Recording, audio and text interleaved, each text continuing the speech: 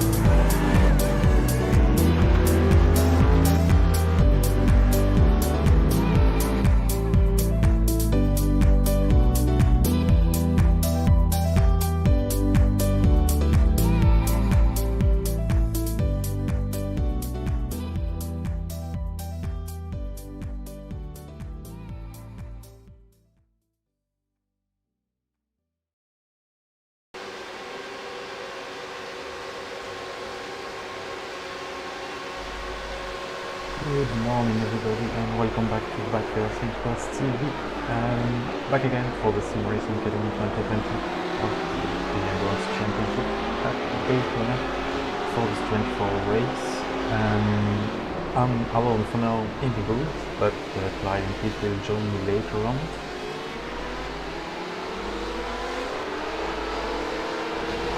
We had a pretty busy night at Daytona, with few teams withdrawing from the race, starting with the Cube Racing in NMP1.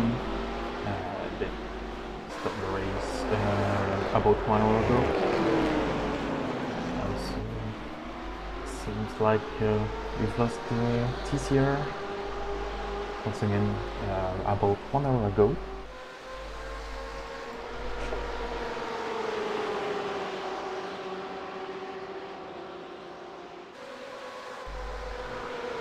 And it looks like the Legacy E-Racing in 6th position is now in the pits since a few minutes. Don't know what happened to them, but just joined back the session live. So maybe if someone from the Legacy Racing watching, they can keep us up to date on what happened.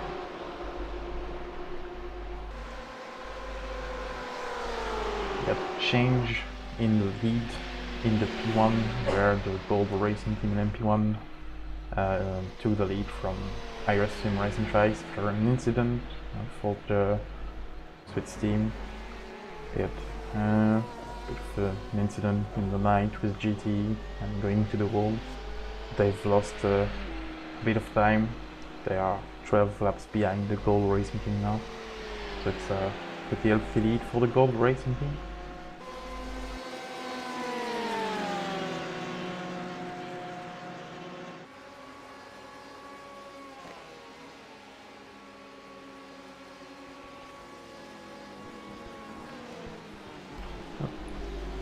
Should be better for the mic now. Thanks for the feedback.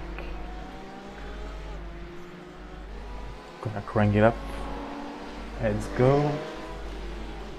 Let's check out.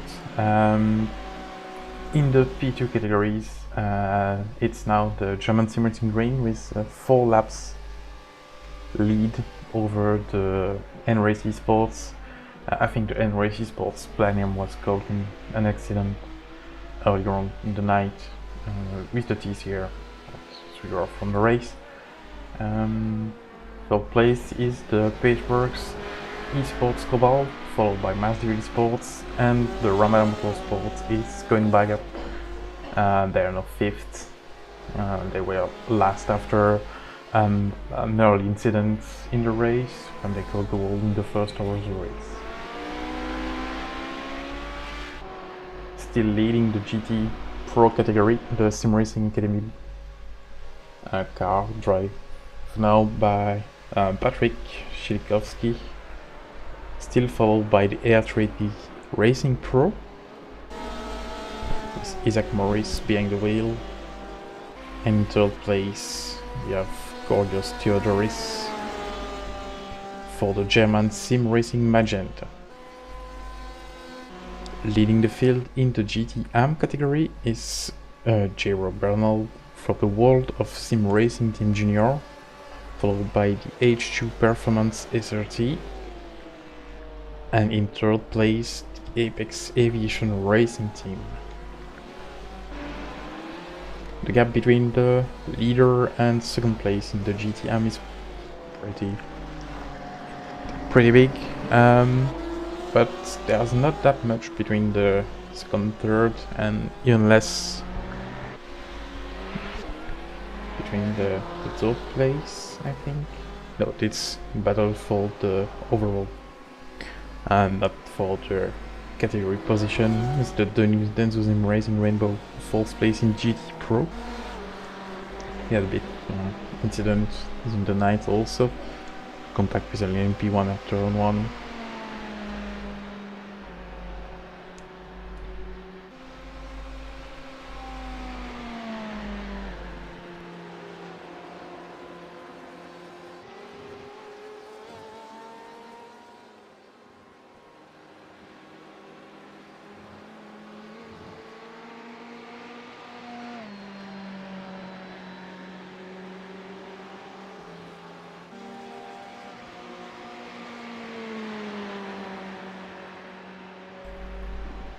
Not much of battle for the moment, after 19 hours of racing, of course. Still a bit less than 5 hours to go, so plenty of time for them to get with something, maybe playing strategies and so on. We know that Simsport was playing earlier on, seeing fuel and so on. No 4 laps down, that's gonna be quite hard for them if there's no incident for the team front, of course, to catch back the 4 laps. But they are still fighting for the second place of the race with the Paceworks Esports Cobalt. Only 1 minute 15 seconds back to the second place. Watch the delta from this team. It's quite the same over the last few laps, within the same seconds each time. So they are pretty much the same pace for now. So that's gonna play with the pit stop, of course. NRC Sport has 3 less pit stop over the Pacework Sports. I know some are from penalties maybe, but still, that's a good point for them. It's the strategy to have less pit stop.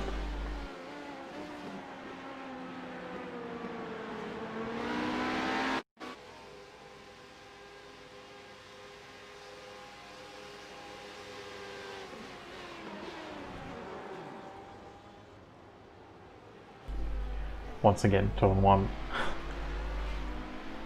There's been quite a lot of incident at this turn. And we have now the Ramadameters pretty close from the Mass DV Sports, 4 seconds back.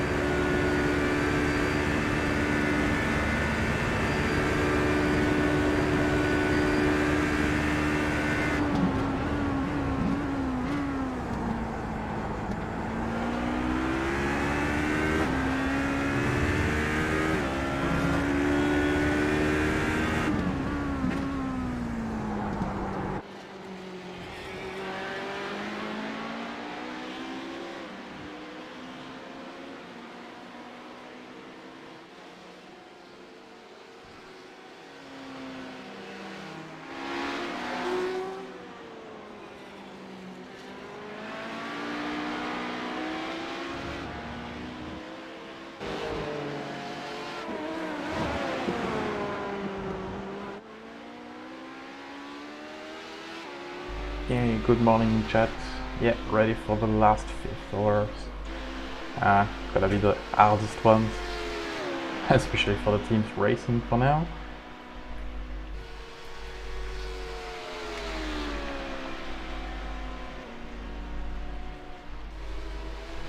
Should be joined pretty soon by Clyde.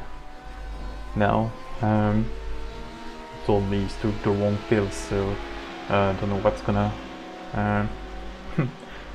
don't know what's gonna be with him. No pills, but we shall see.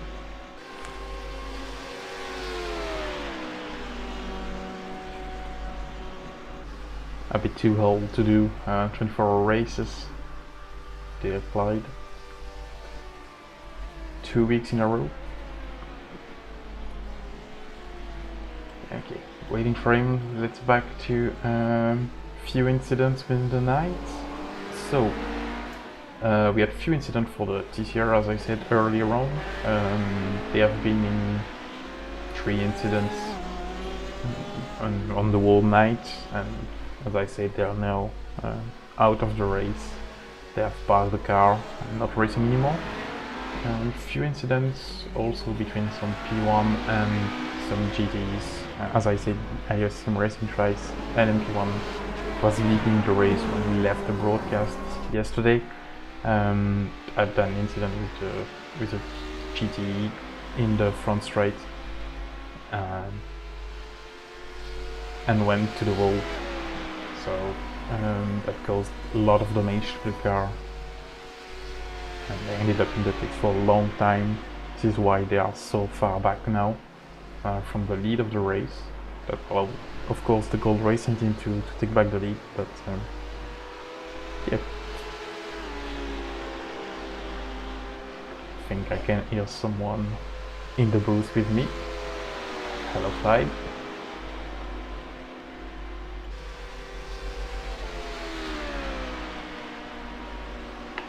How are you this morning?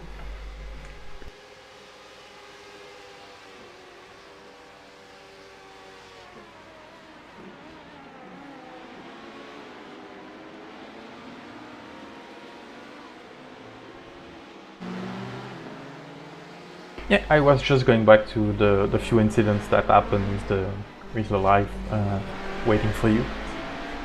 And I forgot to put your sound back, so welcome back, Clyde. You said welcome and asked me what happened within the night. So yeah, as I said, I was going back to the few incidents. iOS SimRacing lost the lead of the LMP1 category over the Gold Racing team. They had an incident with the GT and LMP2. They went straight into the wall. Not their fault, sadly, but yeah, something happen. Sometimes these things happen. And now they are 12 laps back. The TCR has parked the car 1 hour ago now, and so they are last in class, of course. The Ramada Motorsport is back up to 5th after their earlier incidents, and they are fighting for 4th position. And NRAC Sports Platinum, still in LMP2, lost 4 laps, I think, in an incident with the TCR earlier on. The third LMP1, the Cube Racing 110, have parked the car. I didn't see any incident when they parked it, but they were last in class and losing time over the 2 in front of them, so maybe that's something they have to think about. Don't really know why they have removed the car from the race. In the GT Pro, it's still the SimRacingAcademy 1st position and Air 3T Racing Pro in 2nd position. They have a lot of gap over the 3rd position, German SimRacing Magenta, 11 minutes. So that's quite a big gap for now. And the Dentsu SimRacing went both 4th. We still have the NRAC Sports 5th place in the GT Pro, the car that has an incident earlier on. They are making their way through the field now. They are catching the last place of the GT. I'm still running. That's the German sim racing friends. They are only 6 seconds, so they are close to gain a position overall. That's good for them because they have been in the race last for long time now, so that's gonna pay off. Even if it's not in the category, that's still something good to take for them, I think. And in the GTM, not a lot of things, few minor incidents. Don't think there are loads of gravel. I see we've lost 3 cars: the TT Motorsports, the Core Motorsports, and the Mass DB Sports GT. So one of the Mass DB Sports, I think. No, they're still running. I thought they were out of the race, but no, they are still running. So NRacing Sports is not the last car running. Yeah, and it just obviously we in our previous commentary broadcast we see the accident with the NRace Esports Ford GT, and they had a lot of repairs straight up. But it just proves that in these long endurance, whoa, that was a good spin. 9.6 for that one. As I was saying, yeah, it just proves that on these long endurance races, it's worth getting those repairs done, getting back on track, because anything can happen. So let's just have a quick look at where we are with the track conditions. So we're currently at 8:30 in the morning, sim time in Daytona. Track is 69 degrees Fahrenheit and the skies are clear. We've got a little under 5 hours left to run. And there's still lots of positions to be gained and lost. And hopefully not too many incidents.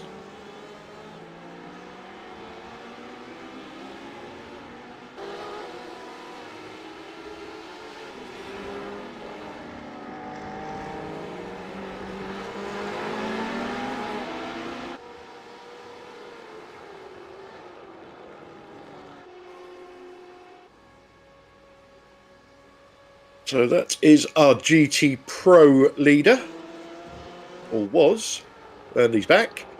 That's Patrick Shilikovsky. Apologies, this headache is affecting my brain, or what little brain I have. SimRacingAcademy Black, currently leading the way.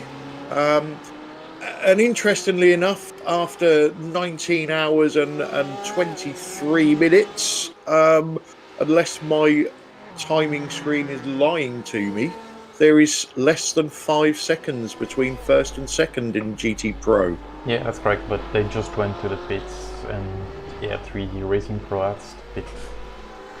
So we'll see in a few laps how it goes. The SimRacingAcademy have 1 pit stop more than the second place. Okay, but again, we don't know how much fuel the R3T Racing team are saving. As we always say, it really comes down to the end of the race, and if anybody's managed to save tyres or fuel or anything like that, it could mean the difference between one team not pitting and the other team have to pit. So this battle could rage all the way to the end. Yeah, that's true. That's true. We'll see how it goes for the last hour. I think we'll see more things coming together, and we'll see if the strategy pays off for the R3T Racing Pro.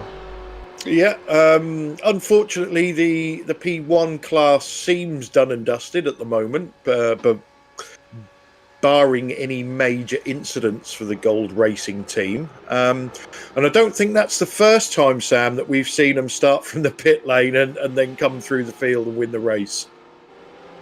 I'm not sure it was this team, it was the R3 Sports, but maybe it was also the Gold Racing team. We had few times team starting from the pits and ended up first because of the incidents between all the other LMP1s and the other car on the field. Yeah, and into the P2, obviously we've only got 5 running at the moment. But looking at my timing tower, German Sim Racing Green are way out in front. But there could be a second and third battle between N-Race Esports Platinum and Paceworks Esports Cobalt. I don't know how far exactly they are apart, but they seem to be on the same lap on the track.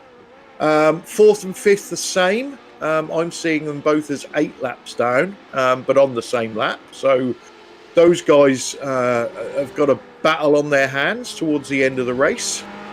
Yeah, and interestingly enough, I just shown the map on the broadcast, and second place is the first of the yes. 4 cars, then fourth, then third, then fifth. That might be something interesting.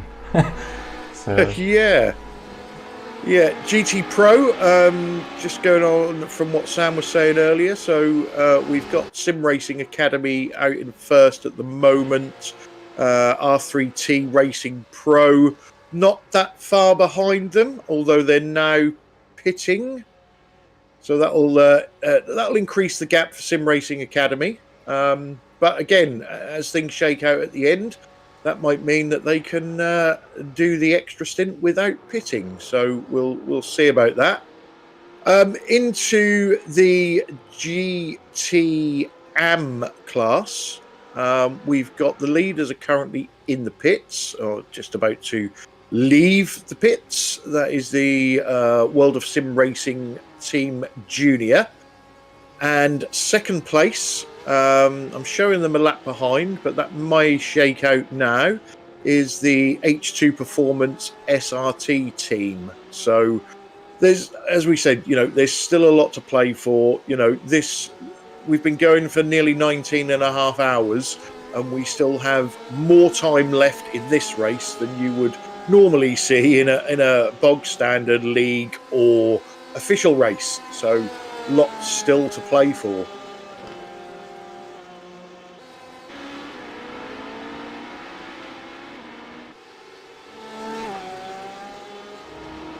I'm gonna leave you a few minutes, Clyde, on this battle. I'm gonna be right back.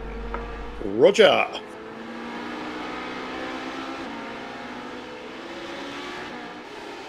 So we are watching Borja Garcia for Master Devils Esports.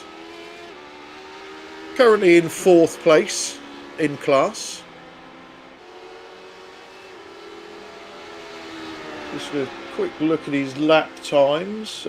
Quickest time for that team. Well, quickest time for the driver. No, I think that is the team. Apologies. Is a 1:34.6.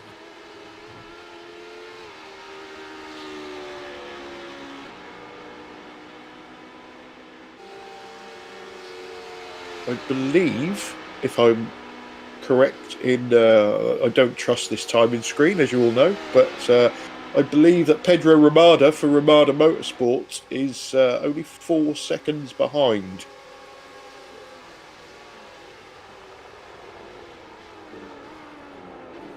So this could be decided for now on how and when people catch traffic. That certainly didn't help him.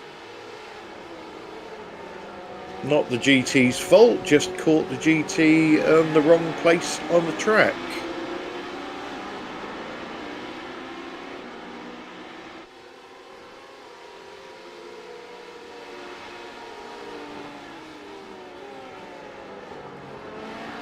Oh, there was a Porsche out there. It looked like it may have been the Masked Devils Esports, one of the Porsches. Tried to give his teammate in the P2 plenty of room, out on the marbles, locked the brakes up. Sure there wasn't any damage. There's plenty of runoff on the grass there, but obviously he would have lost some time. Back to you, Clyde. And because of Borja getting caught out behind those GTs, Pedro has got that gap to under 3 seconds, but obviously now he's got to get past, which I think he's already done.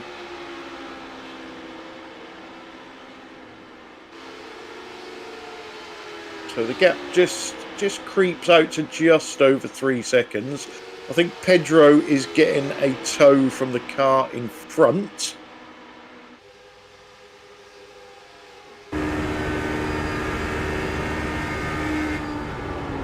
And correct me if I'm wrong, Sam, is that the third placed car there in front? Yeah, that's the third place, the Paceworks Esports Cobalt. Yeah, but they are a few laps ahead of these, so this isn't for position. Just 3 laps. The car just in front of the Paceworks is the Massive Esports. Yeah, and again, I think Pedro is going to pick up a hell of a tow once they get back onto the oval section. Gap is still just over 3 seconds, but I'm expecting that to come down rapidly. But then saying that, it looks like the Masked Devils Esports team has also got another P2 in front of them. So they're going to be picking up a tow as well.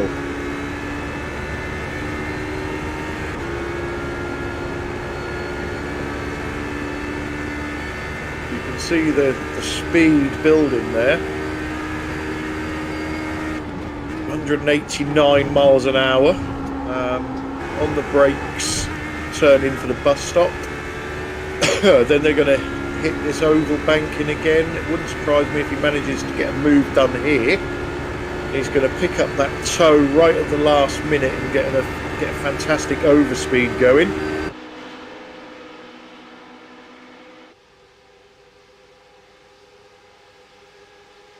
Not sure the end race car did help him out there. Oh, and then he went really, really wide. No damage. Again, plenty of runoff there until you get into the corner, and then you've got that horrible tyre wall. And look, at the same time, the Ramadan Motorsport just passed the Sport, same spot. So now we're in that position where Masked Devils haven't got a tow, but Ramada Motorsport have.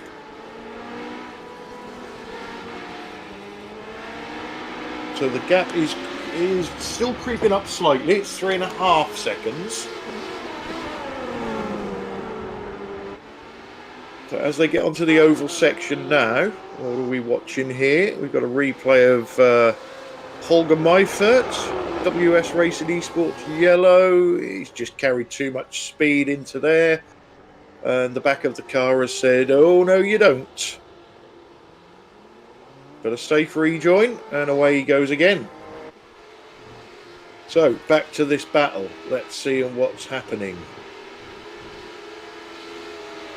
So, there's Pedro Ramada. How far behind the end race car is he?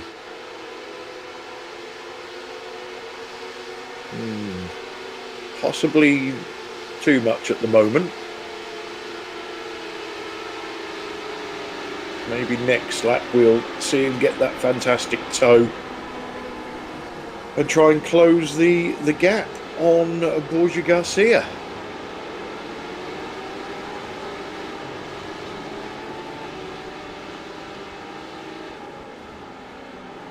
You can see all the cars in the shot there.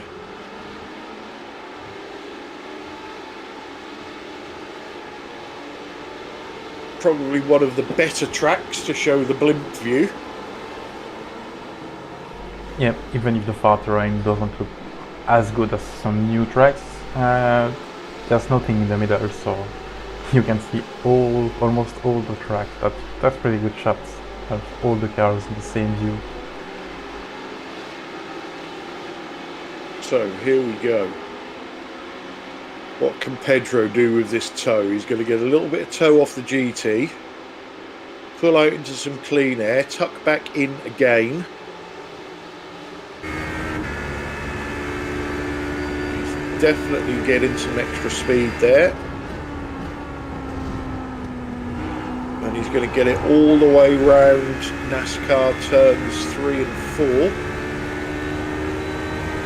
And probably make that move right at the end.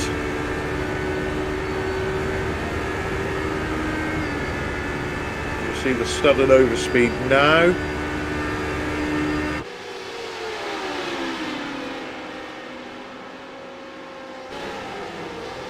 193 miles per hour. Gets it done safely. Gap just over 3 seconds.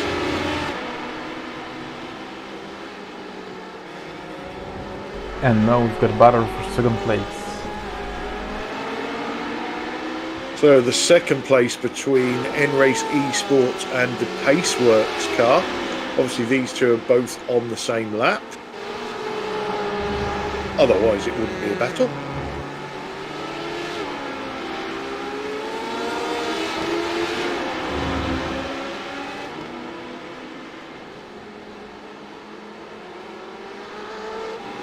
Okay, so here we go. This is going to be the chance for Paceworks. They won't get it done before the bus stop, but they need to be as tight on the back as possible going through the bus stop. And then get that long drag through NASCAR turns 3 and 4.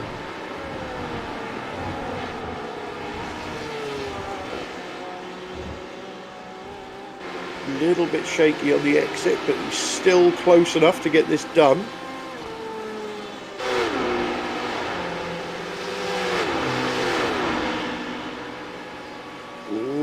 There's a GT car that may just have put him off doing it. He's still going to try, but no, I think he's going to tuck back in, leave it another lap. Good move. Good move. There's plenty of traffic in front. In fact, they've got a little gaggle of GT cars coming up. So, ooh, was there a touch there, or did he just hit the inside curb? But his car seemed to jiggle for a second.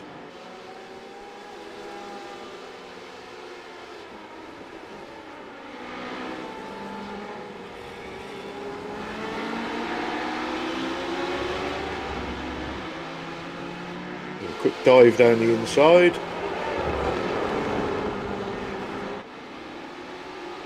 And battle commences.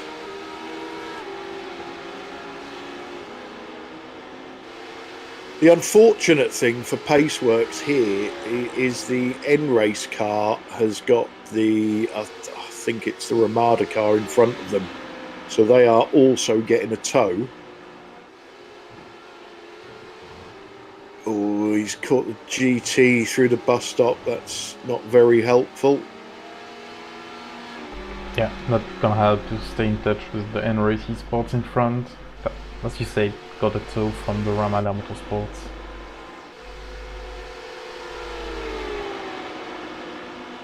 So, you know, we've got both battles, the battle for second and the battle for fourth, both happening at the same place on the track. And considering we've got 4 cars involved in a battle and only 5 running, that's very good. Shame to see the Legacy E-Racing entry is out. Not sure what happened to them, but they're a new team to the series, so hopefully they'll be back next time round.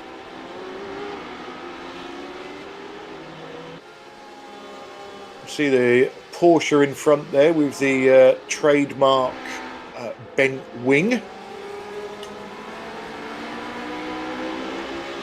Something that we was giggling at when we did the Le Mans 24 hour.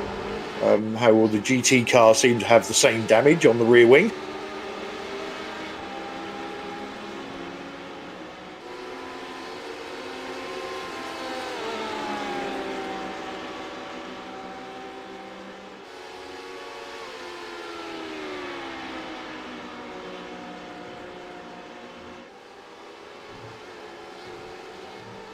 So the gap between Ramada and Masked Devils is sitting around the 4-second mark. We've got Stephen McCaffrey in the Paceworks car and Stefan Henriquez in the N-Race car. They're separated by about 3 seconds. So these battles are not going away at the moment.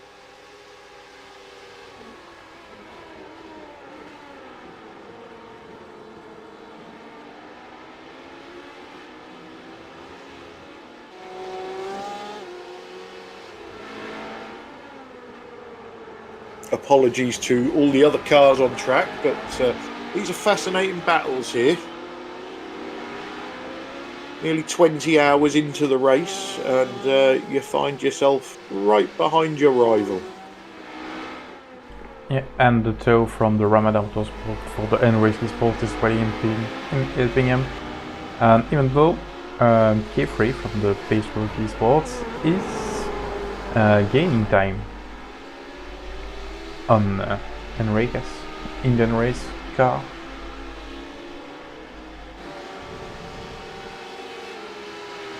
Yeah, some tracks you go to, you would say that that would help.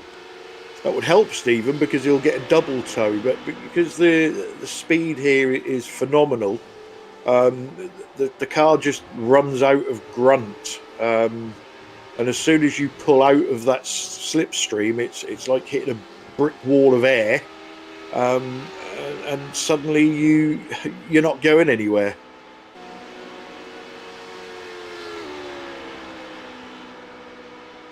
But what Stephen needs to do is just get his head down. Stefan will come back to him, although he's now pitting, so that's just ruined that little plan for me.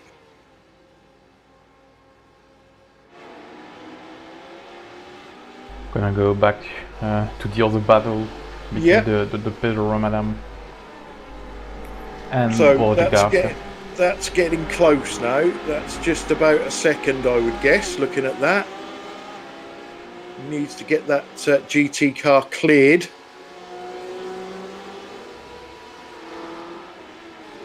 Which he has done. Well done to the GT car.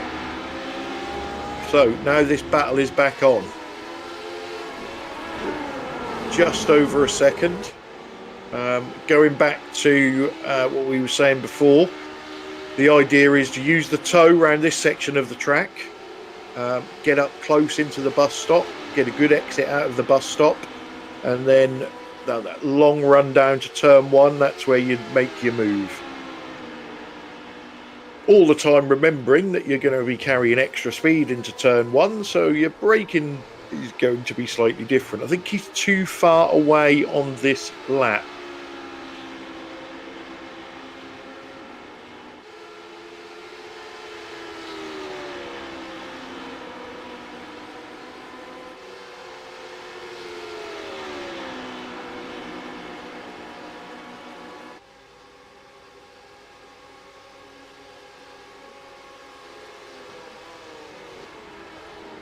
Yeah, he got the gap down to under a second, but he was too far back there. He needs to get this GT cleared. Well done.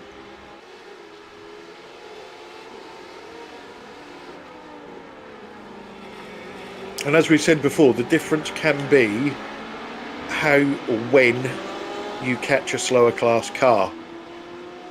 Catch them in the wrong place, you're losing time hand over fist. You really don't want to go for something suicidal and ruin your race after going for nearly 20 hours. So you sit back, be patient, and just watch the time come down to your rival, and then hope that they get caught at some point behind a GT car. So where are we? We are just over a second. Watching the time come down to 0.9. I think he might still be a little bit too far behind. He needs to be a bit closer out of the bus stop. I think Borgia may be safe this lap. 0.9, still coming down. 0.8, but he's running out of track. 0.7. 0.6, and we're going to be into the braking zone. And there you can see how close they actually are. Now, I believe we have Mr. Pete Bingham with us. Good morning, Pete. Good morning. How you all doing? Morning, Sam.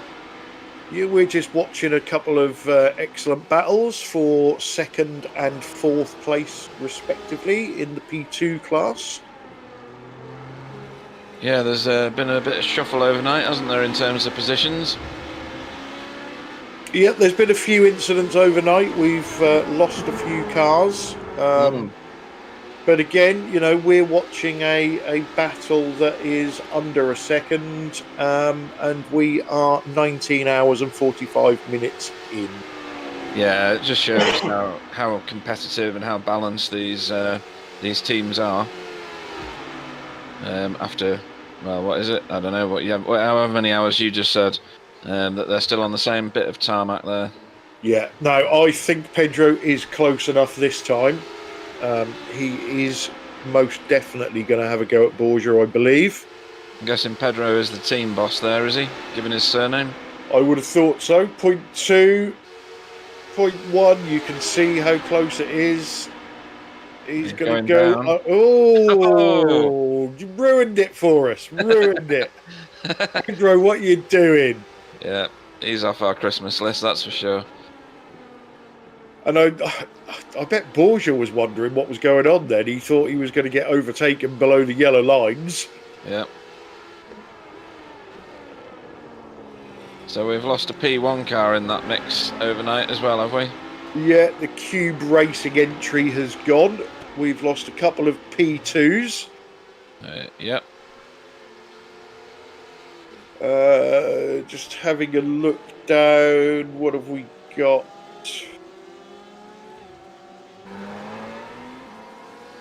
So SimRacingAcademy still lead the GT Pro. Is that? No, that's not.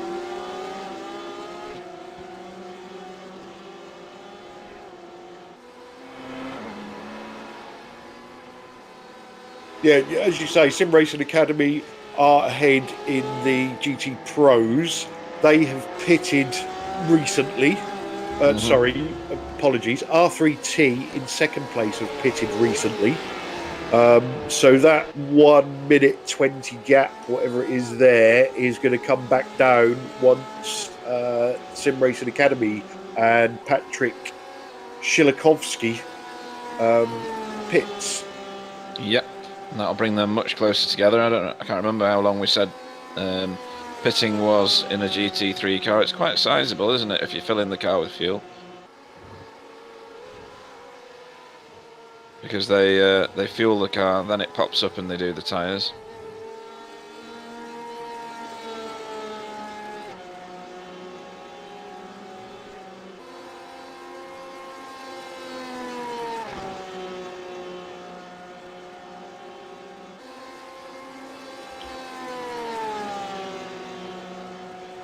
Apologies, I'm just helping out in race control as well. Check out you multitasking. Yeah. Usually you can't. I'm actually driving as well. Is that you, the car 700 laps behind the leader? No, that's me at the top. Yeah. I'm driving under a different name for the Gold Racing team.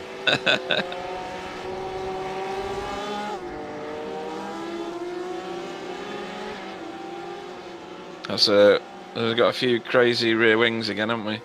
Yeah, I said that earlier on, yeah.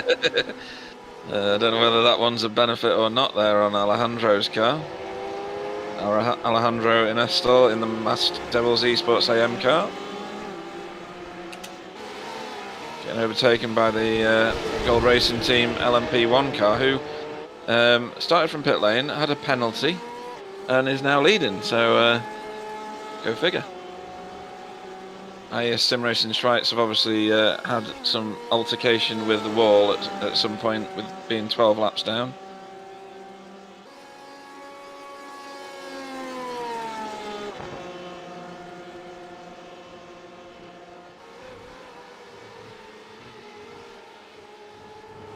I always find it weird how iRacing doesn't fix the rear spoiler, because in the real world they'd just take that off and replace it with a brand new one. Exactly, yeah.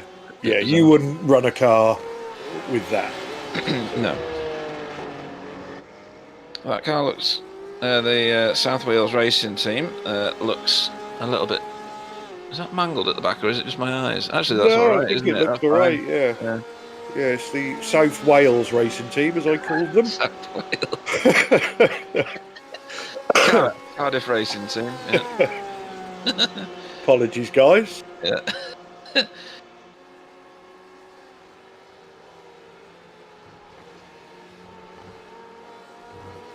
So that magenta car that's behind is laps ahead, isn't it? Or a lap ahead. So this will be another lap on top. So this is Ralph Zeppelt in German sim racing magenta car.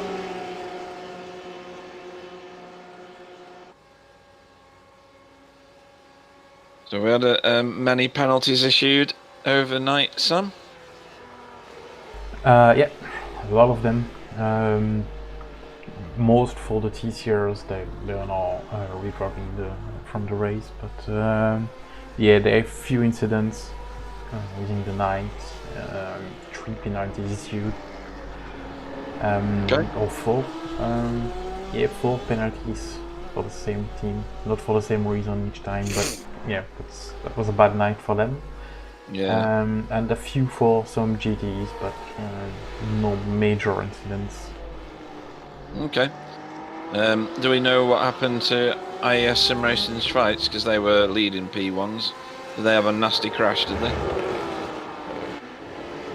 To be 12 laps down? Yeah, exactly. As I said when we started the broadcast, they had an incident with a GT and the TCR on the main straight, going in front of the pit lanes.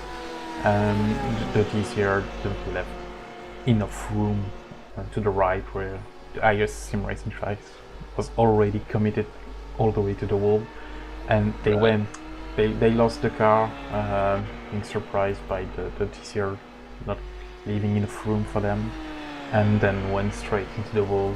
That cost them a lot of time. Right. The car looks okay now, so they've obviously done a good job of repairing it.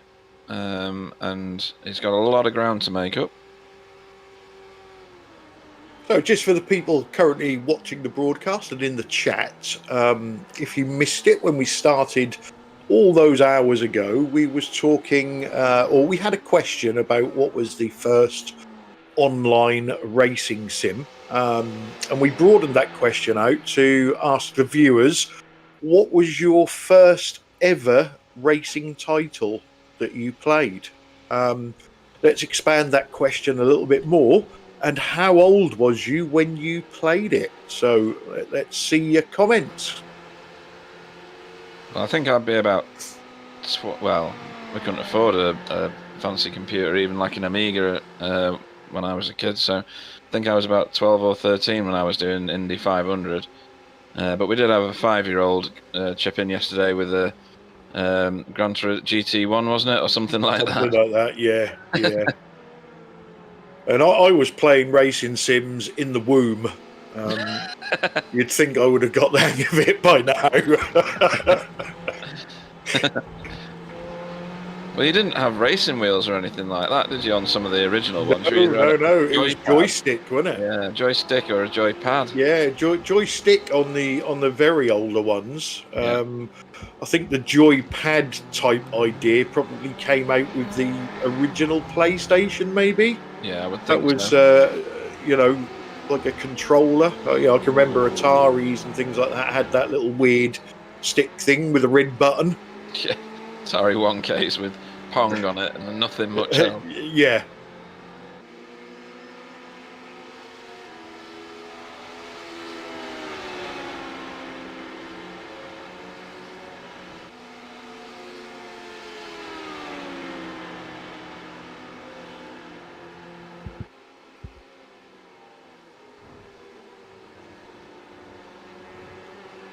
So the P2s, the battle for, where are we? It's a battle for 4th and 5th now, by the looks of it.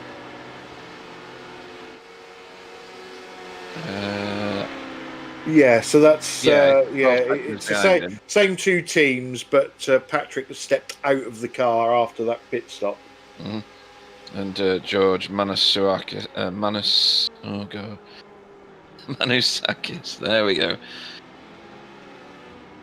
I'm never going to live these names down, am I? No. In a word. Yeah.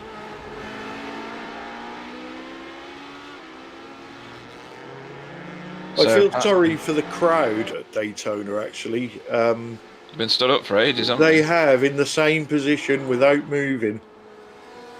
Well, some of them sway from side to side, don't they? I'm not sure if they do. Do they here? On certain tracks they do. Let's not go into the crowd, shall we? Because Nah. we'll end up talking about that woman that's facing in the wrong direction somewhere.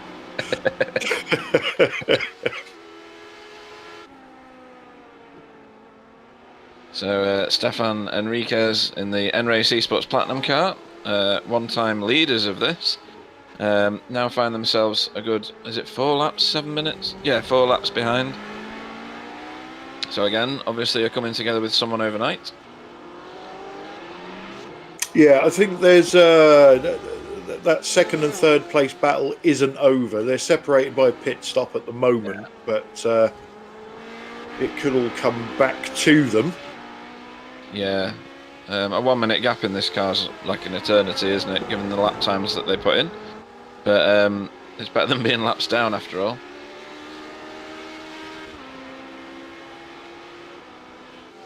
And then further back down the road, is Stephen McCaffrey in the Paceworks Esport Cobalt car, which at one time was like right at the back of the field, so they've done all right to get themselves into, I don't know, do you describe that as provisional third? Because yeah, definitely.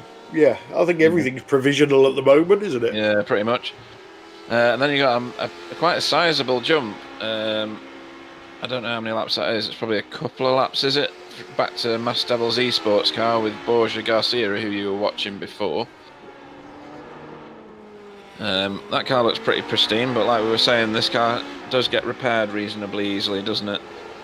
You can mince it, as I found out, and still get it repaired in a decent amount of time. Yeah, bolt on, bolt off. Yeah.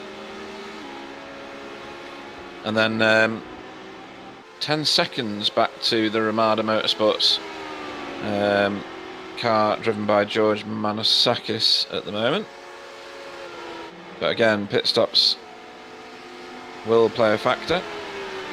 That Apex Aviation Ferrari's got some damage on it, hasn't it? That's had that from right near the start, hasn't it? Yeah. It had the front, the nasty snarl it's got going on right from the beginning, but it's got the back end caved in now. And there's that Ford GT that had the massive coming together with the tyre wall, which has just got a caved in nose forever now. Yeah, and they're up to 5th place in class. It's a miracle, isn't it, really? Yeah. Yeah, they are, I believe they're the last one running in the class, but Points they're is still fine. looking at points. Yep, that's the one. Keep it on the track and you do all right. Do we score points in this if you don't finish the race, Sam? You still get points? Nothing if you don't finish the race. Right, so it's a huge sacrifice of, well, personal time, isn't it? If you've put in 6 hours of racing and then one of your colleagues minces the car. Yeah, that's true. And nothing to show for it at the end, so you have to cross the line, everybody. And I think that's a good thing, isn't it? Because it promotes safe driving. If you've got to get the car back, you don't score points for doing one lap and then binning it. Yeah, I'm seeing a penalty for the 272 car. Dangerous overtake with contact on the 309 car. So that's Marcos Alajon Gonzalez. Is he on track at the moment? Oh, I thought Borja Garcia was driving that car. 272.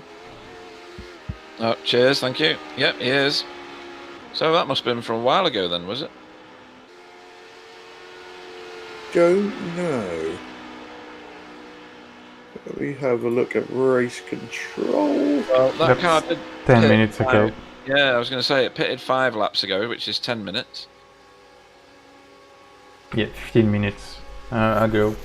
Incident with the RTC Racing Pro. Yeah, that's a Porsche, isn't it? Marianne Brabet's car. Yeah, in the banking, just after the road path of the course. Right. Yeah, you don't want to lose a GTE car through there, do you? Because you'll be a passenger. There'll be no coming back from that. You'll go up into the wall, and that'll be the end of that. And obviously, at the moment, we've got Dominic Sori in race control. Very, very angry Belgian.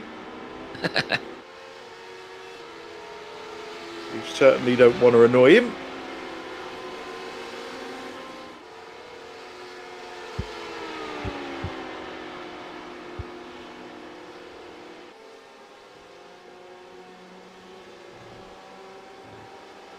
Gonna try to find out what happened between the... Right on cue, Dom abuses me on Discord.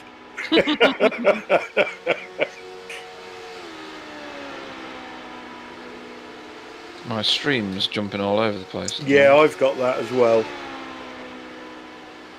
I think it's a little bug with the timing software.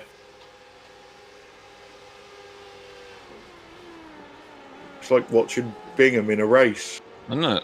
Now you see him, now you don't. I'm seeing more of this than you would of me, though.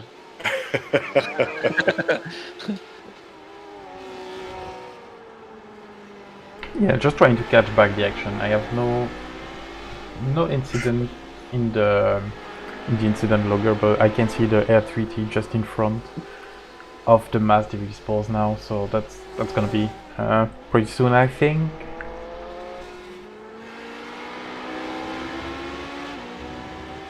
Don't know if you got this on your screen, guys. At the minute, SDK has just taken over my entire computer. Okay.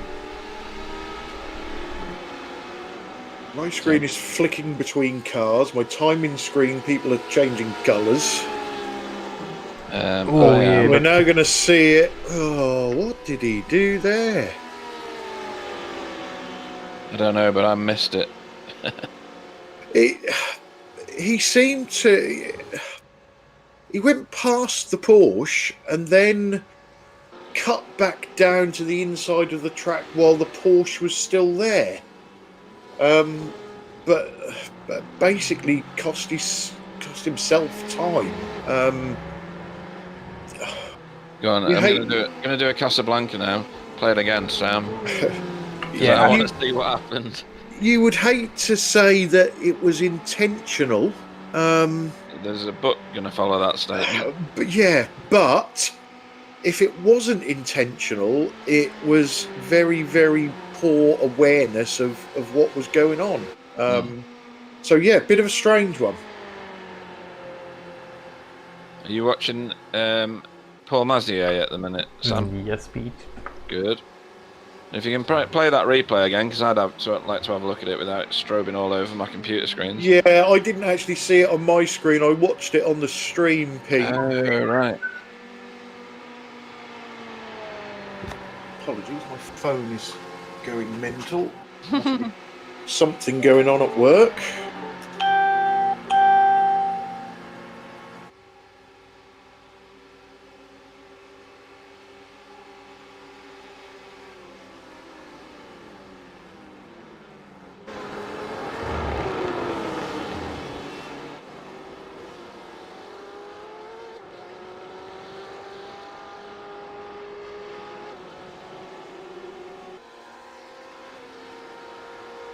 Yeah, so we're currently watching Ralph Zippelt in the German sim racing Magenta car.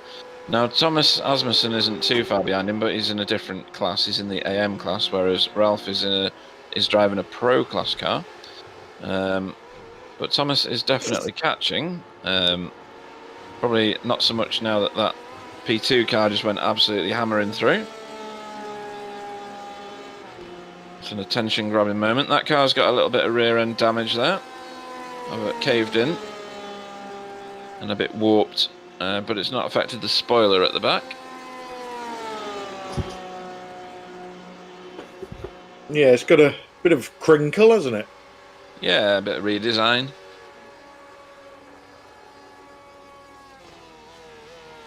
Right, guys, I'm going to leave you for 5 minutes. I'm just going to go and get some nectar of the gods, and I Absolutely. shall be back. Okay.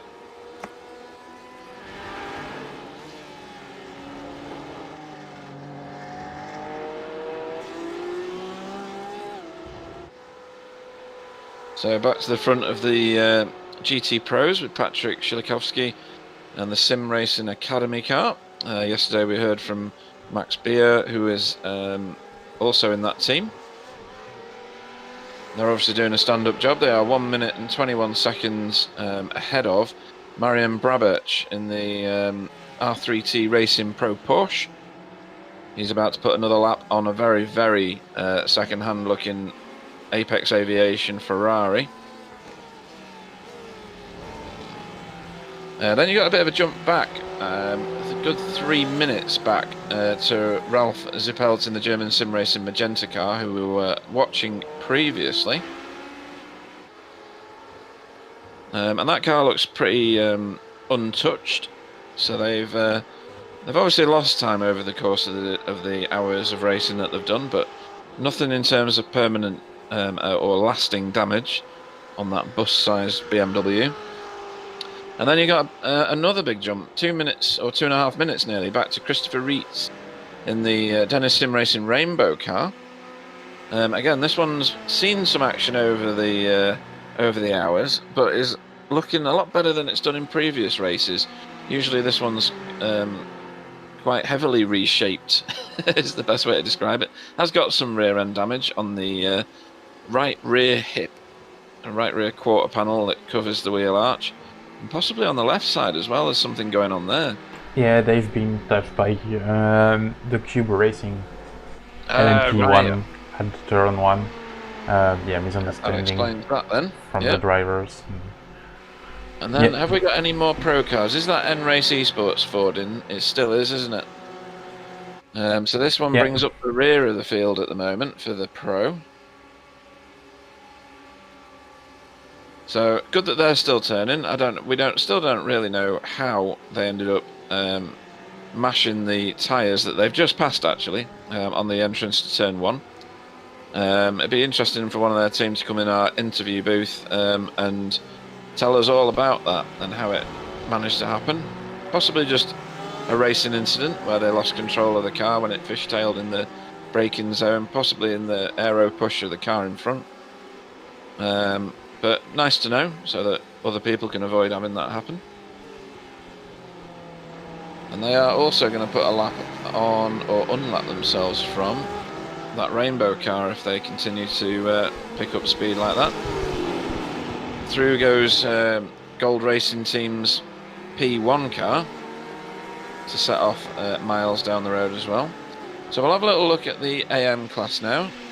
Oh no, we'll do P1s while we're on Marius. So this is Marius Danhausen, Imperius at the front here, in Gold Racing Team's P1 vehicle. I've got quite a number of laps over Gregor Adge in the IES Sim Racing Schweiz car. That car looks well repaired, like I said before, after they had an incident with the wall on the start-finish straight, which Sam described earlier.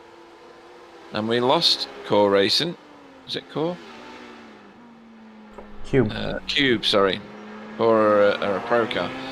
We lost the Cube Racing car at some point. So we'll move on to P2s with Patrick Pruce in the German Sim Racing green car. These guys haven't always led this bit, this class rather. Other cars have been up there. One of which is Stefan Enriquez in the N-Race Esports Platinum car. He's got 3.5 seconds over Stefan McCaffrey in the Paceworks Esports Cobalt car. But I think there's pit stops to play with there. And then you've got a sizable jump back to George Manusakis. I will get that right before the end of today. In the Ramada car. So pit stops have also happened here. He's got a long way to go to catch up to Stephen McCaffrey, and he's in a pit stop exchange, really, I think, with 1 minute 13 seconds back down the road, Borja Garcia in the Mass Devils Esports car, who now brings up the rear of the running field. We lost 2 overnight, one being one being Legacy E-Racing. They were a new team. And then much earlier, the TCR car, who was leading this at one time. They must have had a bad situation, did they, Sam? The TCR car? Sorry, Pete. Did the TCR car have a nasty crash then? No, they've parked the car at the end of the night without any crashes, but they were way back because all of the penalties they had. And they were close to be. They were close to the disqualification anyway. Right. That plays into the game in their head, but yeah, they've just parked the car. Right. Okay. So then we move on to the GTAMs, which is Jaro Bernal in World of Sim Racing Team Junior car. These are the guys that are actually leading the championship overall at the moment for GTAM. Then we have 2 minutes and 59 seconds back down the road, Thomas Asmussen in the H2 Performance SRT Porsche. We saw this one a minute ago and we were commenting on the dents and damages all over it. Well, all over the back of it at least. Then we've got a sizable jump, 2 minutes and 29 seconds back to Paul Mazier in the Apex Aviation Racing car. This one's got damage just about all over it. Obviously seen some action, although the rear of that car doesn't look too bad. The front really looks quite bad, and it's looked like that, like Clyde said, right since the start of the race or close to it.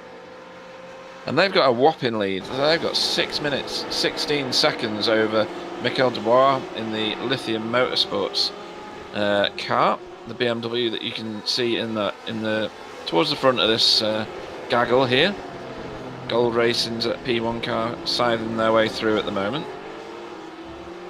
And only nearly 2 seconds, so in the same camera shot behind, is Alejandro Inestal in the Mass Devils Esports AM car. There's 2 of these knocking about on the track at the moment. Trying to find where the other one is. Oh, he's further back yet, so we've not got to him just yet. On the same lap, but further back, 26 seconds, we've got German Banducci in the South Wales Racing Team Porsche. Or South Wales Racing Team, as Clyde was saying before. There we have it.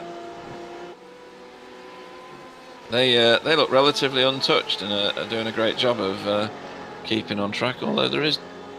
I always think there's damage on the back of that. There's not, is there? It's just the way that the body... I think that's damage on the back. Oh, you do? I think on each side.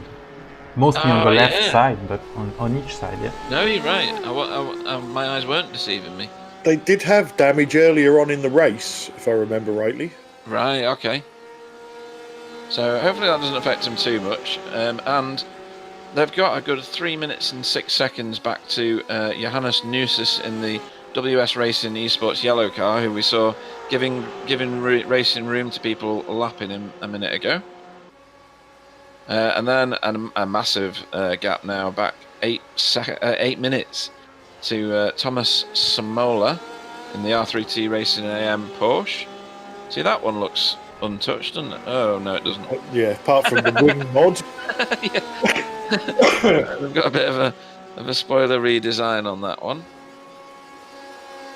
So he's got a long way in front of him, and then he's got a long way behind him. It's a bit of a lonely race for him, other than getting passed by other classes. He's got 3 minutes and 43 seconds back to Andre Geiger in German Sim Racing Friends car. That's got some damage at the front. I remember him shunting shunting someone at the beginning, and he's got damage at the rear from getting some attention as well.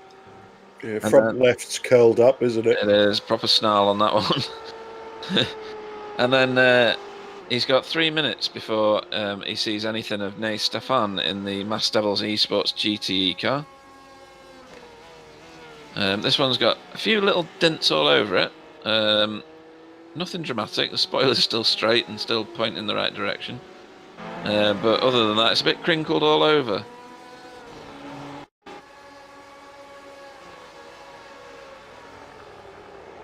we're on with the lithium car at the moment on screen, and because he's over-rotating very slowly, it's one of those painful ones that you really try and grab about 6 times before you eventually come to a stop. He's trying to safely rejoin without bashing the wall, and he's done all right there, to be fair. You get like 2 points for style on that one. He lost position over the Mazda Sports. Was that who passed him just then? And he's lost a lot of time. That's why I didn't think that happened, because that's 8 seconds. I didn't think he was stationary for that long. So, yeah, unlucky. Must have felt the pressure or something as he comes round the banking. So that's a run through the running field. In terms of who we've lost, and in reverse order, so from the most recently retired first, Marco Mendes in the Core Motorsports GT-AM cars retired. IES SimRacing Schweiz's Pro Porsche is gone. Core Motorsports Pro Porsche as well has gone. Then we've got Mike. So sorry, I won't read the names because I don't know who was driving it last. So Legacy Racing's P2 car, who we were discussing before. I like the paint job on that one. That was the black and red one. They retired. Cube Racing's P1 car, we've discussed that one. That's retired as well. Also, as has TT Motorsports BMW from the AM GT class, and Team Motorsport Dreams, also from that same class, with TCR, who we were talking about earlier, retiring from the P2 field. So that is a full rundown of the grid, Clyde. Yeah, so we are into the final 4 hours. It's like a home run, isn't it? Yeah, apologies to anybody on the stream that hears some funny slurping noises. It's not me drinking my coffee. I have been joined in the man cave by Dave the dog, and he has a bowl of tea. Dave drinks tea, does he? He certainly does, yes. I've never heard of a dog drinking tea before. I am not allowed to make a cup of coffee without making him a bowl of tea. Right. That is very odd. He's now giving me a very, very strange look, like, who are you talking to? Yeah. So has Shelby got a taste for it yet or not? No, not at the moment. She's currently out with the wife. The wife's gone to visit the mother-in-law. So, yeah, Dave tends to be... It's very strange when you've got 2 dogs. We've got an older male dog and a puppy female dog. And Dave, the male, follows my wife everywhere. And Shelby, the female, follows me everywhere. So... yeah, when the wife's not here, Dave suddenly becomes my dog and he won't leave me alone. But as soon as the wife comes back, he'll forget that I exist. Pets are class, aren't they? I won't go through the ridiculousness of my 2 cats because we've only got 4 hours of racing left. I could talk all day about these 2 idiots. So yeah, we've seen quite a lot of action and quite competitive racing all the way through this field, like we said we would right at the start. There's some big gaps formed overnight, hasn't there?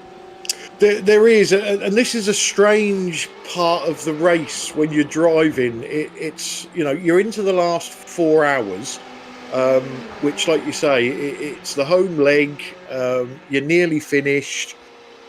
But you're not nearly finished because you've still got nearly 4 hours to go. Yeah, but it feels like you're on.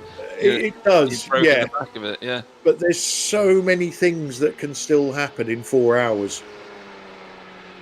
I think me and you should have some sort of weird Deadpool and see who's gonna bend the car before the end of the race, and we'll exchange a $5 or something like that.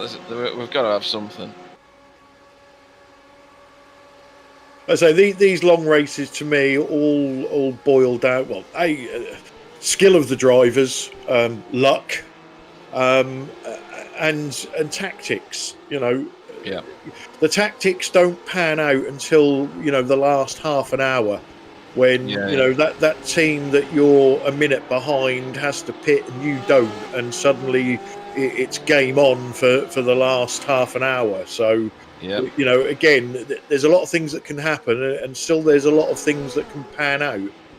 Yeah, absolutely. I know that our cameraman's back. Can you go on the Cobalt car, please? Stephen McCaffrey.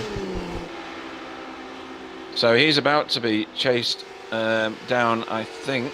Oh no, he's chasing Stefan Enriquez in the N-Race Esports Platinum car. That's the car right in front of him, I think. Yeah, it is. So this is on now. This is a position, this. And this is second in class. That's a good camera angle, isn't it, Clyde? It is, and the view from this HPD is fantastic. You can see everything. Yeah. He's going to step out here. Yeah, he's going to give it a go. He's losing all his momentum because he's out in the wind now. And he's having to give best at this point. But that's certainly going to brew for a lap, isn't it? Yeah, and as long as he's, you know, that sort of distance, at some point he will get it done. Yes. The trouble is, you can't then, unless you are phenomenally quicker than the driver behind you, you can't pull out a big enough gap because of the draft, and at some point the other car's going to have a go back at you. So yeah, absolutely. Yeah, you know, this could go on and on and on and on. Yeah, and we saw this with the N-Race Esports car earlier when they were racing with the TCR car, and they were also racing with, maybe it was just the TCR. Oh no, Mass Devils Esports were up with them at one point as well. And I know they're further back down the field now, but it was a fascinating battle. And he's lost some time in that traffic, but he'll soon get it back in the tow, because he's had tow for longer on that first stretch before the bus stop than the Platinum car in front of him, the N-Race car in front of him. Yeah, and that is the key. It's getting through the traffic and still being in, you know, that 2-second range where you're pulling the draft. Yep, and really, if you're playing a waiting game, then sitting back there in the draft, you can save a lot of fuel, really, can't you? If you do this many laps in a run. You can, whether it's beneficial or not. I'm going to say this late in the race, but you know, we've still got a long way to go. Yeah, I'm sure somewhere in all of these teams there's somebody with a calculator working out pit stop strategies, fuel, everything like that. And at some point, yeah, it might just be look, just sit behind that car, go round the oval section, 3/4 throttle, save me some fuel. And if we can do that for the next 3 or 4 stints, then we may save a pit stop at the end. Yeah, when you're in these two cars here, and particularly you're in the Cobalt car, the second of these, and you're tailing the car in front, you can sit here if you want to for as long as you want to, hopefully safely. When you've passed that car in front, you've not got anything to do, have you? Because the next car in front of you is German Sim Racing Green's car, and that's 8.25 minutes ahead. So yeah. You're waiting on a crash there. And basically what you're then doing is giving that car that you've just overtaken the chance to fuel save behind you. Yep, 3 wide. There we go. Yeah, you're absolutely right. Absolutely right. So Stephen's possibly better off sitting where he is. He's not going to, but It doesn't look like it. But he steps out, and he's coming off the gas. He's definitely not trying to make a proper pass there, is he? no. To me, it looks like he's using that draft to get the overspeed, pulling out, and then backing off the gas. So maybe he is saving fuel. Yeah, and what they've got now is they've got the Ramada car, who's multiple laps down, about 2 laps down, I think. Who's about to unlap himself from these two, because there's going to be a team boss in one of these 2 leading cars here saying, don't do anything stupid, keep the car on the track. This is either 2nd or 3rd place, and they won't want to bend those cars, will they? No, because either way it's a podium. Yeah. and a bucket full of points. Yeah. And how many times do we see a last lap pass at Daytona? Yeah, it's synonymous with it, isn't it? Really. Although that Ramada car's on the inside, Cobalt car's on the inside now, and he's decided he's had enough of sitting Yeah, there. that's right. And he took that position with remarkable ease.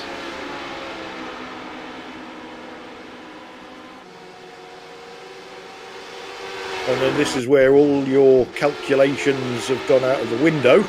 Yep. And you're now quickly rejigging everything. There we go, the Ramada car trying to unlap himself. That's George Manasakis, managed to say it right this time. Well done. It's only taken 20 and a half hours, but Yep. we're there. And then hopefully George will be able to come on the chat at some point and tell you that you're wrong. I know, yeah. So this is probably the more fascinating of the battles that's on track at the moment, and it's worth staying with because it's all going to play out at the end. But it's these areas that make the stories that lead to it. So everybody remembers the winners. Who remembers second and third place usually? Usually it's only the people that come second and third that remember it. Yeah, it's true.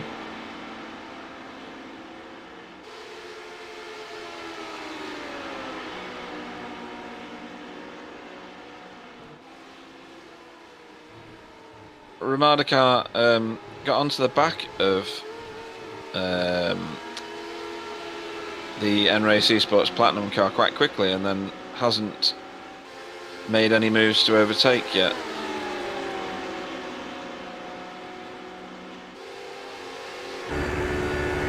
And he's close enough to get a good slingshot. Drops into 6th gear to get that extra bit of traction. That's close. That's very close. He's had to back out of that. He's definitely wanting through.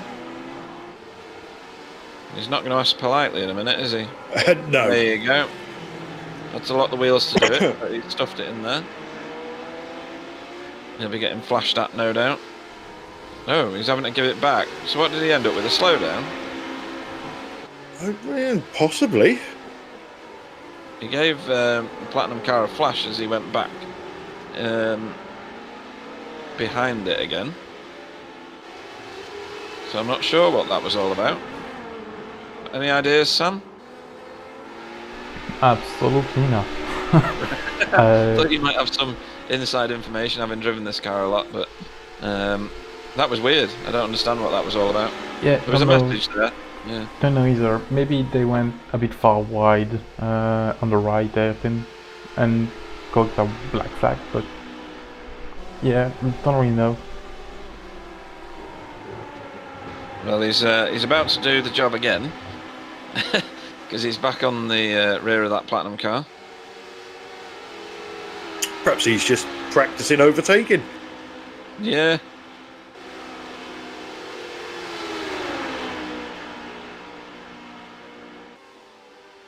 So now the Ramada car takes the inside line going through the oval section, dives onto the inside here and takes turn 1 with relative ease.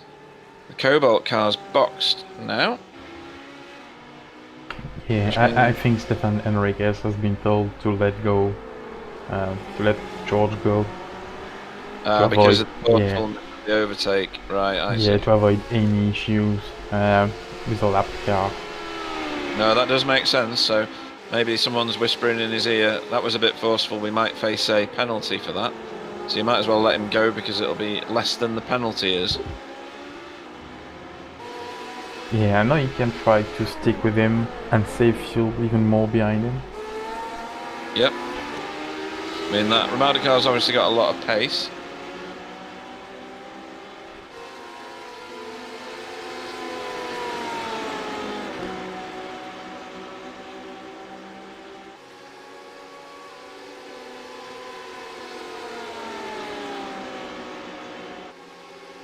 So the Paceworks Cobalt car has come out of the pits 47 seconds behind these guys now. So we'll have to wait and see what it all pans out with when the Platinum car pits. There he is, making his way around. Heading towards the oval section, the banking section, after this turn here.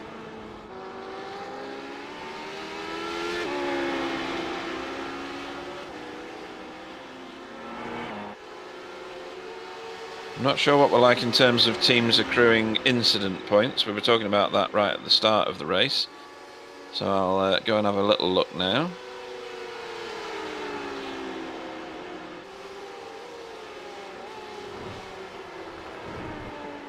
So as long as I'm reading this right, the Mass Devils Esports GTE car, which I think is still running, because they both are. Who's driving that at the minute? Nay Stefan.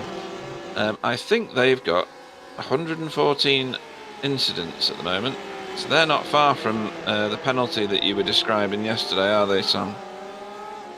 Yeah, 6 incident. points, Yeah, right. that's pretty close to the first limit, and then that's a pit lane penalty for each 10 points. Yeah, gonna be a hard end of the race for them. Yeah, definitely. And what's the initial penalty for hitting the 120 mark? A pit lane penalty. That's all the Right. same. I think A now drive-through, you mean? yeah, it's a drive-through now for my racing, so they will get each time a drive-through penalty. That gets brutal then, doesn't it? Yeah, that's gonna be brutal if they For me, go up. every second lap I'd be having a drive-through penalty.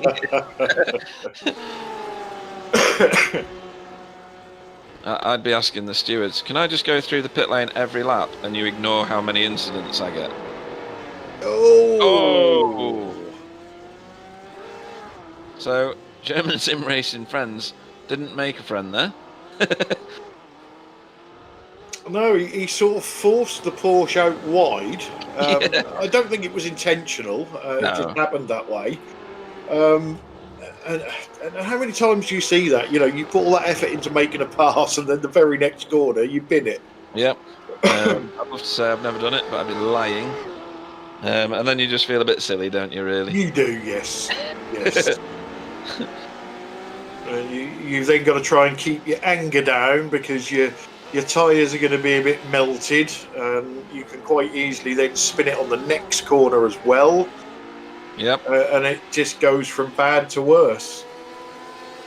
Yeah, so currently watching German Sim Racing Green, who are still leading the P2s. They've got a commanding 7.5 minutes over the next car, which is the N-Race Esports Platinum car we were watching before, after the Cobalt car pitted from the position, from position 2.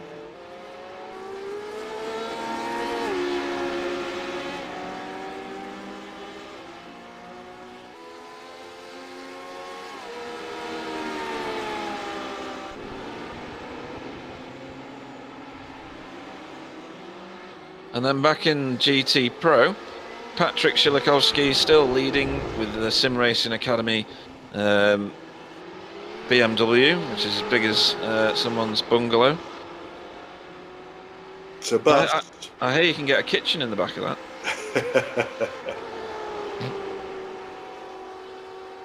It would probably be quite handy as a little van, wouldn't it? Builders everywhere, abandoning transit and getting a BMW M8.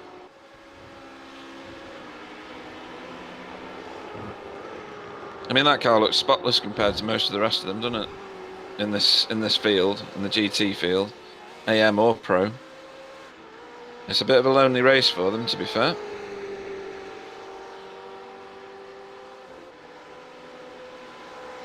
And 1 minute 19 back down the road is Marian Brabec in the R3T Racing Pro, still on the effectively, in inverted commas, lead lap with the SimRacingAcademy car, but somewhat further back.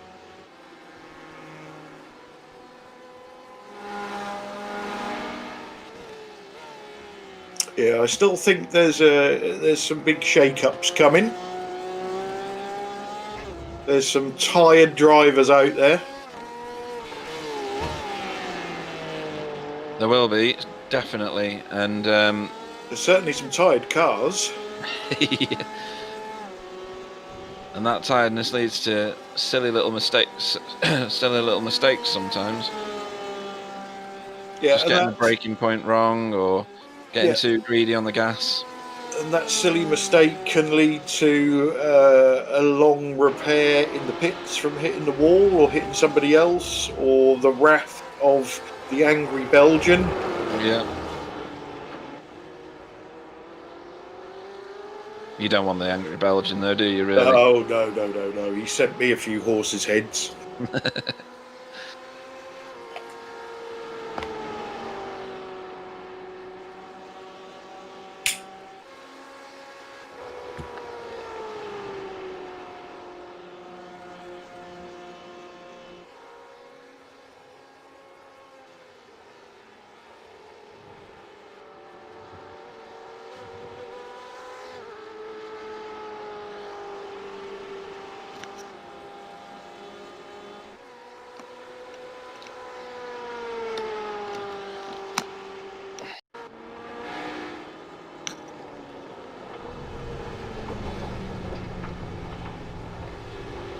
Oh, a little bit wide on that line. Bit of grass cutting. Yeah, I think he's cooked his tyres with that slow spin that he did before. Yeah, possibly.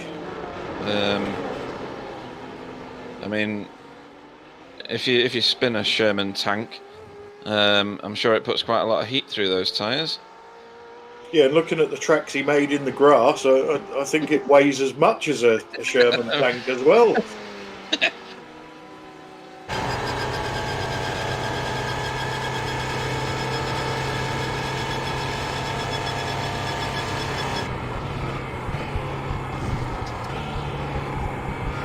So on board with our race leader.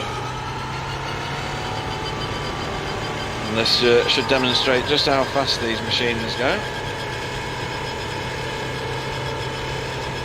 Yeah, I think we've seen 204 miles an hour at some point. It's just me, or it looks like the wheel is going right where it's straight. Looks like what? Sorry. The wheel, the racing wheel, is pointed to right where it's going straighter. But I think he's got a bit of damage there somewhere. yeah, it looks like it. Let's have another look. So we get a straight section here, and yeah, you're right. He's turning right to go straight. So this is our current leader, Gold Team Racing.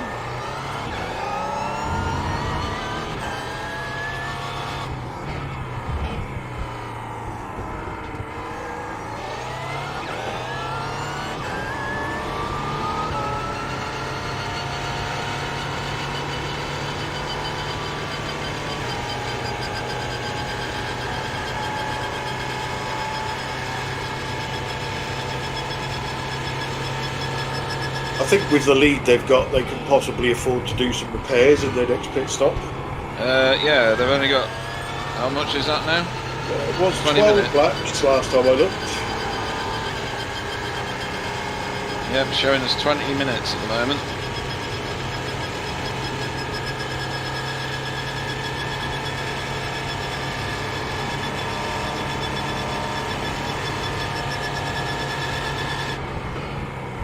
Well, I'll be back shortly. I'm going to do what you did and go and get a coffee, so... Roger Dodger, we'll just shan't be enjoy long. this onboard shot. It's terrifying, isn't it? Yeah.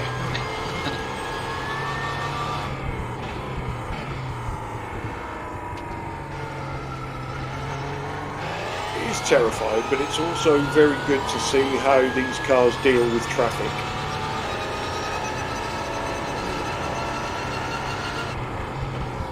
If Sam can maybe leave us on board for a lap or two, Yeah, can do. we'll keep quiet and just let the viewers enjoy this.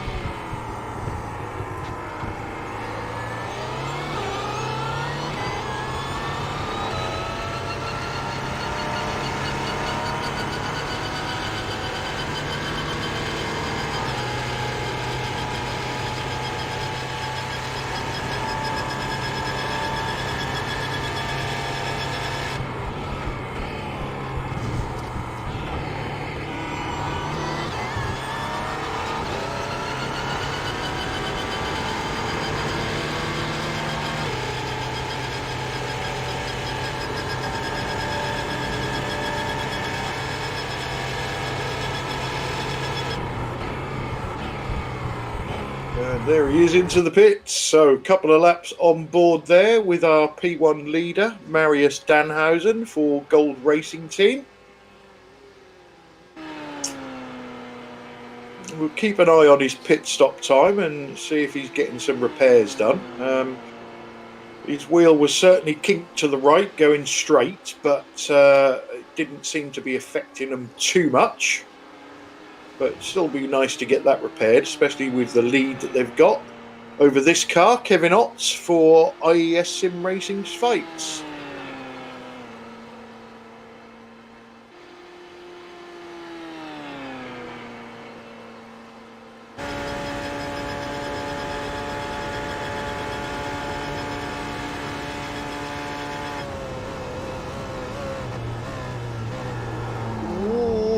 That looks wide and wild,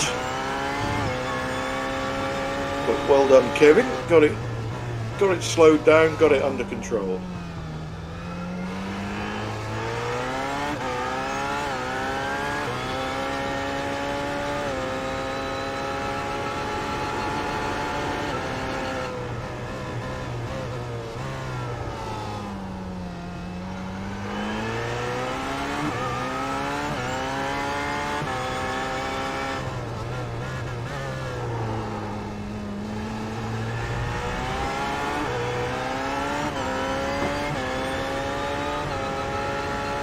So let's give you a little update on our current track conditions. So we are 20 hours and 43 minutes in, leaders on lap 8:02. Sim time is coming just past 10 to 10 in the morning, and the track is up to 80 degrees Fahrenheit.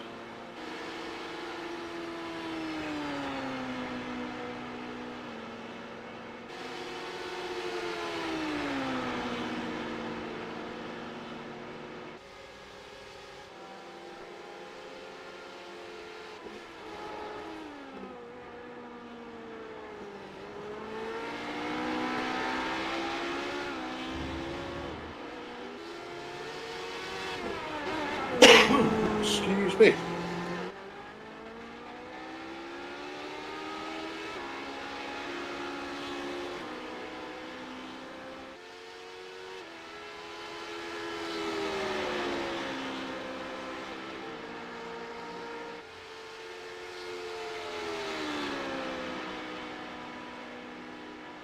Going back to the pit stop time of the Gold Racing Team, only 23 seconds, so no repairs.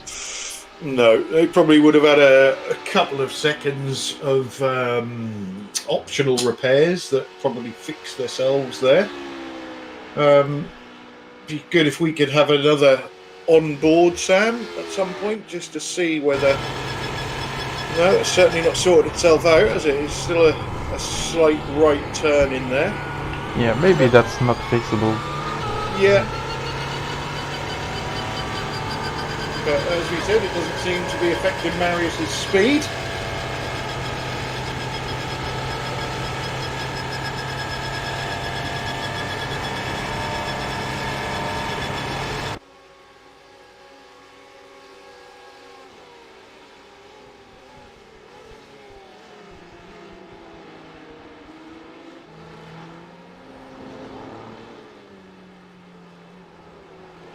Is it Julien Jean? Sorry, Julien, for the Apex Aviation Racing. Still carrying that damage on the front from right near the start of the race. But again, still going.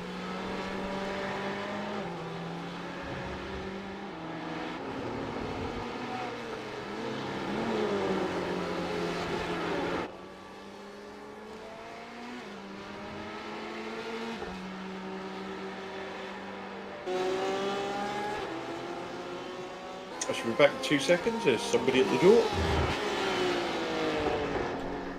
Yep.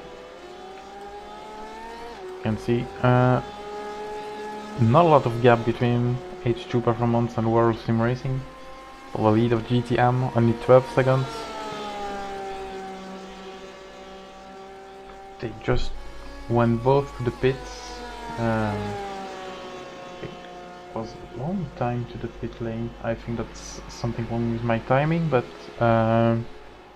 yeah, we will have some insight from World Racing, see if that's correct.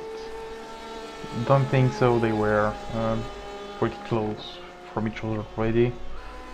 Just before, they have 24 minutes in the pits for the World Sim Racing car.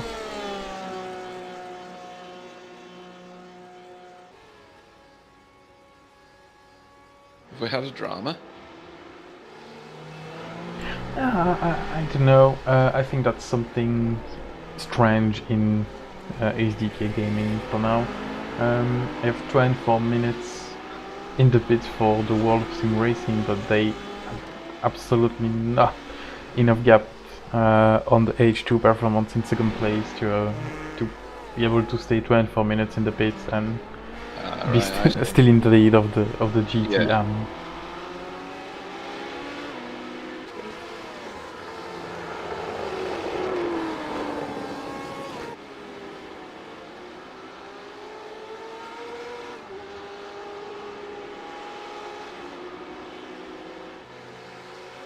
Yeah, so World of Sim Racing Team Junior still leading the GTAM class, and not got too much of a lead now when the pit cycles have gone round. So Thomas Asmussen is only 11.5 seconds behind. Yeah, this is why I was watching the pit stop time to see if they have 2 tires, but I don't have the information sadly. It's a shame that we'd like some more inside information. Have we had any interviews other than Max Bier and Russell from yesterday?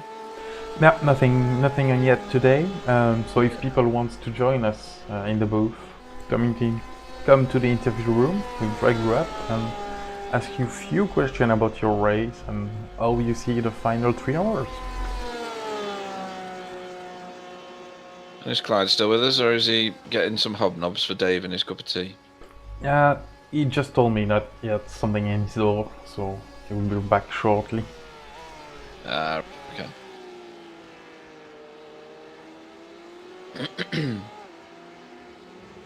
So yeah, this is our closest battle at the moment. It's a 12-second battle, and it covers, well, it's a 22-second battle, and it covers 3 cars. So World of Sim Racing Team Junior, with Thomas Asmussen behind him, and then a pro car approaching, which is Ralph Zippelt in the German Sim Racing Magenta car, who's another 11 seconds back down the road. Obviously, if he can catch these AM cars, he might disturb that to and fro battle. Although you'd expect World of Sim Racing Team Junior with Shiro Bernal to pull away now. If he's just pitted, he'll be on fresh rubber. Yeah, I think you have to take tires last time by, because if I remember correctly, the gap was more than 10-11 seconds. So he's taken fresh rubber. I mean, there'll be a lot of that, won't there? Even in the last 3 hours, people double stinting. Do you think they'll triple stint these tyres? Don't think on hot tires, on hot track condition. Maybe within the 9, but no, we are going to have hot weather, so don't think they will triple the tires and the stints. Yeah, it's gonna be hard, and they may lose more time than gain.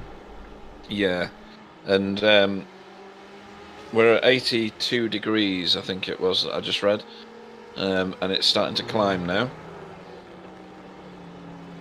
So we'll have to see what track temperatures we get this time round and see how that affects people. It can catch you off guard, especially if you've been used to, in your previous stint, to driving on a cold track, and then you suddenly get a hot track and you find that occasionally drivers will bin it, expecting the track to feel the same. And that's all about communication, isn't it, Sam? Telling the next driver, be careful out there, the track temperature's gone up significantly, don't forget that. Yeah, exactly. Especially if they've done lots of night stints and not hot stint yet in the day and the hot track temperatures.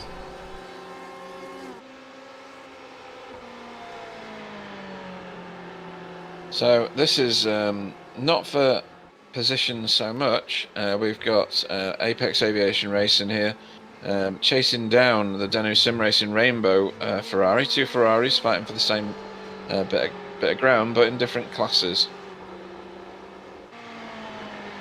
And there's the Rainbow car, looking very second-hand in the rear there. Front looks alright. Back, not so much. It's got... someone's driven heavily into that, or he's reversed it into a wall or something, or somebody has. So that's Jürgen Kleiber driving the Danu Sim Racing Rainbow car at the moment.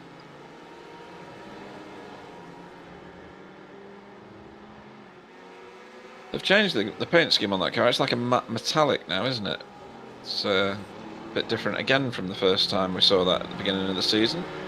Yeah, that has always been the same, but that might be something wrong with the spec map. I saw the issue within the night where the car was chromy and matte yesterday, and then Right. I started to saw them metallic, and I had to reload all the paint, and I got them back to matte and chrome. So that's something Right. weird, yeah. But yeah, the only thing you can do is reload the paints and just watch it back again. Okay. Might do that in a bit, actually. So the aviation car not making a great deal of inroads. They're kind of matching each other lap for lap. It was a slight bit better on the last lap, 3/10 in favour of the Apex Aviation Racing car. Here we have WS Racing Esports yellow.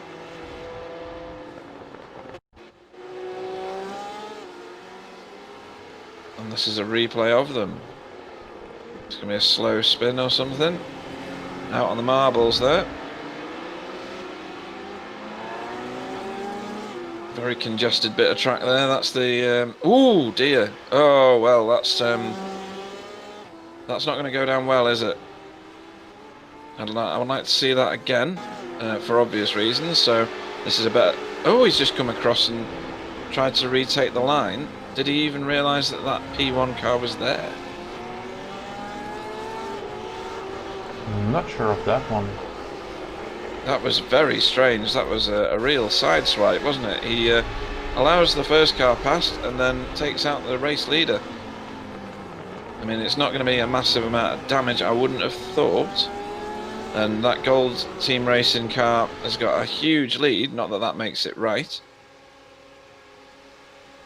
And he's carried on regardless, and he's gone past pit entry, so he can't have experienced too much damage. Is that car easy to repair? That you know, Sam? Yeah, I think so, but less than the P2. Right, the okay. P2 is the easiest one to repair, of course, as you experienced it last week.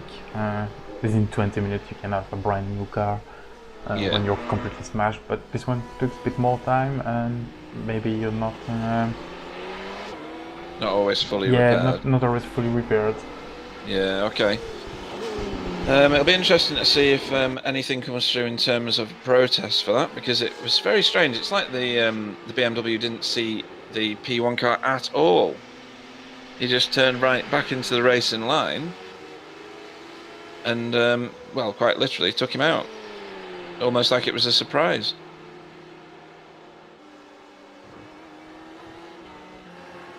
Very odd. So back to this little exchange. We've got Apex Aviation Racing with Julien Jean.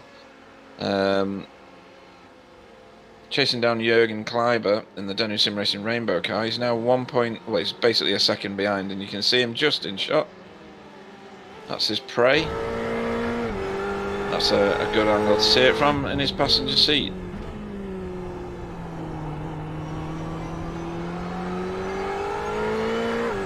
Tell you what, that side swipe from that BMW is not going to help the steering situation in that Gold Team Racing P1 car, is it? Yeah, not gonna help, but yeah, they have airspeed gap, so we'll see. Yeah, they got a much greater window of time to fix it than they need.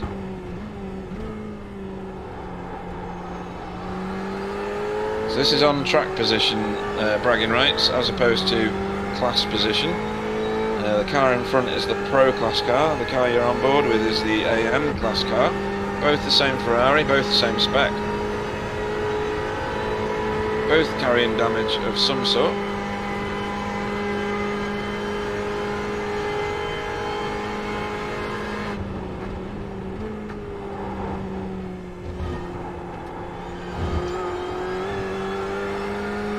Probably a more direct line from the onboard that we're on than the car in front. And although he has lost time, so not carrying as much speed through, tries to get any kind of tow he can from that P1 car. Just by stepping into the slipstream a little bit, and the rainbow car in front does exactly the same thing. Just how desperate for slipstream they are, isn't it, Sam? Yeah, that's really what you need to do. Get as much slipstream as you can. That's what's gonna help you to catch some times in the car front, and yeah, that's it. I think what we're going to see here is this Apex Aviation car pull right onto the back of that rainbow car in the twisty bits in the infield. Although there's the gold Team Racing P1 car going through now. Back with the magenta car. Oh, there we go. Yeah, that was me clicking on the right, Okay. on the wrong car. Sorry. Alright, that's fine. I think he'll gain in this twisty section here, and then lose out on the straight sections, because it's the front of his car that's caved in, which won't help his aero, whereas the other car, it's the back of the car that's caved in. So I think they'll gain and lose in equal measure. He's now half a second behind now, though, so he is gaining. He's now fully in the slipstream as well. Apologies, gents. I'm back again. My neighbour wanted to borrow my lawnmower, so I had to dig it out of the shed.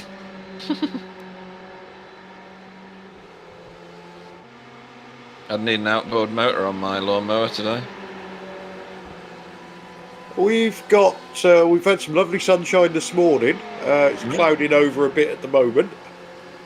We had 4.5 hours of thunderstorms yesterday whilst we were broadcasting. So that's the Apex Aviation car taking an on-track bragging rights position over the rainbow car. I wonder if they've got problems, Sam, or is that just the effects of the slipstream, do you think? Yeah, I think the rainbow car let them pass also. Right. They just put it to the right and give the place to the Apex Aviation Racing. There's no point for them to fight for the position. They are not in the same category, so right. I think that's why they have pulled out.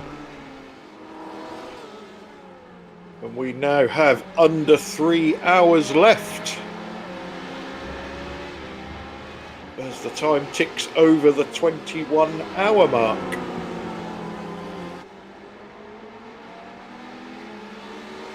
So am I right? Oh, no, I'm not. It's alright. Okay, answer to that question, Pete, is no.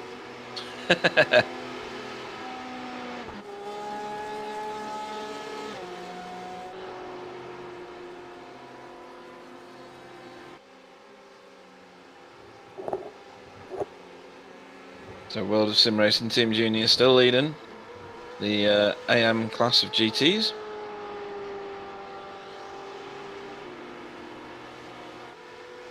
Not got the most massive of leads, has to be said. Thomas Asmussen is only 13 seconds behind, so he can't do anything foolish here. This is Jairo Bernal at the wheel of this World of Sim Racing Team Junior car. And then back down the road where Thomas Asmussen is in the H2 Performance SRT, he's got Ralph Ziepelt not too far behind him in the German Sim Racing Magenta car. These three are all on the same lap and are laps down from the two leaders of the Pro class.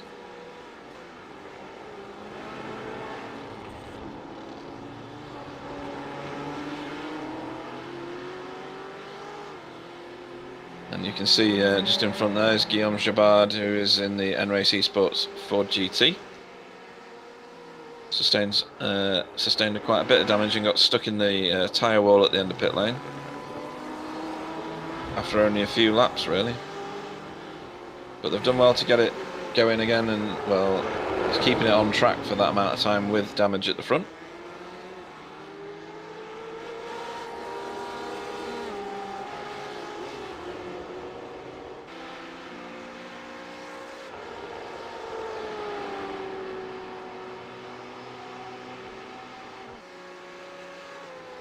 I don't know if that's the benefits of leading your class, but that BMW looks very clean. It does. It's pretty much perfect. The front splitter's got a bit of bend in it, I think. Yeah, but that could just be going over curbs too strong.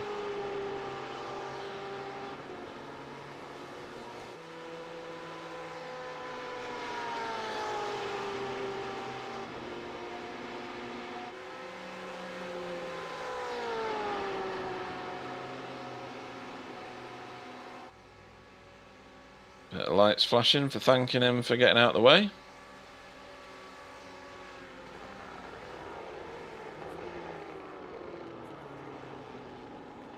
In real life GTs, do they do a lot of light flashing, do they? Yeah, I think so. It's not something I go and watch on TV, to be honest. I prefer to be racing something on a simulator rather than watching it on the telly these days. I go to a few of the British GT races, which are usually very entertaining. Which vehicles do you get in that? It's the GT3s and GT4s.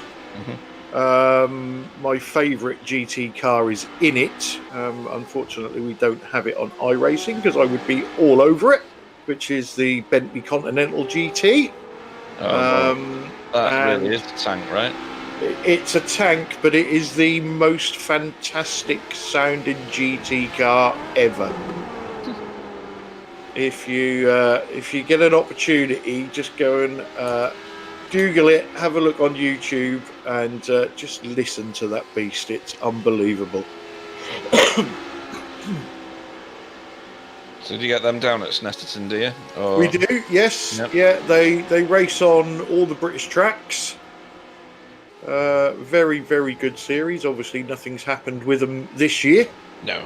So far, but we're sort of hoping that they get back on track. I know the British touring cars are back in August at the moment, so I'm sure the British GT Championship will be able to get something going, hopefully.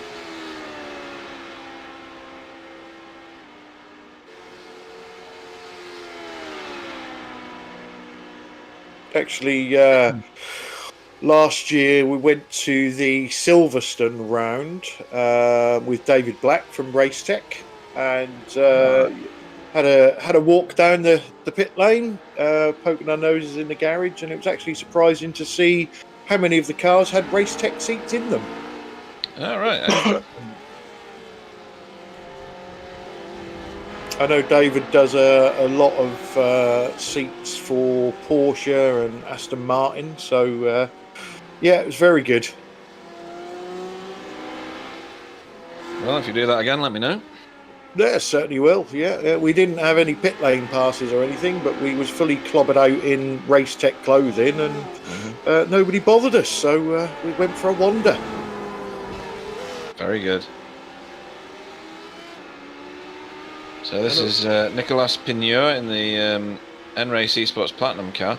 He's chasing down, just 5 seconds further down the road, Stephen McCaffrey in the Paceworks Esports Cobalt car. So that might come back again, that little battle. Yeah, they've exchanged position after the pit stop. Yeah, yes. Well, the Cobalt car had originally taken the position, hadn't it? And then pitted its car. Then switched it back, and now it's gone back to where it was previously. But that Platinum car is catching.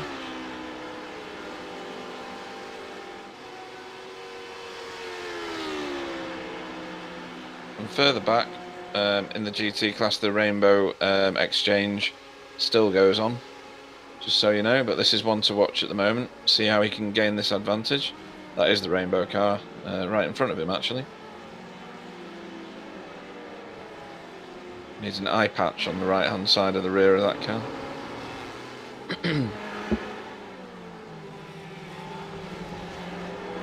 Yeah, I think Stephen McCaffrey certainly knows how to wheel this car, doesn't he? Very much so, yeah. And there we go with the Platinum car who's chasing him down. 2.7 seconds now. He got held up, the Cobalt car, behind the Rainbow Ferrari at turn 1.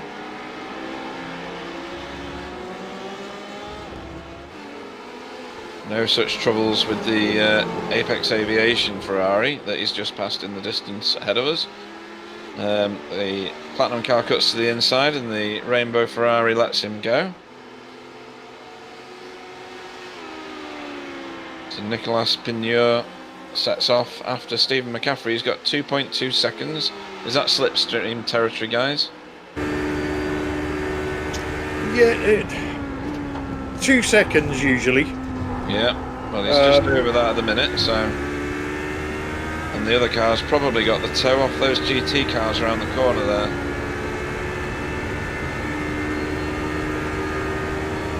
And yeah, the gap's increasing because the Cobalt car has the toe. He's got a multiple toe there, hasn't he? He has, yes. Although he's about to come up on a wall of BMWs, and I don't know what the collective noun is. I think it's an impasse because they're so wide. An impasse of BMWs. He's not getting around that. That's going to really upset him. He's done one. Clean overtake there. This is a busy piece of track, isn't it? It is, yeah, all of a sudden. Yeah. And there's a P1 car coming through there. Scared the hell out of the Platinum car. Poor old Nicolas Pigneur didn't know whether to swing or sway then. IES SimRacing P1 car goes really wide through the marbles. Threading the needle here, that BMW is going to block that particular pass. Platinum car dives underneath the car behind. Round the outside for the P1 car. And the gap is down at 1.4 seconds. But it is increasing. The Platinum car got a delay coming out of that last turn. Yeah, there's a lot of traffic management to be done in these sort of races. And we said earlier, you know, you can be lucky or unlucky. You catch the slower cars at the right place of the track and they don't slow you down at all. You catch them in the wrong place of the track and it's just 100% frustration. Yeah, it's about managing your own frustrations at that point, isn't it? And understanding that it's going to happen to other people just as much as it's happening to you. Yeah, and not getting angry, keeping a cool head.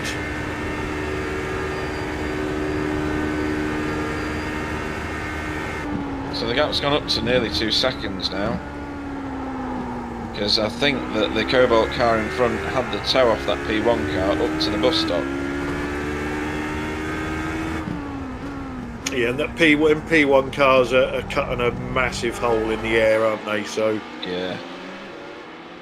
And here comes another one. So can the Platinum car take advantage of this?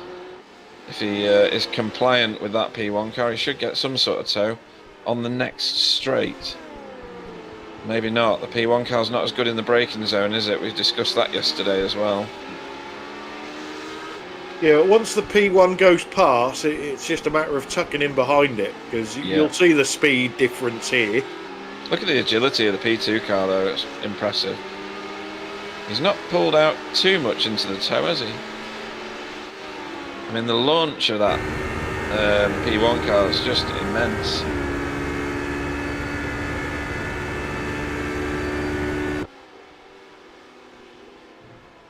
And here we are again, it's like we never left it. Through the bus stop. The gap is at 1.9 seconds and it'll steadily increase now because the Cobalt car will now have the toe off the P1. And so the ebb and flow continues.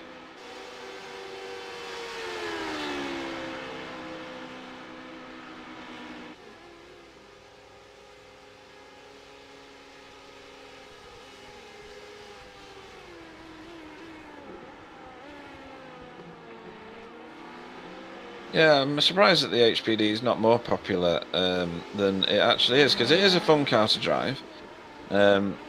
It's not you don't feel like you need a pilot's license to fly it, as it were, like you do with the P1 cars and all the boost, etc., that you've got to control as well as all the other bits and pieces. You don't have track bar mounts to move while you're racing or anything like that, so you'd think it'd be a lot more popular, wouldn't it? Yeah, it's that car in the middle, isn't it? It's some people, a lot of people, just love GT racing, and the different marks of car that you get in GT racing. And then some people, I'm not saying in this series, but in other races I've seen, just want to drive the fastest thing possible, even though they can't handle it. And that leaves the HPD in a bit of a niche arena. Whether the popularity of the car will come back once iRacing, if iRacing, #soon, release the new P2 car, you'll probably see a surge of entrants then. Mm-hmm. But I think at the moment it's just in that weird bracket that it's not popular because it's one make, and it's not popular because it's not the quickest. So you have to be a particular P2 fan to want to drive it. Yeah, and if they do change it, Sam was saying it may well go to a closed cockpit.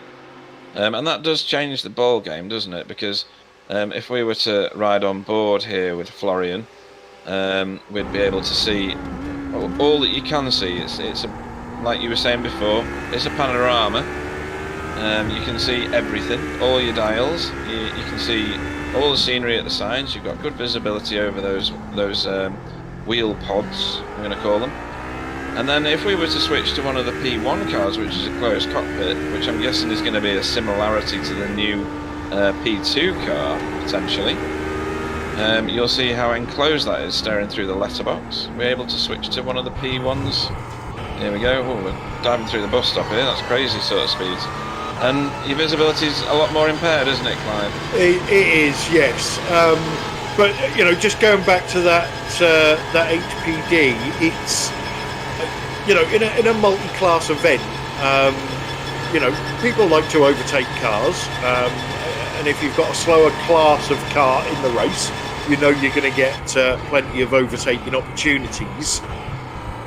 So the HPD is quick, but it hasn't got, like you say, the need to have a pilot's license to be able to drive it. Yeah.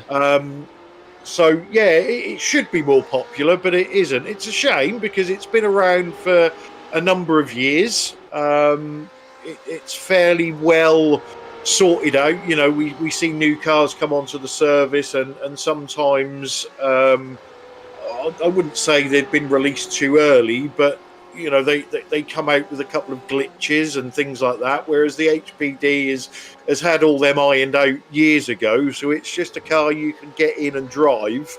But as with a lot of cars, you need a massive amount of seat time to be able to drive it quickly. We proved that anybody can get in and drive it, but to drive it quickly, it takes some dedication. Yeah, absolutely. And Sam switched to watching Nicholas Last in the SimRacingAcademy car, I think, because with the cycling of the pit stops, Marian Brabach in the R3T Racing Pro car had got to within 8 seconds, which used to be 10 seconds when that pit stop cycling went round last time. Now Marianne's put it in the pits for its scheduled stop. So that will increase, obviously, back to where it was before Nicholas Last took over the SimRacingAcademy car. But it is an interesting thing. That gap is coming down over the pit cycles. So, that could be critical at the end. It could be. And again, the pit stops, I'm not sure whether any of these guys are going to be double stinting the tyres now. Possibly, but we see people double stint the tyres when we had 119 degrees track. We're currently at 87, so I think the opportunity is still there to double stint the tyres, and you can make up a lot of time by doing that. You can, yeah. And there is Marian Brabach leading. This is what he did. He's double stinting the tires. Yeah, because that was a quick pit stop. So maybe that'll balance out at some point and put those two cars on the same bit of track next time round.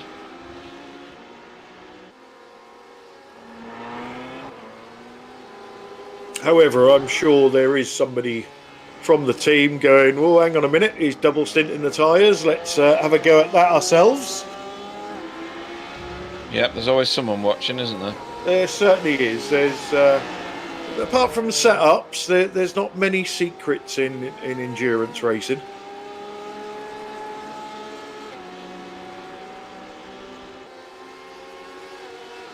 So he's now a minute behind Nicholas Last, which means there's about 52 seconds in a pit stop if you don't take tyres.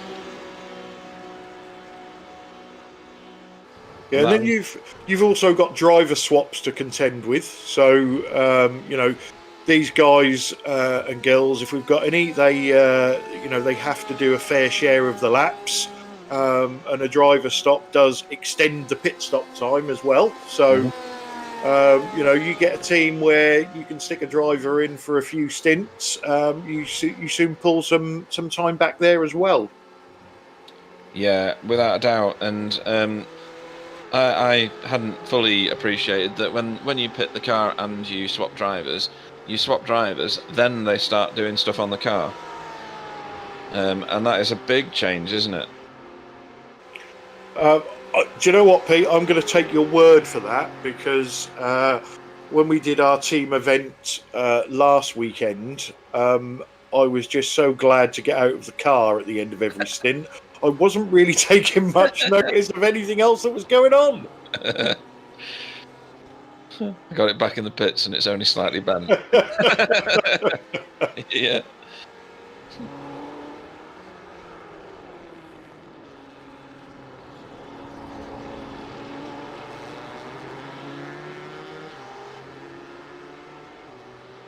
Can we stop showing the back of that Ford GT? Thank you. Well, the front's not that much better, is it? Given the fact that it's now got Dunlop slapped across the front of it and embedded in the paintwork. But yeah, it's not the prettiest of rears on the car. Angry Birds, just keep reminding you of that.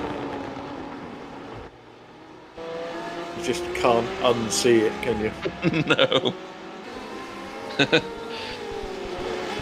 So yeah, here we are with Thomas Asmussen again, H2 Performance SRT's Porsche. He's 10 seconds. He's got 10 seconds to chase down to World of Sim Racing Team Junior. Easy for me to say. Which is going to be the fight for first place. It's been ebbing and flowing up to about 15 seconds for quite a long time, and he's going to have to really put his foot down in order to catch Jairo Bernal. Sorry.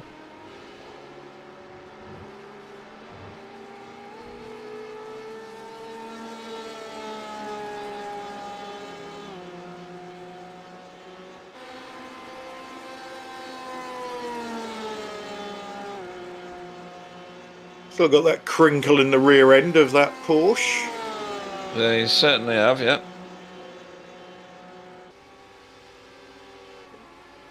However, if you bring home a totally clean car after a 24-hour race, you've obviously not been trying hard enough. Yeah. You're probably in last. Yeah, 826 laps down.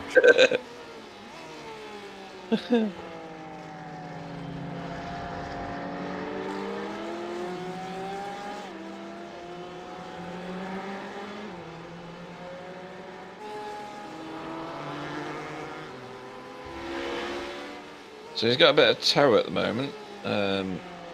Sat behind that Apex Aviation Ferrari. So on the chat, we're being told that Stephen McCaffrey in the Paceworks Esports Cobalt P2 triple stinted his tyres. Wow. All right then. Well, Kieran Chung's taken over that car, so I'm expecting he'll have put a brand new set on. Triple stint in tyres on a P2 car. How do you feel about that, Sam? Yeah, on cool temperatures, that's fine. Right. So we just Yeah. think Kevin Ott has obviously borrowed my lawnmower as well. Yeah. Can't see the blade spinning, can you, underneath it? You probably got a shock that Marius Danhausen has pitted the car for a bit. Oh, another one.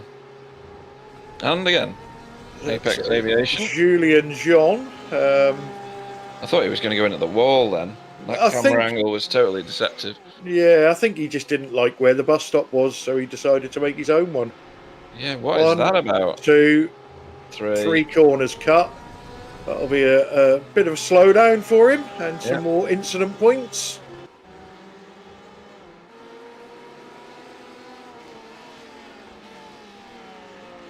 I'm going to have a look at the incident point tally, by the way, and see where everybody's at.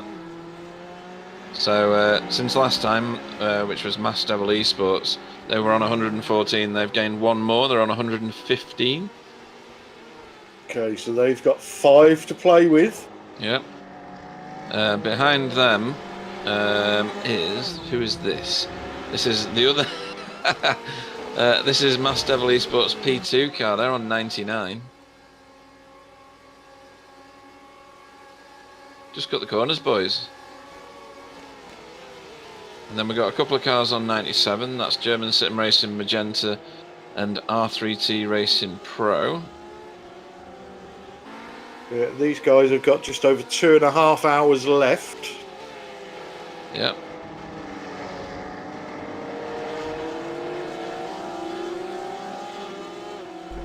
That could cost a lot to the RT3 Racing Pro if they reach the 120 limits, because they are fighting for the lead of the GT Pro. Who is that, sorry? The RT3 Racing Pro, they have 90 something, you said? Incident points. They have 97 at the moment. R3T Racing Pro, 97. Yeah, that's only 23 left for the 2.5 hours left in the race. It's gonna be tight. That is going to be tight, yeah.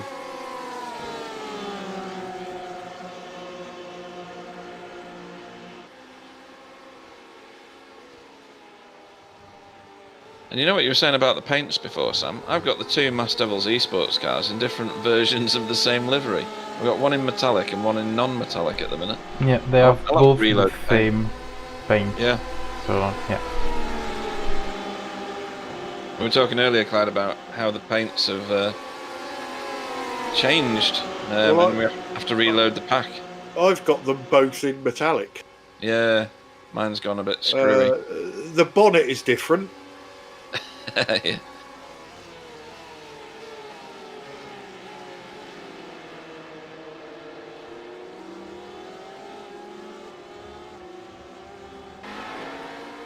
Certainly a different shape, if that's what you mean. I think it's a different pattern on the bonnet.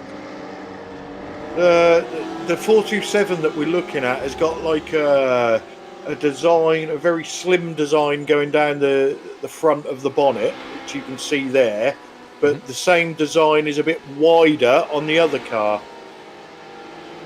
if that makes sense. I think they're both the same on my screen, but I'm going to reload the paints anyway, because I'm a cool kid and I can do that.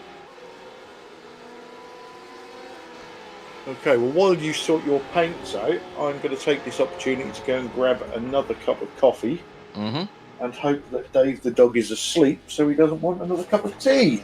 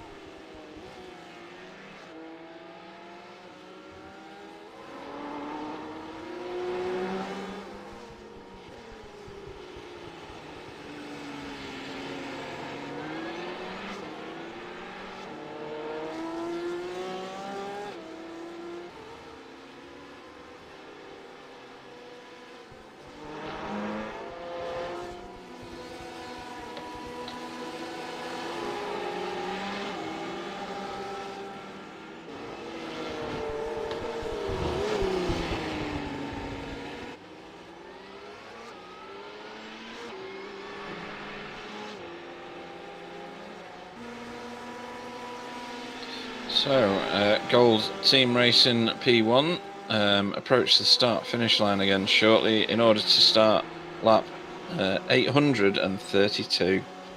They're coming into the bus stop at the moment. They've got a 12-lap lead in this class.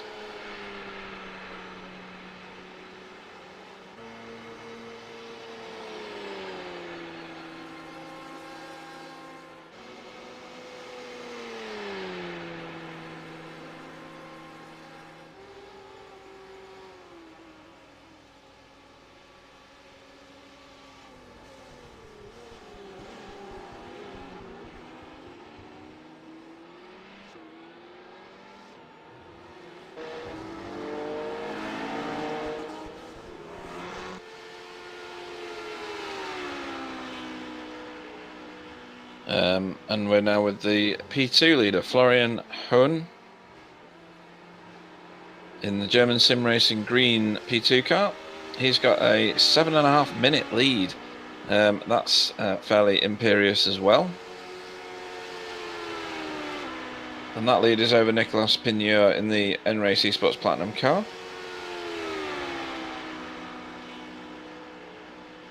Leading the GT Pro is Nicholas Last in the SimRacingAcademy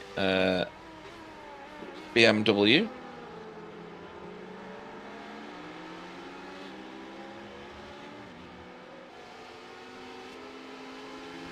Who had about a minute's lead before. I think it's about just over a minute now.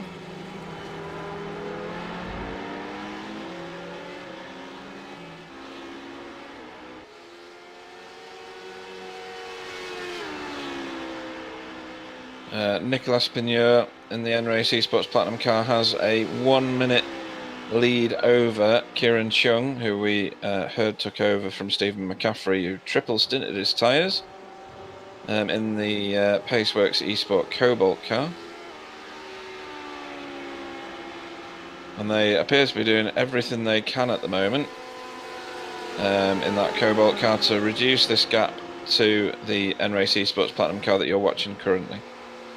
Nicholas Last heading the field of the GT Pros.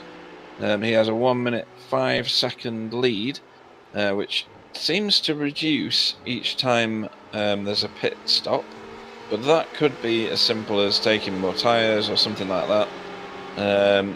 You want to bring your car back in as good a shape as you can each time, so that you get there to the end of the race, because we learnt before, you don't score points if you don't cross the finish line at the end of the race. And I have returned. Are you suitably caffeined up? Yes. I've made a little bit of a mistake. So last time I went down to make a coffee with my coffee machine, I put a coffee pot on the other machine and forgot to turn it on. Hey. So I've just been down expecting a nice freshly brewed pot of coffee, and it's empty. Yeah, you got the result of a day one, week one coffee learning challenge.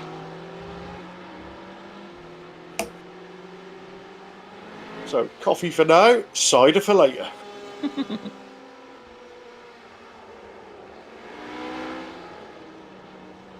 Are you doing this evening's 7:15 this time? I'm hoping to, yes. Yep. I can't promise anything. After missing out last week from falling asleep after doing our 24-hour race. Yeah, you had a nana nap, didn't you? I want to be back in the saddle. I don't know what track we're at or anything. Silverstone new track. Okay. Let's arrive and drive then. Yeah, and a 45-minute one for you this time as well. Oh dear. Survive for longer? I don't think so. Yeah. I think that might my participation might depend on the temperature. I had a properly high temperature yesterday. I think it was 118 degrees or something, or 108. Sorry, no, I meant the temperature in my house. Oh, I see.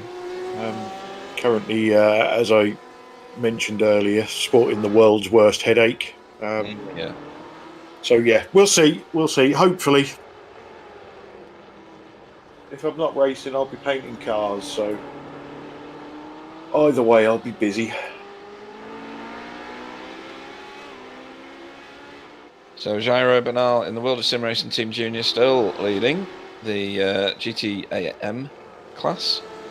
He's still got a 1.5 minute lead over Peter Boge in the H2 Performance SRT Porsche.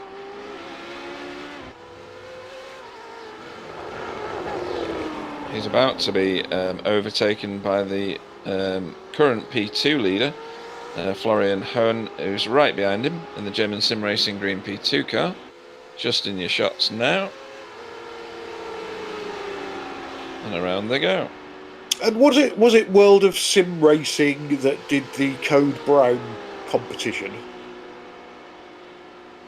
No, that's SimRacingAcademy. SimRacingAcademy, sorry, yeah. And that's Max Beer, yeah? Yeah. Yep. Okay. So what we need to do is we need to talk to Max about doing a Code Brown for commentators competition. Pretty sure Pete will win it hands down. Yeah, I've got some good footage of some of mine as well.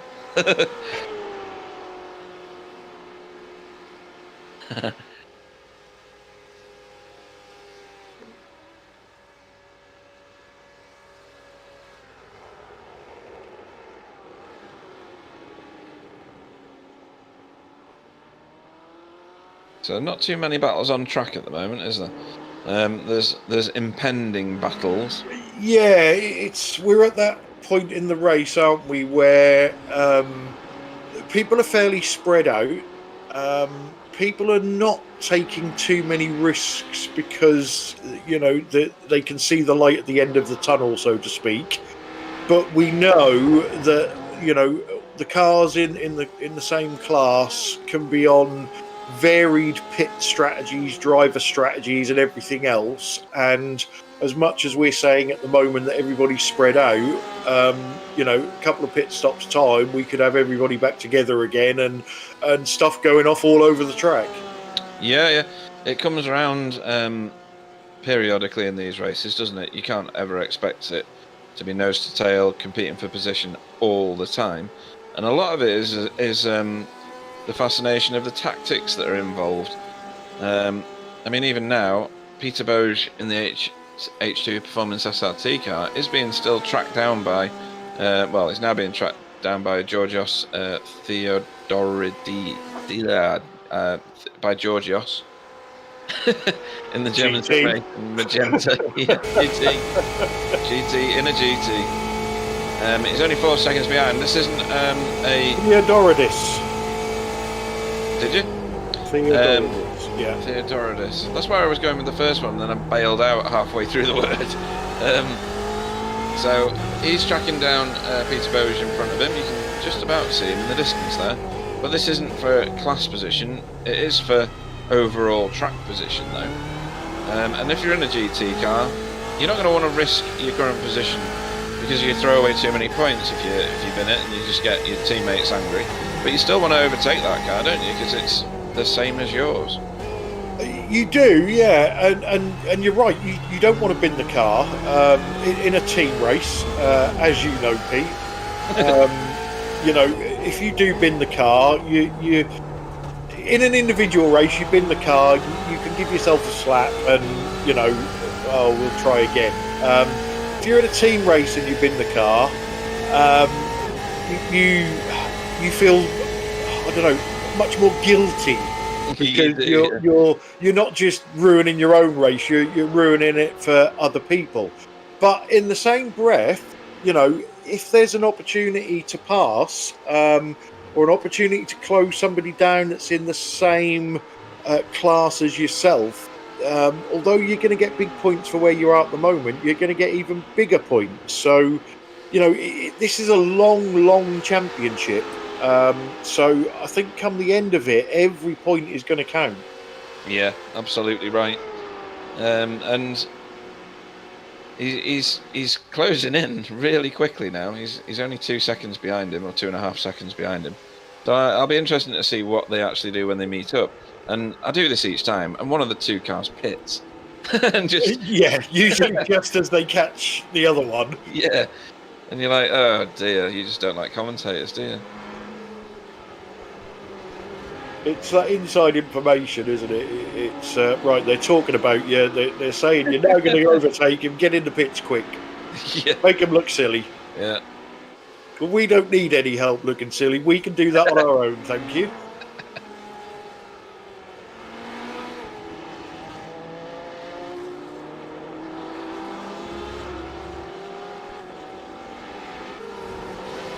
So, since this morning started, everybody's been reasonably well behaved. There's been no...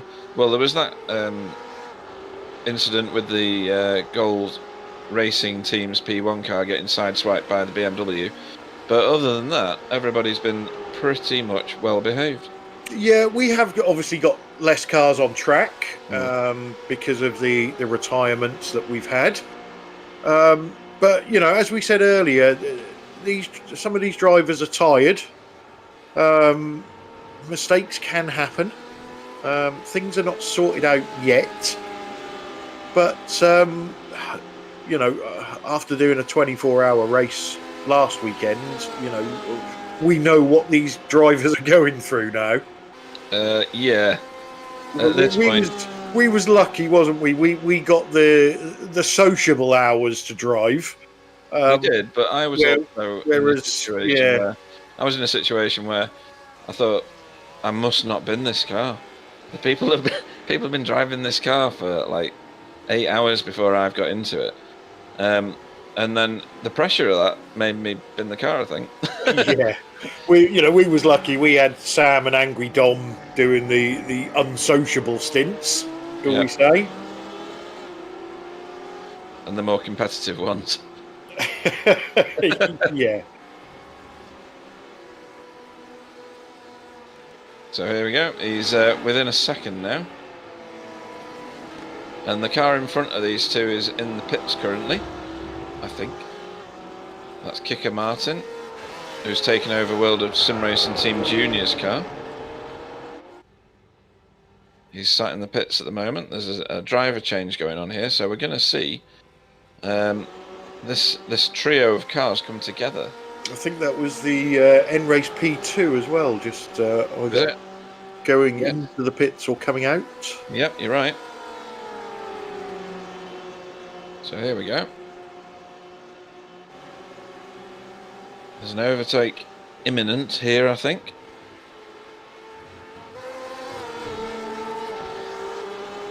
He's in the slipstream and he's letting him go. Doesn't want a bar of that, does he? Yeah, he's not interested in that one at all. Terrified him up to the top of the bank, there. Which, to be fair, you know, they're in a different class, so oh yeah, absolutely. They're not racing each other for position. And that World of Sim Racing Team Junior car now is only, well, my timing screen is going bonkers at the minute, reducing the time over and over. 17 seconds it's kind of levelled out at for me. Yeah, it takes a little while to stabilise, doesn't it? Because Kiki's just come out of the pits. Yeah, and you got to watch. He's a new, well, not a new driver. That's silly. He's the takeover driver. He's got a stack of cars behind him. Look, they're not all on his lap, but he doesn't want to get into any of that. He wants to get away down the road. Cold tyres, low pressures.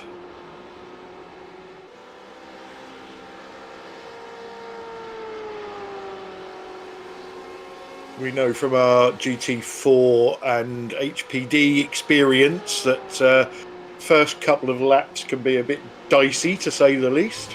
Yeah, and he will have taken tyres on that stop because he was in there for quite a long time. Yeah, I definitely see the car up on jacks in that pit stop. So.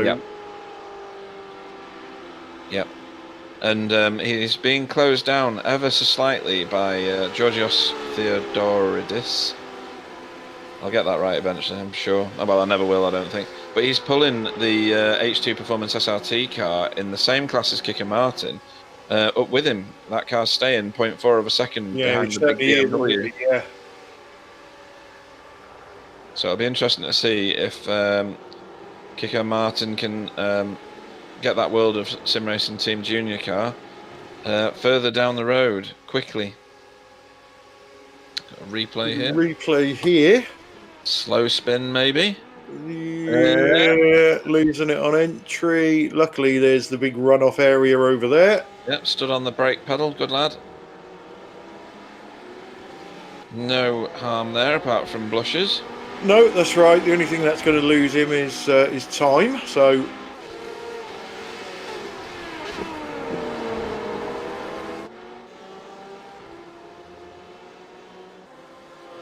So that Porsche is sticking with that BMW like glue, and for all the right reasons as well. He's getting toes down the banking and through the oval sections. On straights like this, he'll get some sort of benefit, won't he? But it won't be significant. yeah, nothing. It's the top end of the speed range where you really get the benefit from a toe. Yeah, and he joined the banking at 0.7 of a second behind, and I expect him to be tucked up underneath the spoiler of that BMW. Yeah, you can watch that time come down all the way to turn 1 now. Yeah. Down to 0.5. We might lose a little bit through the bus stop if he's not as good, but no, he was equally as good. Mm-hmm. Time creeps up on exit, but then it'll start coming down again. So back down to 0.5. And last time round, the German 0.4. SimRacing Magenta car was nearly 0.3. 0.4 of a second faster. 0.2. And then he gets off the gas. Look. Yep. So,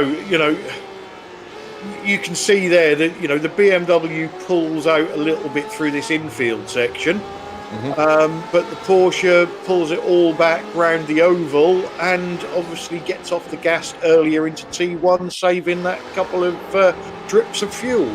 Yeah, I think we've got a replay here of the South Wales racing team. South Wales team, they just lost it going onto the banking, I think. Sergio Catalucci in that car. Just a bit of a wiggle. Everybody's done it outside leaving the bus stop, haven't they? Isn't that the bit where they join the banking, not the bus stop? Was it? Sorry.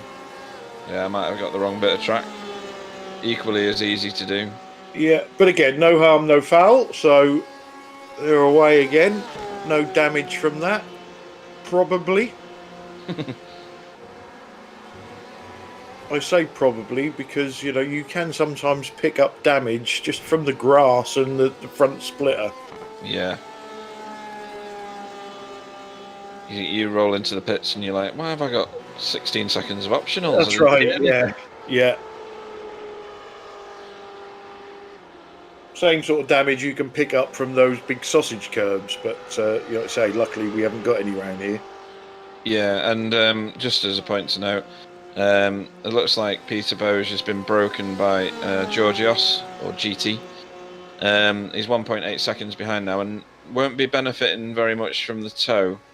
It might be that he's ready for a scheduled pit stop or something like that. And Kike Martin really has stretched his legs. He's gained 2.5 seconds over the last lap.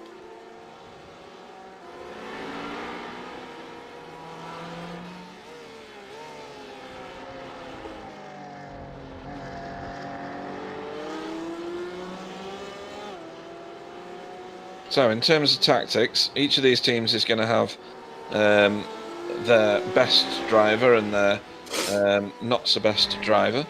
Who do you put in at the end of the race? I suppose it depends on what you're fighting for, doesn't it? And it also depends on where you are on the what am I looking for? I was going to say Fair Play League, but that's wrong. The driver time thing. I can't remember what it's called. I've gone blank. No. The fair share thing. Fair share. So, it could possibly be that some of these teams, need to put their slower drivers in the car to get their fair share up. Mm-hmm. It could be that, if you're okay on the fair share and if there's still a position in front of you that you can gain, you go to your go-to faster driver. There's so many things that can happen, isn't there? You know, being a sim, people have got things going on in real world. So it may be that the faster driver can't do the back end of the race because they're going out for dinner with their loved one or something like that. There's so many different things that goes on with sim racing. You know, from, like you say, real world events to hardware failure.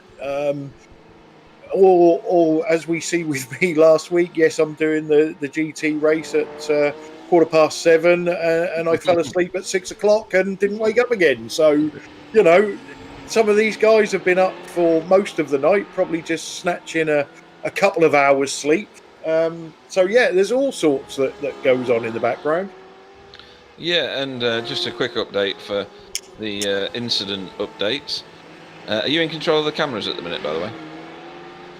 Who, me? Yeah. No, I'm not. I don't get trusted with that. I think Sam wants you to be trusted with that for a little bit. Really? Yeah. Oh dear. He wants you to go on local mode, and that's not good. He sent you a message anyway.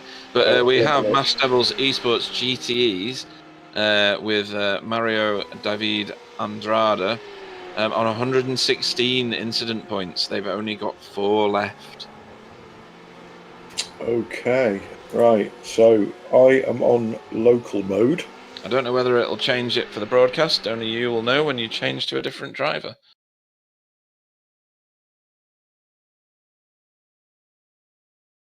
Do I need to switch to broadcaster, Sam? Yeah, Clark, if you can, just trying, as we don't have battle on the screen right now. Okay, I'm on broadcaster.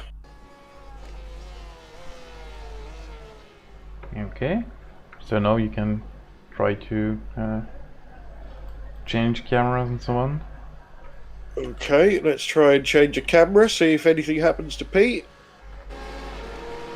TV2. Yeah, on the Gold Racing team. And TV3. Yeah, all good. You are in control. Let me try and change the driver. Backfire Simsport TV has just entered a new era of camera work. Unfortunately, it means that Clyde is now in charge of the cameras. We are doomed. Let's have some fun. So, here we are again. So we're currently watching Otmar Pinner in the WS Racing, and we've switched back to the Gold Racing Team LMP1 car. So now every time you mention somebody, honestly, this is going to be just ridiculous. Shall we do do you want to do a rundown, Pete, of who's where and what, and I'll try and sync the camera to that driver? Yeah, if anybody wants some comedy broadcasting moments, then you should record whatever we're going to do right now. So, in the lead of the entire race, Marius Danhausen with Gold Racing Team's P1 car holds the top spot in that Audi, which is remarkable because they started from pit lane. They've had penalties, they've had incidents where they got sideswiped by a BMW, etc., and they are still leading by a phenomenal amount, which is 21.5 minutes over Gregor Adge, who Clyde will find in the pits in IES Sim Racing Schweiz's Porsche. Yeah, they've just done a driver swap as well. Yep, and there is the driver swap. That's what happens when they swap, and away they go again. They have an enormous amount to make up, but they will get, if they're patient. Don't forget this car was leading the race for quite a long time at the beginning. They will get a massive haul of points for this. So interesting to see what they do with that time. I don't think they'll be chasing it down because they're waiting for a crash, really, aren't they? So, leading the P2 field at the moment, Florian Hohen is in the German Sim Racing green car. Again, similar to the other class, he's got a monster lead of 8.5 minutes over Nicolas Pigneur in the N-Race Esports Platinum car. This car was once a race leader of this race. He's not that far ahead, really, of the Kieran Chung-driven Pace Works Esport Cobalt car. Half a minute behind, and they're in a pit stop exchange really at the moment is the best way to describe that. and they've got a bit of clearance behind them. 4 minutes and 12 seconds to George Manusakis. Still can't get that one in the Ramada Motorsports P2. Thanks for laughing, Clyde. They were up at the front and at the back in equal measure. He's still laughing. It's just not funny. And he's got a 1 minute 32 second lead over Marcos Alajon Gonzalez in the Mass Devils Esports car. That's the last running P2 car. And he's got a bit of time to make up there. We'll move now to the GT Pro class. So we've got Nicholas Last, currently driving the SimRacingAcademy car. They've been imperious. The car still looks perfect. We heard from Max Bier yesterday. We'd like to hear from more drivers, but none of them seem to be making themselves known to us. We will have questions for you, and we'll interrogate you. So join us in the chat. That BMW has been leading for a massive amount of time, and he's got a 1 minute 14 second lead over Marian Brabec, who is bringing that down. It was a 1.5 minute lead before. So the R3T Racing Pro Porsche has got some travelling to do to get up to him, and he's got a whopping 12 minutes over Georgios Theodoridis. Oh dear. I should just stop. GT has got 14 seconds to kick him out. Well, to kick him out in the other class in front of him. But back to his own class, he's got 3 minutes and 30 seconds back to Christopher Reitz in the Denu Sim Racing Rainbow car. This car's got bent panels mostly on the back of this one. And then you've got a gigantic jump back to the last running GT Pro car, which is Guillaume Javard in the N-Race Esports Ford Angry Bird GT, which has got that permanent damage on the front of it from the pit wall incident. In the AM class, Kika Martin is in the World of Sim Racing Team Junior car. They're already leading the league for this class, and they are, again, in a fairly untouched car.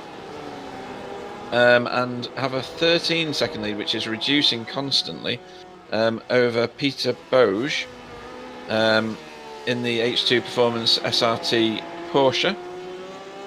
Behind him, he's got 3 minutes of fresh air back to the very battered Apex Aviation Racing Ferrari driven by Julien Jean. That's got damage front and back. I don't know whether it's affecting the handling. It doesn't seem to, and the steering wheel looks straight when we were on board with it before. He's got 5 minutes over Pablo Villalba Blanco in the Mass Devils Esports AM car. Now, this isn't the one that's got all the incident points on it. This one's fairly good at the moment. And he's got 1 minute and 20 seconds to Philip Madsen in the Lithium Motorsports BMW. That's been in quite a lot of action, and you can see that the front end of it's a bit bent up and the splitter's a bit bent. And, well, his rear spoiler looks good, so that's not too bad. He's got 45 seconds over Sergio Catalucci in the South Wales Racing Team Porsche, as that will now be forever known. Thanks to that.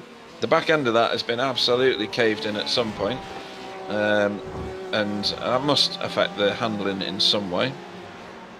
3 minutes, or 3.5 minutes back down the road is Otmar Pinner on a different lap to Sergio, and he's in the WS Racing Esports yellow car. That's been in quite a lot of action over the course of the 24 hours, as many of these cars do. There's some peeling off now to go to the pits in the background.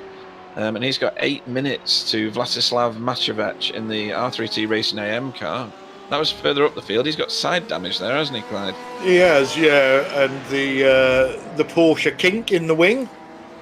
Yeah, bonkers wing, doing nothing for his rear grip, I'm sure. He's got 3 minutes 59 seconds, 4 minutes over Neil Lepers in the German Sim Racing Friends car. That one's been in a few little scrapes, but nothing dramatic, funnily enough. There's still some damage to that car, and he's still doing all right. Yeah, and then he's got the leader behind him, hasn't he? He has, yeah. So he needs to. Well, they both need to watch what they're doing. Yeah. Line astern at the moment, and with the leader in the draft, he'll get that done hopefully, and everybody will be nice and compliant. 3.5 minutes back down the road is Mario David Andrade in the heavily incident rated Mass Devils Esports GTE Porsche. That one's got bent panels pretty much all over it. The only straight bit, I think, is the spoiler and the windscreen. And then we are back at Michael Mendes. Oh no, he's the first car who is the latest to retire, I think, but still in the session, which is why his time's showing. Everybody below the Master Devils Esports car has retired. So that's the full lot. The cameras worked. That didn't make me look a fool like I thought he was going to do, so that's the result. Yeah, this camera lock is easy. So let's do a couple of laps on board with our class leaders, just to see how they're getting on, what they're coming up against. So this is Marius Danhausen, and myself and Sam were commenting on the angle at which the steering wheel was at when he was going in straight lines. Have you looked now? Yeah, it's still there, isn't it? It's still got that slight kink to the right. Yeah, and if you look at the wheel pod, is that dented just outside his the right hand side of his windscreen? Right front. Yeah. And it doesn't look like the left one, does it? I'm just seeing if I can find a rear chase or something. Not rear chase. It's right front suspension. Let's try that. That's on the road, isn't it? Yeah. See, that's a bit bent there, isn't it? Yeah. Or is it? It's hard to No, tell. I'm not sure. Not sure, if I'm honest. No. Let's go back to the roll bar. Yeah. Continue our on-screen lap with our leader. It's this bit that terrifies me because we can't see anything at the minute, but a little bit down here are some GT cars which he's going to catch. Oh, a GT car and a P2 car. Is he going to try and do the P2 car or not? I don't think he needs to, does he? No, he's got a massive lead, so it'd only be silly to put yourself at risk, wouldn't it? I think if that was in the last half an hour and the other P1 was up his bum, then that would have been a different scenario. Yeah. But they just go so fast past the GT cars.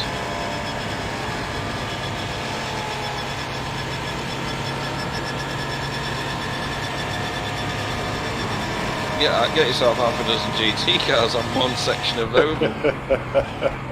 And then he's got a roadblock. Yeah, this is where he needs to be patient. Yep. He's got that boost button, so he has got opportunities to get past. He needs the GT cars to be compliant and be able to see him, which so far so good. Get past that Ford GT quickly, please. We don't want to see the back of that. Thank you.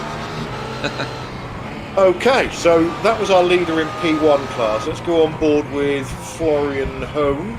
Well, one thing to note about that we've just seen, you don't get much time to rest, do you, on a lap in that car? It's constant activity, dodging cars and the thing I always see with it as well, obviously, these guys are going down to second and first gear in these tighter corners, and first and second gear in that car seems pretty pointless because they literally go flick, flick, flick, and they're through the gears. Yeah. Not till the later gears where the car gets a chance to stretch its legs. And one thing we didn't get to see, in inverted commas, is the effect of the boost, because he'll be deploying boost in that other car as he goes around the lap. Yeah. Yeah, and this car doesn't have boost. This is a non-flying machine. Much greater visibility. Yeah, they've still got tremendous speed, but it takes them a little while to get up there. Yeah, and we saw before that this car is so much better in the braking zone than the P1. Yes, most definitely. And I think purely maybe because they're not carrying as much speed. Yep. But there was a perfect example there of how to get through the bus stop.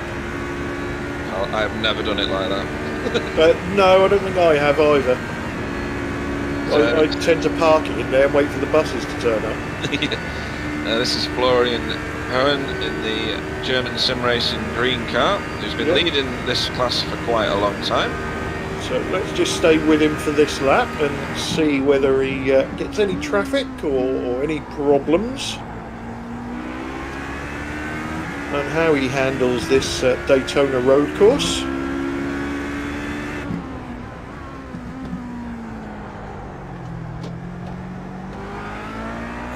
lock there going around that. What's the international hairshoe? Horseshoe, hairshoe. What's a hairshoe? I don't know. It's another made-up word. We should have our own dictionary. Clyde Shakespeare Whiting again. Revenge of the new words. And of course your gear ratios have got to reflect this track, haven't they? Because you max out, or you should be maxing out at the end of the straights.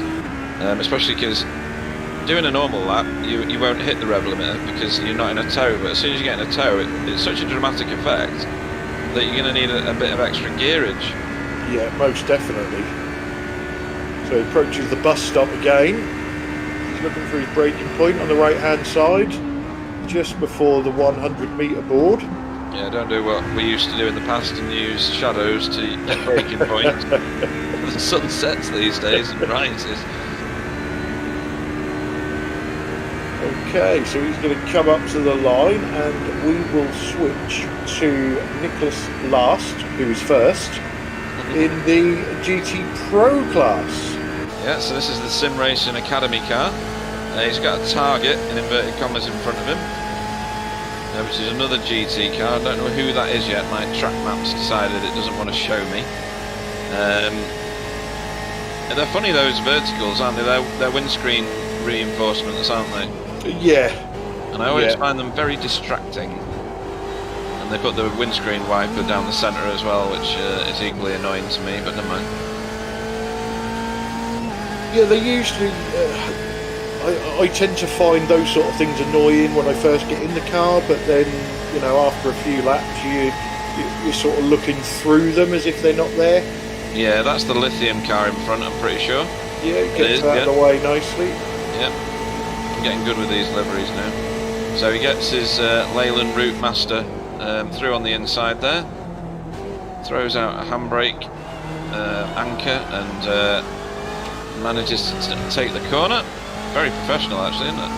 Very calm feeling in this the lines he's taken into these corners. Yeah, if you just, you know, you watch the steering wheel, you'll see if he gets a bit of understeer or a bit of oversteer. Yeah, he's not moving the wheel that much either, is he? No, so it seems smooth. Yeah, it seems like a very, very smooth driver. So in a lot of these cars, just for the people who don't normally drive them, you can do a lot of turning by getting on and off the gas. It rotates the car for you, doesn't it, Clyde? It does, yeah, and that is an art. Yeah, and I don't have it in my arsenal. Maybe a little bit on certain corners on certain tracks, but that's about it.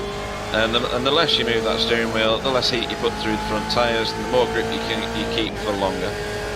Exactly. And he's not having to sit about this, is Nicholas Last. To maintain his first position, he's got to keep the gap between himself and Marian Brabich behind him, and that's down to 27 seconds now. I know there's pit stops involved in all that, and that'll only show itself by the time we get to the end of the race, but he's being kept honest here, isn't he? Because half a minute in a GT car, it's not a long time. No, it's not. It's definitely not. So he needs to keep at it. So as he comes around to finish his lap, let's switch to Kiki Martin, leader of the GT AM class, with a bit of traffic in front of him. Yep. I'll try and figure out who that car is in a minute. I think that's R3T. Marian Brabich. Yeah. R3T Racing, that one. So that isn't a car for position, so he hasn't really got to worry about going past him unless he is a lot quicker. However, that is the car who is next in front of him in the standings. Different class and a lap ahead, or several laps ahead, I think. 2 laps ahead he is. No, he's only 1 lap ahead. Sorry, my bad. So they both dive into the corner. And I think he's 7 laps ahead. Is he?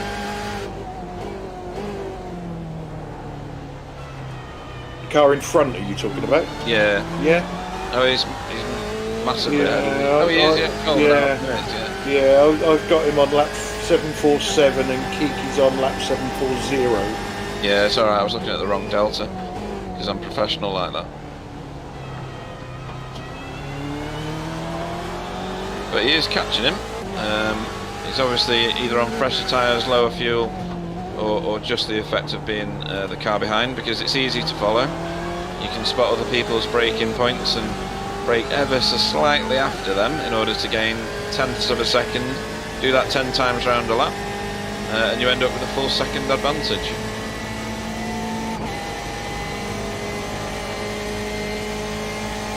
You get a lot of opportunities to do that around this track, don't you? It's got a lot of turns, and a lot of them are big braking zone turns as well. So let's switch to third place in the GT Am. So this is Julien Jean in the Apex Aviation Racing Ferrari. This is the one with damage at both ends of the car. It is, yes. Well, there's a few GT cars here on the same piece of track, not necessarily in the same class or on the same lap. No, and the car in front of them is the Danu Sim Racing Rainbow car, driven by Christopher Reeks at the moment.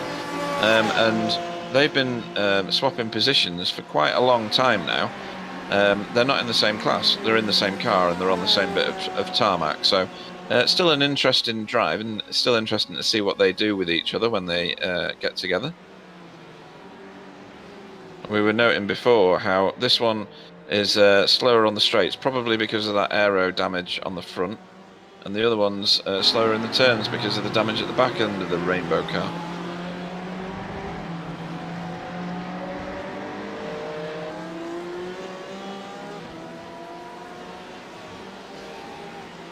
Not sure whether I like that camera angle.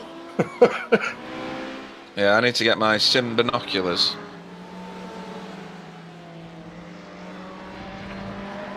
Okay, let's have an overview on blimp mode. There we go. So you can see the traffic ahead.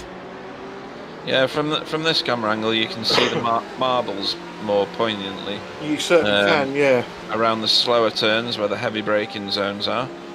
You won't be able to see anything soon because they're going to be several miles away from this camera, I think. Oh no, the camera's over the infield, so that's fine. Blimp camera sometimes puts you like several streets and postcodes away. So you can see through the bus stop the dark lines where they put the rubber down, and the areas to the sides where all the marbles are, and you get on that and it's a one-way ticket to, well, grass around here generally. You'd have to lose it in a very strange way to hit a wall.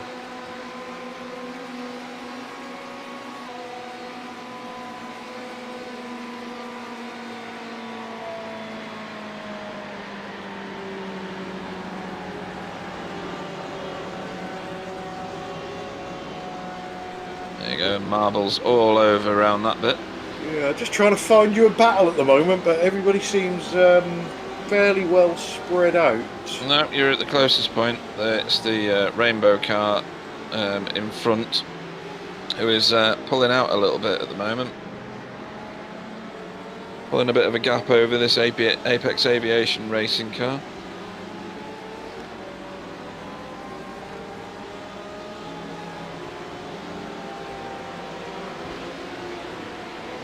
I mean, we've got less than 2 hours to go now, is that right? That is correct.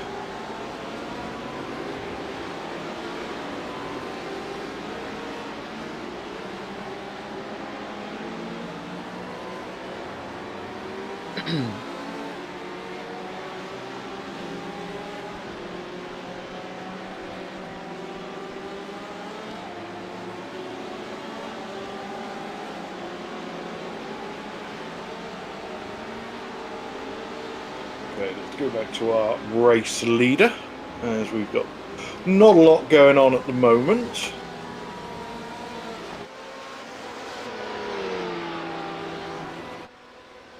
And unfortunately, sometimes with broadcasts, when you're this far ahead, you don't get a lot of airtime. No, your sponsors are probably going to get angry with you for being too good. Yeah. I still think that this is impressive. I mean, pit lane start, alright, over a 24-hour race, probably not that much of a disadvantage, is it?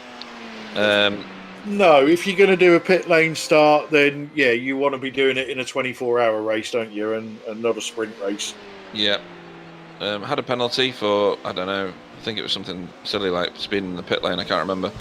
And then he's had some incidents. He got sideswiped by a BMW that we saw this morning, and other bits and pieces, and he's now imperiously leading by 22 minutes.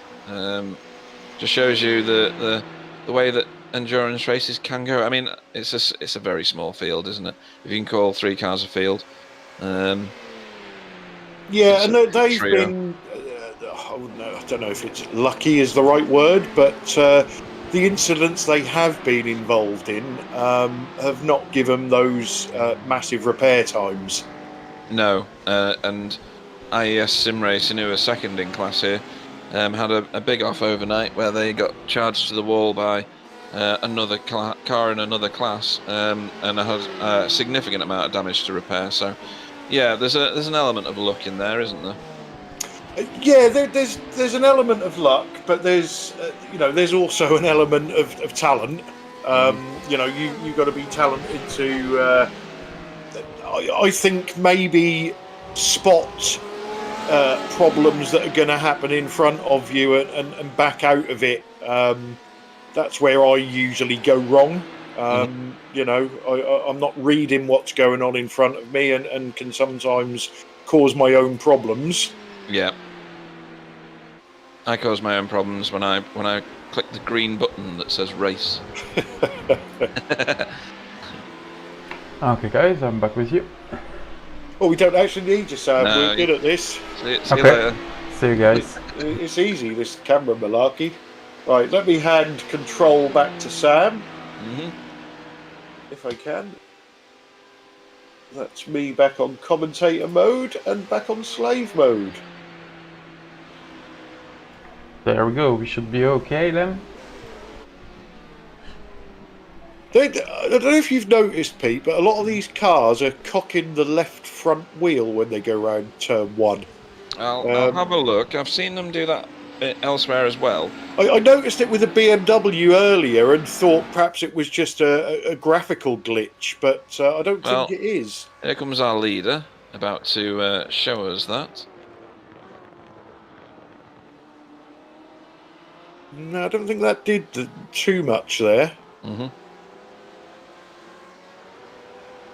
I mean, the shocks and the suspension on these cars is very, very stiff, isn't it? Oh, most definitely, yeah. So if you're going to get any... So that one seemed to. Yeah, it did. It's a bit... That corner's uneven, though, isn't it? It rocks from side to side. Yeah, there is a bump in the middle there as well. Yeah, yeah. Have you seen any... have you only watched oval races in real life around here, or have you seen any of the road races? No, not seen any of the road races, just right. the Daytona... That's a new track. Copy, yeah. The Daytona 500 weekend, so we tend to do the truck race on the Friday night, the Xfinity race on the Saturday afternoon, and then the 500 itself on the Sunday afternoon. And also some dirt racing with our friend and colleague Bill Switzer and his lovely wife, my American mum Kathy. So we've been to Volusia County Raceway to watch some dirt racing. We've been I heard you didn't necessarily watch the racing. And I did a lot of eating. Chili dogs, yeah. New Smyrna. Yeah, and apparently there was an incident that Bill told me about where a car went slamming into the wall there, and you shouted the words "Pete Bingham." I can't confirm or deny that comment. Well, I believe Bill. I don't think it was me. I think it was the crowd when look, he's done a Bingham. your crashes are famous across the pond. So, given the fact that the world's in a very, very strange place at the moment with coronavirus, and America doesn't know what it's doing, really, does it? Do you think you'll go over this February, or are you going to take a year to let it get itself sorted out? Well, we've still got our fingers crossed. Normally by now we've got everything bought and paid for. Unfortunately, we can't, because we don't know whether we're going to be able to get there or not, because we don't know what's going to happen. I'm a bit reluctant to purchase my Daytona tickets because they're not cheap. Until I know I can definitely get over there. Virgin Holidays are not really helping us because they've pulled out of Gatwick Airport, where we usually fly from. At the moment, they're only flying out of Heathrow, and the prices are a little bit ridiculous at the moment. But we're keeping our fingers crossed, and we'll see if we can get over there at some point. If we can't do it in February, then maybe we go over in the middle of the summer once everything's sorted out, and maybe do the Coke Zero race instead. I don't know yet. It's all up in the air. Although we class ourselves lucky. We went away this February, sort of just as it was all starting. Got our holiday in, got everything in we wanted to do. Took the Mini Golf Ryder Cup away from the Americans, whereas there's a lot of people out there that have had holidays cancelled and they're fighting to get their money back. So at least we did get ours in. Yeah, true. And there again, there's always someone that benefits, and I think the sim racing world has significantly benefited, I think, from the situation that the world's in. I just heard a car make a crashing noise.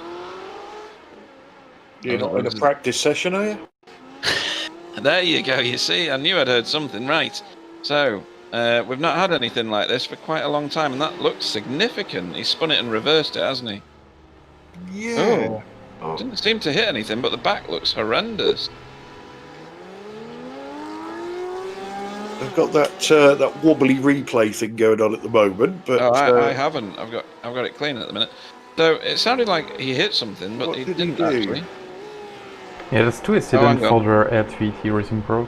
That's why. Yeah. Sorry, who was that hit the Porsche? I think that's the Lithium Motorsport. Oh, it is. Yeah, I can see it in the distance. That's very well. It's not that strange, I suppose.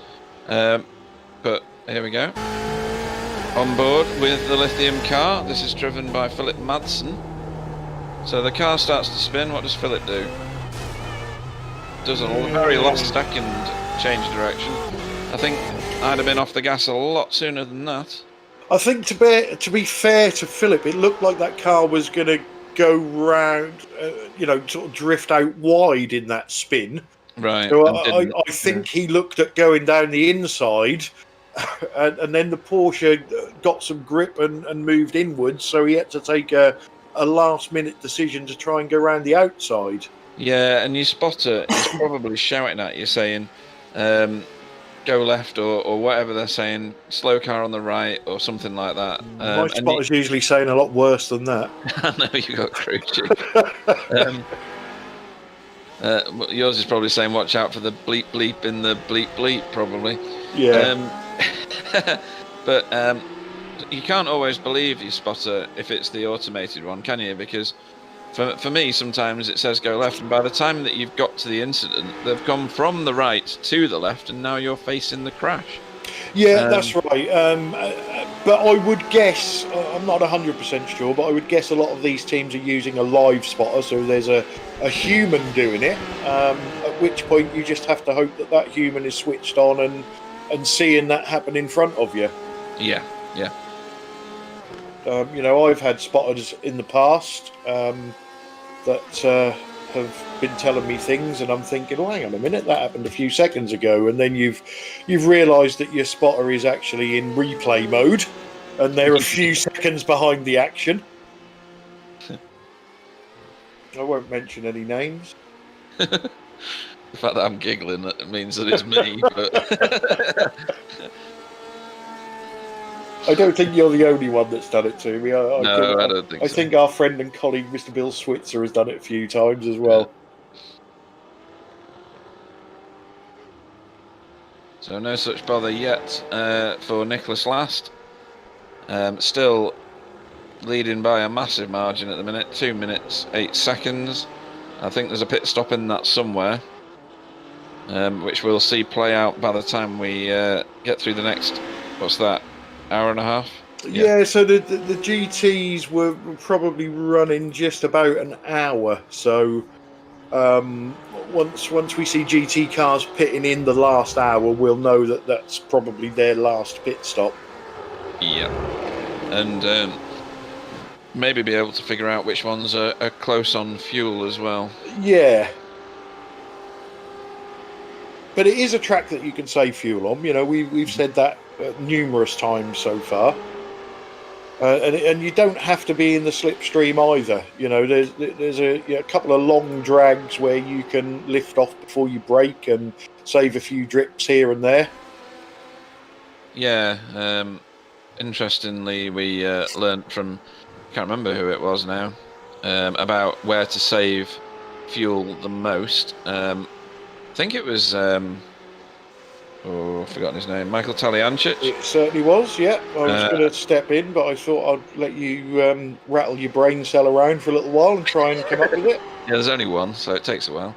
And he was saying that you lose more if you like accelerate slowly out of corners. You're better off accelerating hard out the corners, and when your revs are at the top of your highest gear, just lift up a little bit, and you save an enormous amount of fuel. Easier said than done. You're totally right. So this is Nicolas Pigneur in the N-Race Esports Platinum car, passing a back marker from the from another class. He's got a minute and 37 seconds back to Luka Legcevic in the Paceworks Esport Cobalt car. But again, I think pit stops are due in that exchange. He's got a long way to go before he gets on terms with German Sim Racing Green's Florian Hohen. 7.5 minutes ahead down the road.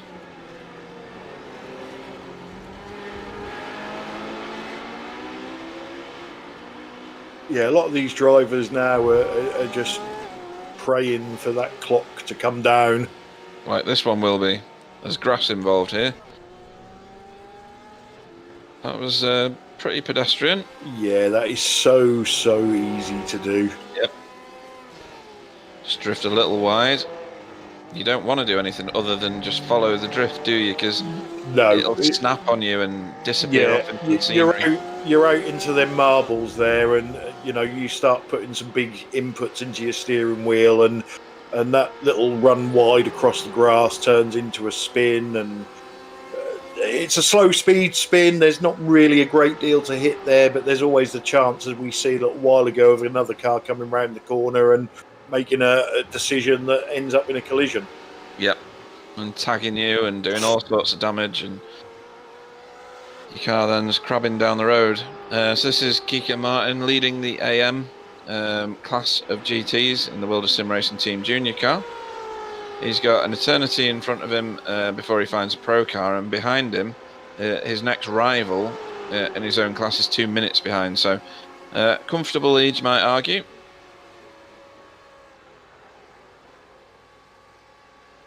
And as we saw with the R3T Racing Pro team, people can still lose it, lose focus, just get it a little bit wrong, and you end up in a spin. And like you just said, might not be you making a hash of it.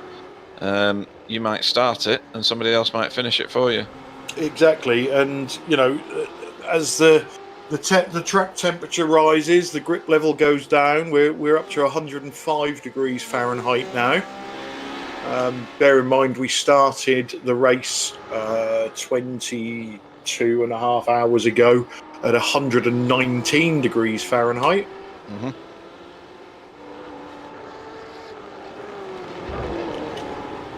I have a feeling the wife has returned, which means I may get a cup of coffee for free.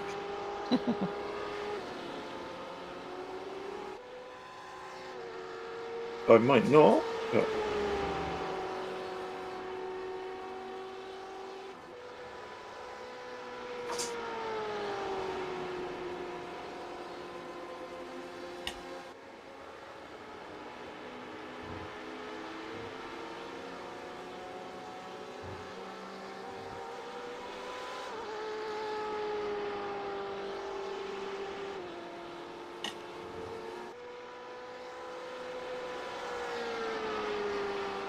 Car is still looking very, very clean. It is. It's pristine.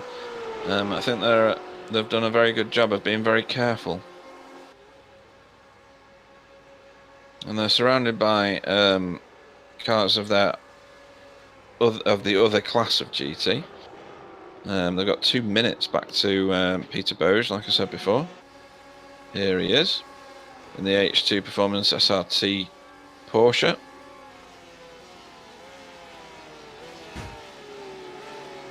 And a lap on somebody else. Yeah. And just a shameless plug here. If you like the broadcast, like what you're seeing, like what you're listening to, give us a like, subscribe to our channel. Every little helps. And don't forget, if you are looking at getting your own race or own league broadcast, give us a look on our website at www.backfire-simsport-tv.com. Check out our prices, have a chat with us, and we'll see what we can do for you. It won't be any more professional than this. Especially when you get the cameras. Actually, you did all right this time. I actually thought I was really good. Yeah, you Probably were. better than Sam. We may have to have a chat about getting rid of Sam. Just don't tell him yet. No, don't tell him. Don't tell him.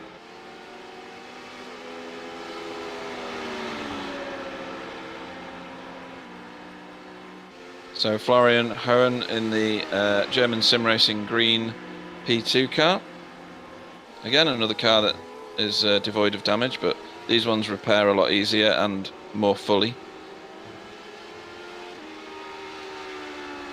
He's got a whopping 7 minutes or more, because at the moment his closest competitor, Ludwig Juret, in the N-Race Esports Platinum team, is in the pits.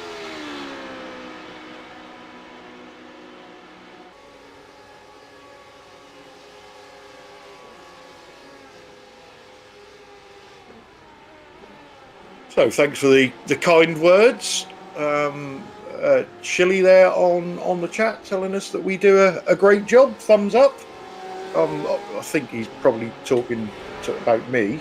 I think Sam certainly Sam's not out. talking about Sam. No, and Sam's crying on the chat, I think, as well. Is he? Yeah, that wouldn't surprise me.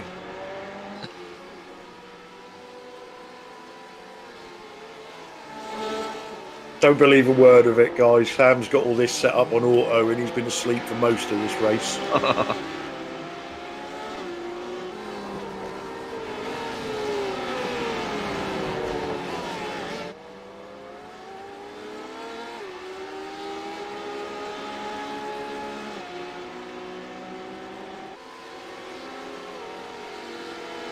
And still, we've seen nobody in the interview booth. No, they seem to be frightened of us today.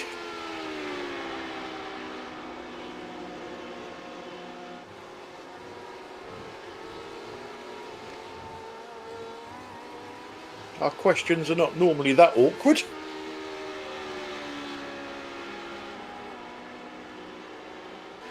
Normally the worst you'll get is Pete pronouncing your name wrong. Many, many times. Or calling you by a name that's not yours. Done that lot. Belongs to somebody else. Yeah, I'm going to just check on this car's incidents again, because it's getting a bit close, or it was. Oh, they've added another. And they're on 117. And they've got, what's that now, an hour and a half to go? Yeah, just under. So Mario David Andrade needs to keep it on the official black stuff. No more off tracks for this car.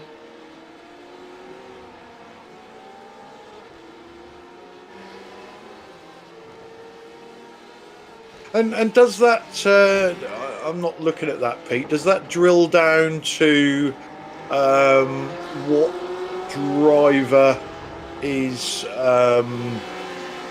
collecting the most incident points? It certainly does, yeah. So have they got one, not that I'm trying to single anybody out, but is there one particular driver in the team that's got the bulk of those incident points? And therefore, are they likely to keep them out of the car for the remainder 90 minutes? 25, 50. Well, yeah, one driver has double what the next best driver has. So yeah, you would expect to not see him in the car again, although he has done the most laps. So maybe that's just reflective of an even spread, to be honest. Yeah, possibly. Yeah, you got to take that into account. But that also means if perhaps he is the most incident-prone driver out of the lot of them, he's clearly done his fair share, so they can keep him out of the car and try and survive these last 90 minutes with no more than 2 incident points. Yeah, because the punishment is quite harsh, isn't it? Well, maybe it's not so bad where they are in the race, because if you can limit the amount of drive-throughs they do after they hit 120, then it's not too bad. And the chap that had the highest incident points, you don't know what's happened to him necessarily, do you, overnight? He might have had a coming together with somebody else and taken a lot all at once. Oh, without a doubt, yeah. We're not pointing fingers at people, but you know the incident limit is there to try and keep the racing clean. And you know, as Sam said earlier, the trouble being, you hit that 120 and get your drive through, and I think he said that you'll then every 10 more. You're getting another punishment. So once you hit that first stick with a nail in the end of it, it's just downhill from there. Yeah, I mean, I might as well just sit in the pit lane with those sort of rules. I'll have a better relationship with the person who's controlling the lights at the start of pit lane than anybody else. But it's there for the right reasons, and should drive the right behaviours overall. So you know, incidents can't go unpunished, and the cumulative effect of those incidents needs to be addressed, and that's the right way to do it. Yeah, that's right. And you know, a lot of leagues are adopting that, and in general, it does promote cleaner driving. Yes, there's a fine line. You know, on a long endurance race, there's a fine line on what you set the limit at, because you can quite easily pick up a couple of 4Xs in an accident that was absolutely nothing to do with you. But it's the same for everybody, you know. Yeah. The other 112 incidents that you were just off track. Whoa, what are you doing? Sorry. That was Code Brown. Definitely R3T Racing Pro with Casper Nystrom. Yeah, as I was saying, the other incidents that you're getting from off tracks are unfortunately down to the driver of the car. Yeah. Yep. And you can pick up a lot of off tracks if you're very close to the racing edge of the track. Yeah, this is a better track than a few. You know, I'll use Spa as an example, where there are a number of places where you can get off tracks. It's not too bad round here. Yeah, I think Sam was right earlier. Bus stop, you can pick up one very easily. Each lap, in theory. Well, yeah, in theory, you can pick up 4 through the bus stop. Well, yeah. I think that the timing that applies mean you don't possibly only get 1, maybe 2 per lap if you did it every lap. There's the South Wales racing team. Yeah, otherwise known as SWAT. And it looks like someone has swatted the back of that car. Yeah, that one's carried damage for a while, hasn't it? Yeah. I do like that livery. Don't know why. Yeah. Okay. Certainly stands out. Currently driven by Alan Guevara.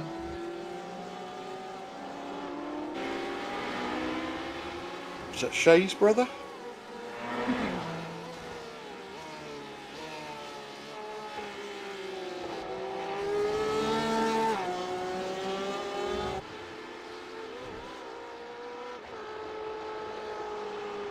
And this is the car that tagged the R3T Racing Pro earlier. Philip Masden behind the wheel. See the damage on the front, but it doesn't seem to have affected him too much. No. He's 17 seconds behind Pablo Villalba Blanco in the Master LZ Sports AM car, and he's just pitted the car, so that gap's going to increase until that's reciprocated. And here we are with Pablo.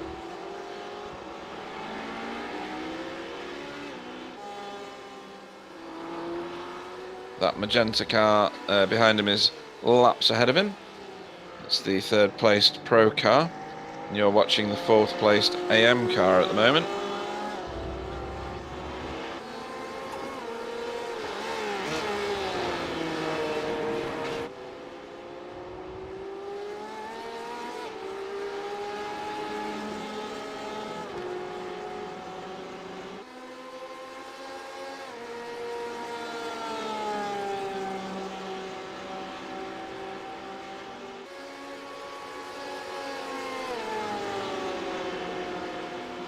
Whoa, that was a bit tight, wasn't it?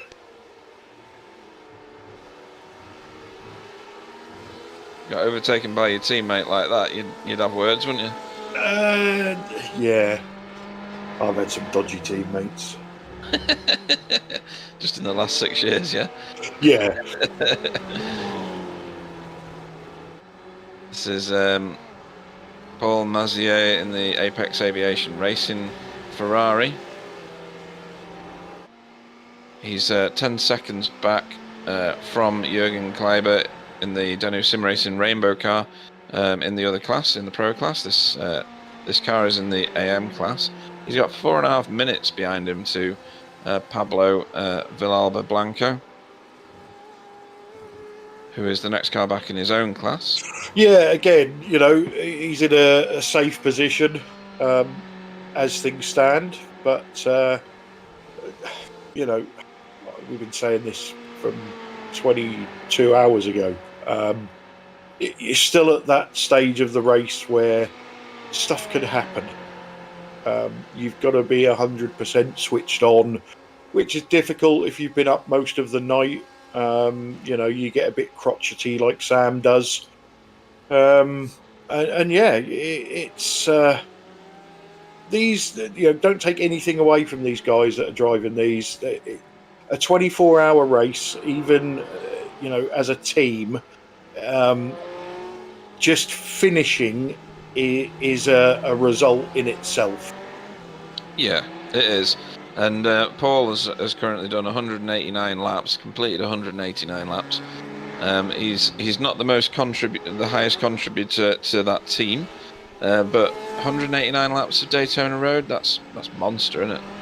That certainly is, and you probably find they've got one pit stop left to do if they've got another 20 minutes in the tank, and he might finish the race off for them. So he's still got a fair few laps to do if he stays in the car. Yep, and that tyre, the tiredness that comes from that can easily make you misjudge a braking point. You wouldn't go out and do 6 hours worth of driving non-stop, would you? No, and other things as well come into it. Where these guys live, what's the ambient temperature outside? How hot has that made the room, the shed, the whatever that they're racing in? Are they racing on screens? Have they got an Oculus Rift on, which brings up the temperature by at least 100 degrees anyway? How much have they sweated? Are they sitting in a pool of their own sweat? Do they need to go to the toilet? Did they just sit there and go to the toilet? There's all sorts going on in these cars. You just have no idea. Yeah, it's not like you can just pull your car off into a simulated service station, though, is it? Go through a Costa drive-through, get yourself a simulated coffee, and get back to driving. No, after a little rest. You're on it. I have done a pee stop during a pit stop stroke yellow flag event in the Indy 500. Oh, that's hilarious. I'm old and decrepit, and I've got a very small bladder, so that's why I tend to keep away from these races.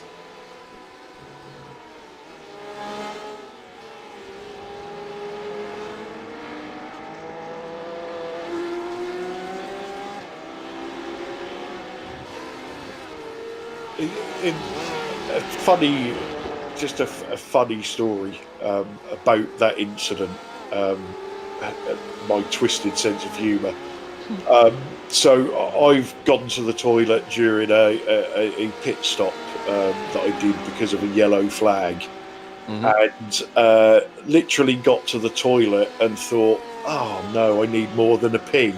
and then in my head, a voice in my head has said to me, "You haven't got time for this shit." And yeah, you can see why that made me laugh. Yeah. That's so funny. So yeah. So the things that sim drivers go through. We drove with someone who used to sim race out of the cupboard underneath the stairs, didn't we? We certainly did. That's Mr. Jason Palmer. Yeah. He's still in his cupboard. Is he? Yeah, he Harry certainly Potter's is. still racing, is he? Yeah. Yeah, he's still involved with Rich Goodwin on pitlanes.com. Right. Anybody that doesn't know about pit lanes, absolutely fantastic community. Rich does a lot of racing on there in various sims, so he's always worth a watch. I tend to jump on his Facebook when he's doing something live and wind him up a little bit. So just a shout out to them guys. They do a really good job. They've been going for a number of years. Yeah, it was the first community that Gary Craig introduced me to. Yep. Had some weird characters in it. Certainly did. Probably still has.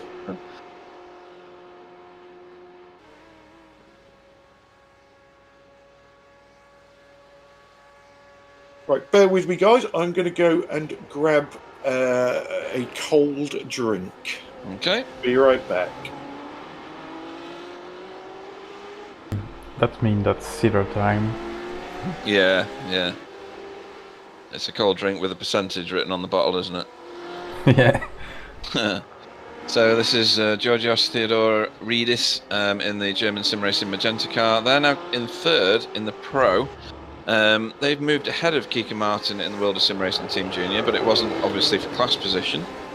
So the first three cars in the Pro are now in order on the timing screens, with Nicholas Last in Sim Racing Academy's bus, also known as BMW, leading that field,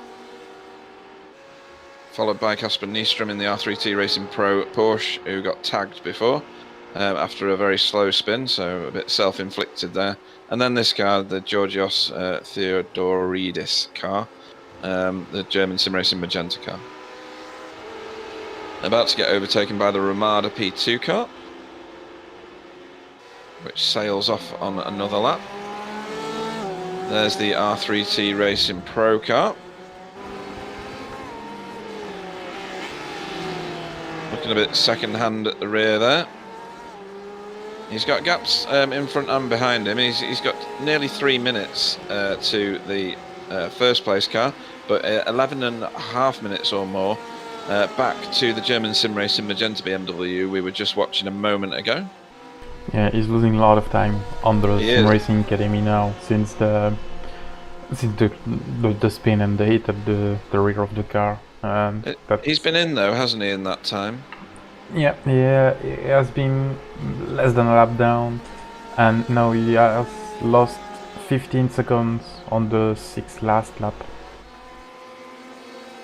So he's on his, or that car is on its 769th lap at the moment, and they pitted 20 laps ago according to my screen. That might not be fully accurate because it's sometimes a bit out, which means he's still got quite a lot of the stint to go before he can pit again.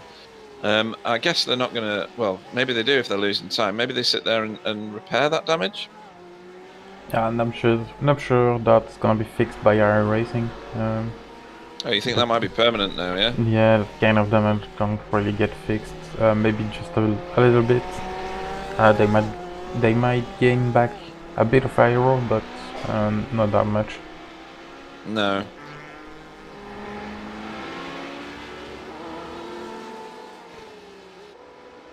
And into the pits comes your GT Pro race leader, Nicholas Last. 2 minutes and 50 seconds he has in order to pit this car. And that will bring that same car we were just looking at, the Casper Nystrom R3T Racing Pro car, a lot nearer, a lot quicker. So we'll have to see what happens here.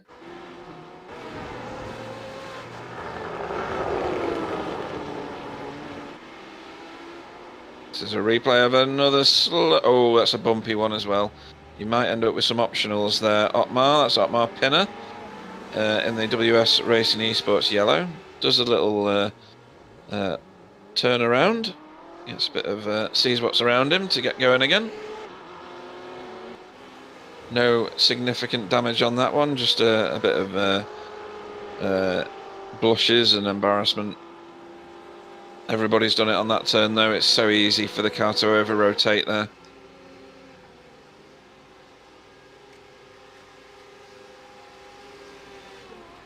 So we have Marcos Alajon Gonzalez in the Mass Devils Esports P2 car. He's got a minute ahead of him before he gets anywhere near any of his closest competitors. That being Carlos Basto in the Ramada car.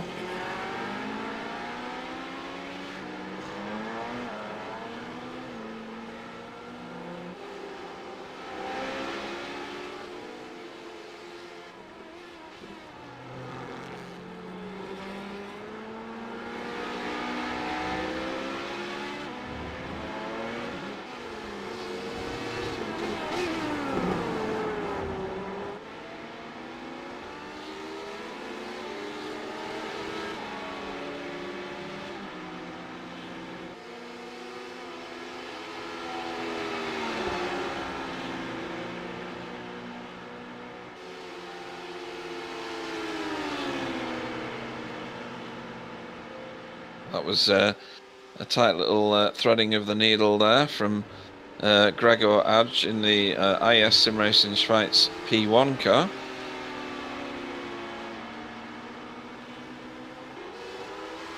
And here is the Ramada car with Carlos Basto. Makes that overtake very, very dominantly. He's trying to get away from the Mass Devils Esports car we saw previously.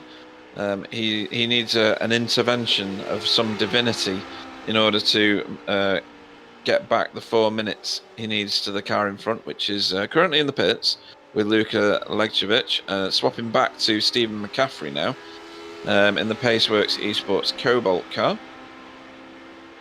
Yeah, Carlos is losing time on Marcos in the Mass Devils Esports.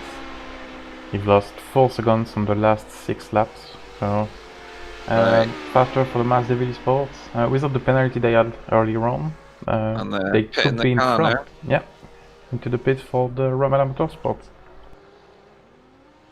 So I wonder if Carlos will stay in that car. I take it you've got to do a certain amount of contribution, yeah?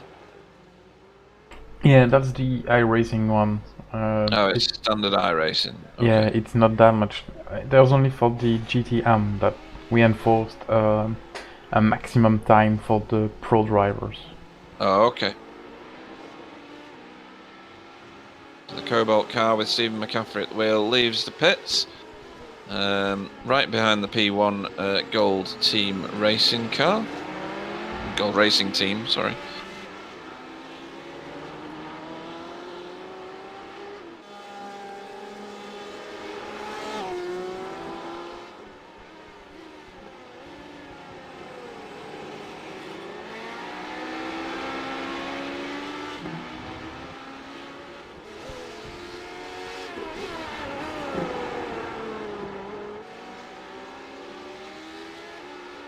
Oh, Stevens. Oh, dear. Cold tyres that'll be, won't it, Sam? Yeah, that must be gold tires. And he'll be so proud that we got it live on camera. No, that's yeah, 49 seconds pit stop. So that's absolutely new tires, fresh new tires, Yep. and cold ones. Yep, and it's that slow spin that turns very quickly in this car as you join the banking on the oval part of the roval. Everybody's done it. You'd rather not do it, but such is life. And off back down the road, get some heat in those tyres, Stephen.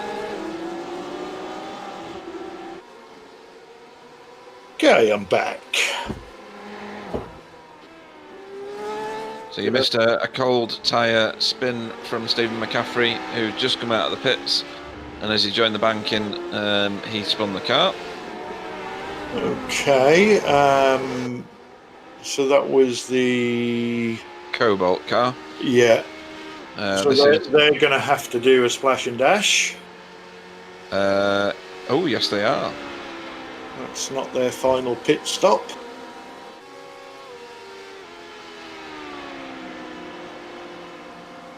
Let's have a look at the track. So we're up to 112 degrees Fahrenheit now.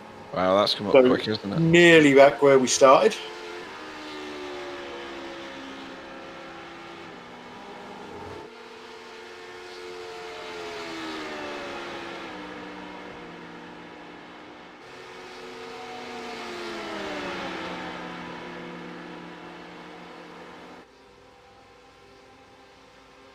So Ludovic Giroux, who you're watching at the moment in the N-Race Esports Platinum car, is in a lap of his own at the moment.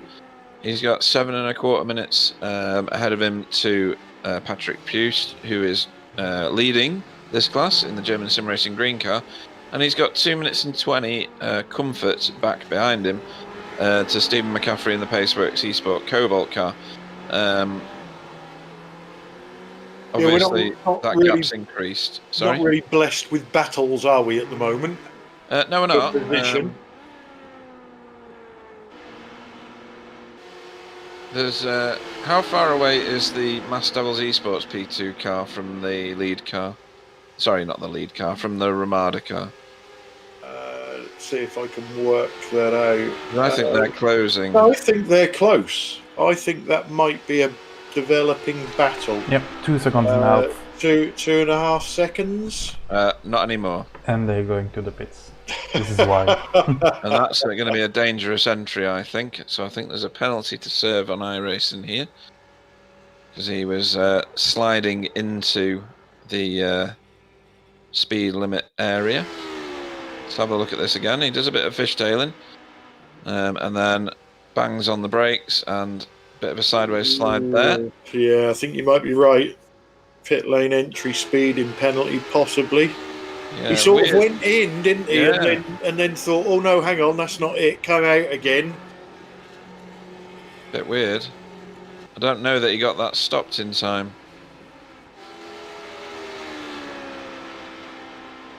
So Patrick Puist continues his domination here for German Sim Racing Green. 7 minutes and 15 seconds clear of the next car in class. Get these pesky BMW buses out of the way.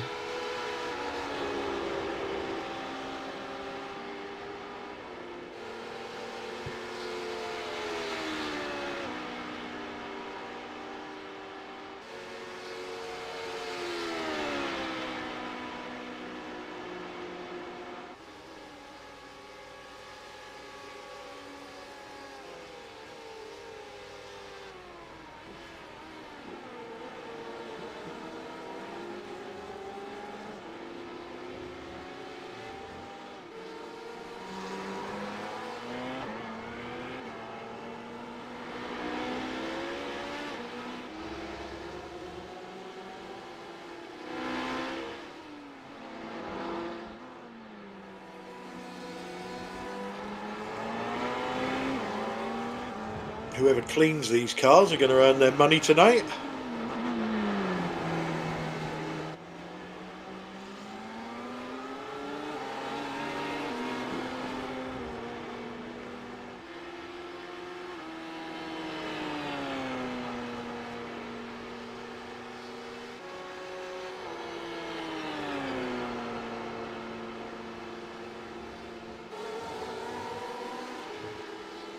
Yeah, they've certainly gathered quite a lot of debris as they've gone round, haven't they?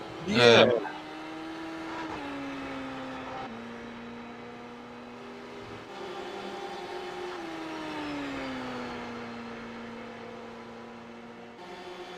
And Gregor Aj only has to get the car back now, really, doesn't he?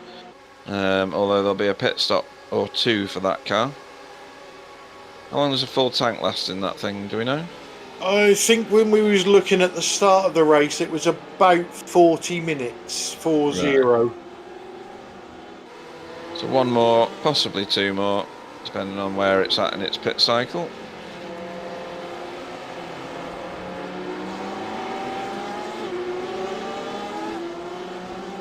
So a lot of traffic on this little stretch of track. Yeah. He's got to navigate through carefully. South Wales keeping wide there. Yeah, not, obviously, we've still got quite a few cars running, but not as many as at the start of the race, but they all seem to have congregated on the same piece of track. Yeah.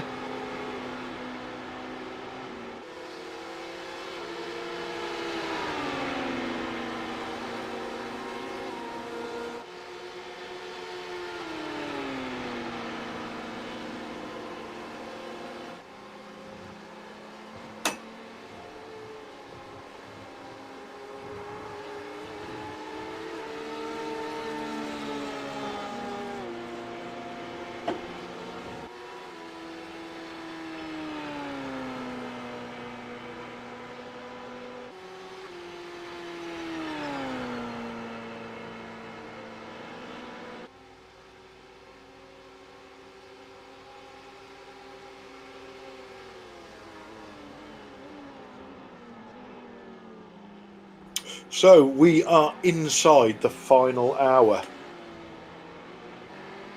We are. Everybody here will be getting messages from their teammates or pit crews or spotters saying, whatever you do, don't do anything stupid. Only an hour to go. Yeah, there is our leader, who is about, or very shortly, will be starting lap 892.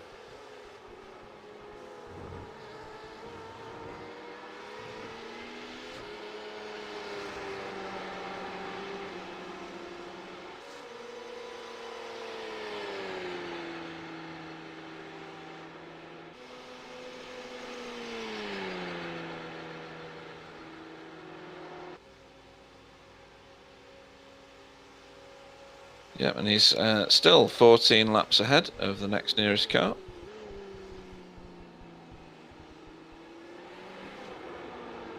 Yeah, and that's actually stretched out, hasn't it, since we came back to the broadcast this morning. Yeah, it was 12 laps. 12, yeah. wasn't it? Yeah.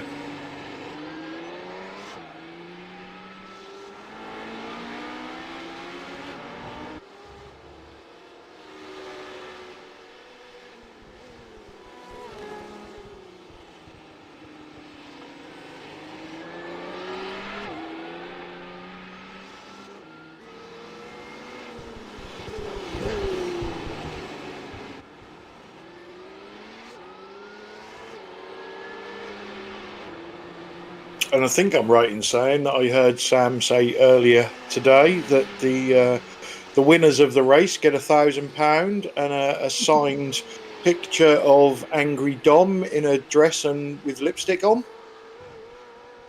Don't say it too loud. I'm gonna send you the bill.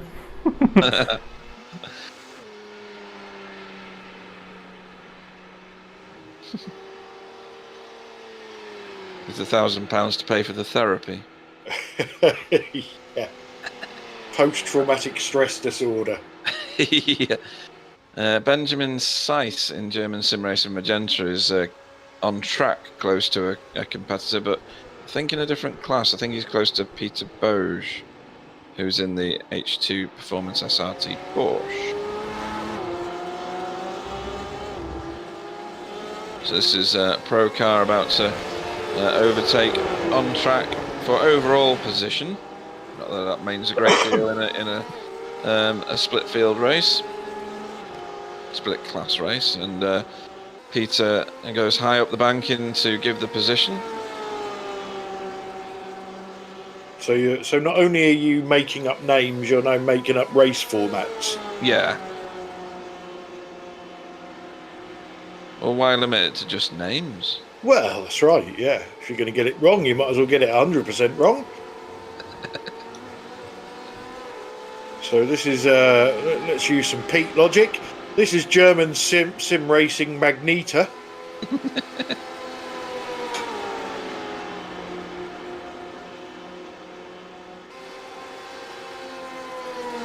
Still love that livery. I know we talked about it at the last round, but somebody's spent some hours on that.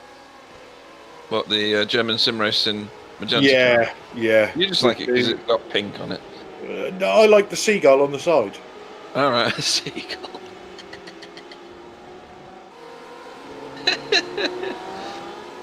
That's what the seagulls look like around where I live, I tell you. Oh dear. German sim racing green doing a bit of grass cutting. Yeah, somebody just disappeared as well, came back. Mm-hmm. Doing a Bingham. Yep.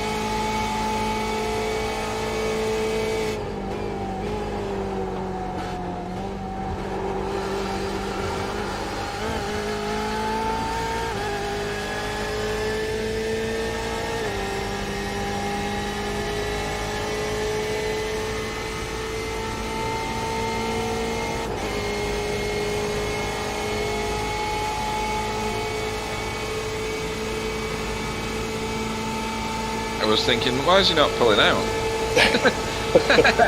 And that Exocet missile went flying past. So, good overtake round the outside there from Benjamin Seiss.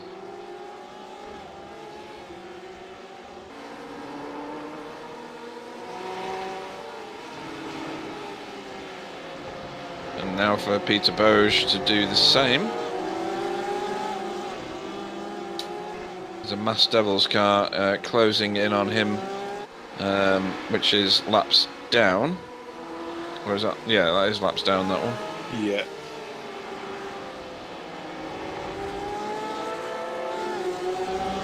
Is that the one that's got to be careful as well? Is that the GTE one? Not sure, because they look similar on my screen. They look, yeah, they look the same.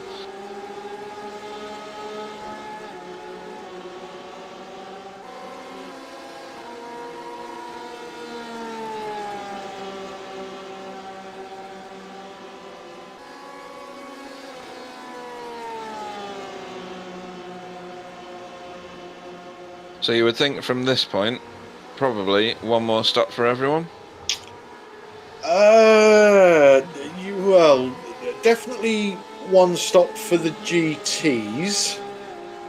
I think the P2s did about 46 minutes, so yeah, they need to stretch it a little bit more. Mm-hmm.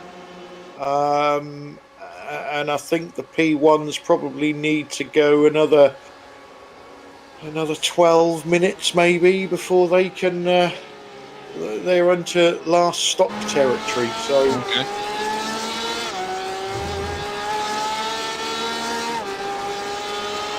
I mean, the racing overall has been very clean, hasn't it? From what I've seen, given the fact that I've been on track for this length of time.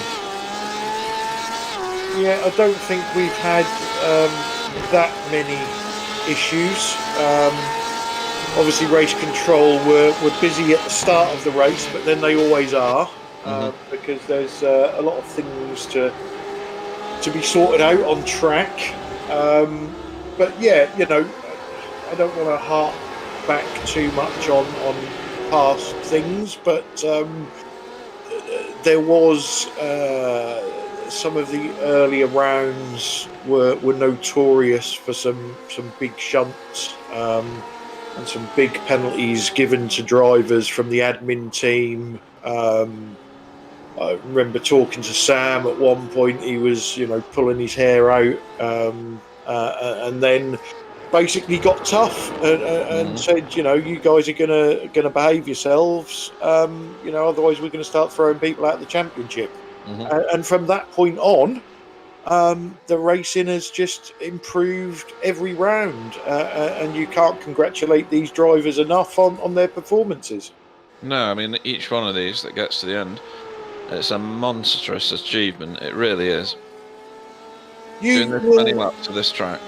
Yeah, you will always in any league get some issues, but it's how the admin that's another new word, how the admin team attempt to put it right, and then also how the drivers within the league respond to how it's been put right. And if you've got the right mix of admins and you've got the right mix of drivers, it doesn't take very long to get things sorted out. And I think that's what's happened in the Esia Endurance League.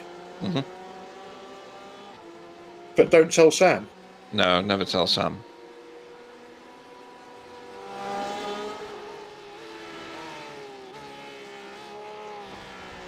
You'll always get a driver that feels wronged. Something that the leagues that we're involved in, we look out for, is it a genuine mistake? Or is it deliberate? And sometimes even if it's a genuine mistake, it still needs to be redressed. It certainly does, yeah. But I tend to find you don't get too much of the retaliation approach in league racing, whereas you can do in the official racing. Yes. In league racing, the beauty of league racing for anybody that's not done it is you get to drive against the same drivers in this league month in, month out. In other leagues, week in, week out. You get to know their strengths, their weaknesses, whether you can trust them to put a bold move on them or if they're going to shut the door on you. And it just helps the racing in general. Yeah, and because you are racing with the same people, it's shared learning as well. You learn what to do with setups, you learn when's good to push, and like we were saying before about learning how to do the fuel saving, little tidbits of information like that from people who drive the same car you do. It creates that community beyond the league itself, and I think that's a valuable commodity that you don't get in official racing. Yeah, it is. We've seen it with our V8 league. So I'm not having a dig at the Australians here, but that is their car. That's what they all drive. You can tell by how popular it is over there. But setups and things like that are shrouded in secrecy. And getting any information out of anybody is nigh on impossible. However, we've got a European version league, V8 supercars, and we've got Australians on board.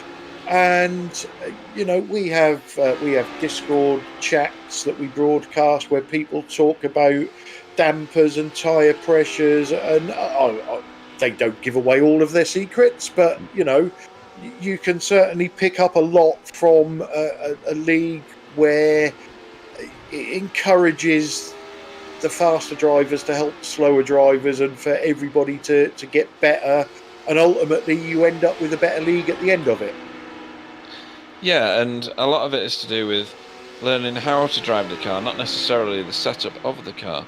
The setup does lend itself to overall better laps, but knowing where to position your car, how to do certain turns, because not all turns are handled the same. Some of that comes through experience and knowing how to handle a particular type of car. And that V8's a beast. It's massively unforgiving. If you plough the corners, you might as well forget about racing it for the rest of the race. You're not going to get your tyres back easily because of the power it puts down. They'll stay hot for the entire race and you'll end up crashing again. And learning how to control that tyre heat, etc., is a skill. And people transfer that across in a league and share those learnings.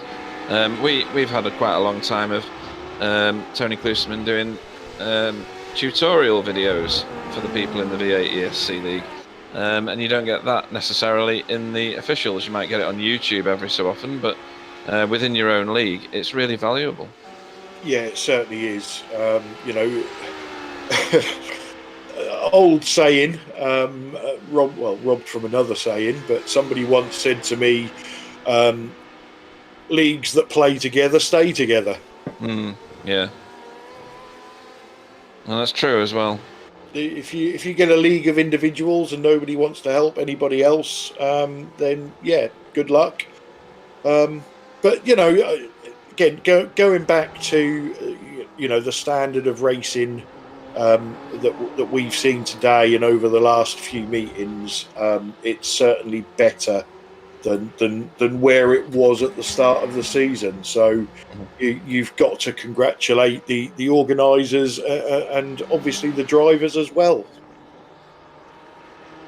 Yeah, the drivers make it the community that it is ultimately.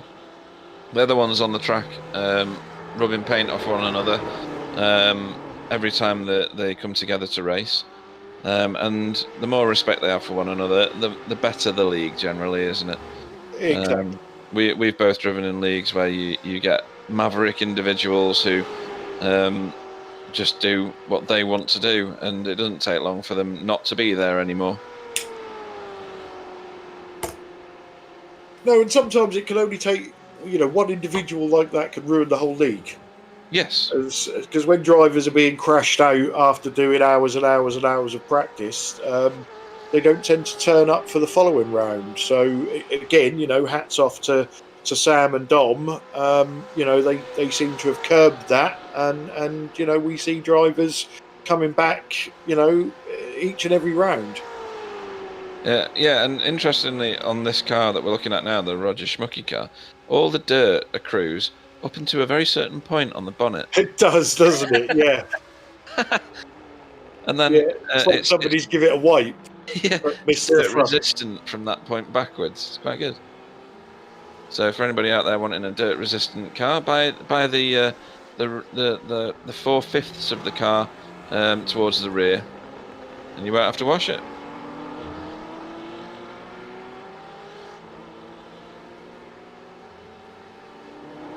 I wonder if iRacing have forgot to drag and drop Yeah. the dirt modelling onto the rest of the BMW.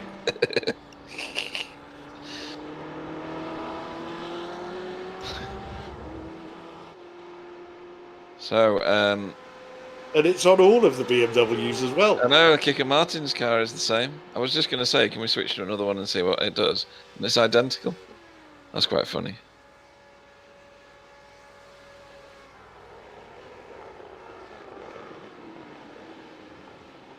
So Kicker Martin, a bit wide there. Yeah, but he's he can afford to go wide a couple of times because he's got a 2-minute 20 gap back to Peter Boge in the H2 Performance SRT Porsche, who was losing time hand over fist before. I don't know that he's been back in the pits again since. I think he has. In fact, I think Kike might have to pit again. Ah, okay. Well, that might change it a little, but it would have to be. I think it would have to include some sort of mistake for Peter Boge to get back on terms. Be interesting to see that H2 Performance SRT Porsche again, and see if the back is still as mangled as it was before. Oh, it wasn't this one anyway, was it? No, it was the R3T Racing Pro car that I was talking about. And And that's still a bit gnarled at the back. I'm just looking at dirt now. So if it's the same on any of the other cars. Well, that's it. That Porsche looks like it's got dirt on the doors, so... Yeah.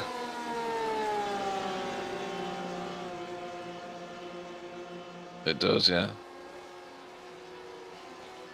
Be interesting to take that M8 round a dirt oval. Are you kidding? It wouldn't fit round the track. Fill the whole thing.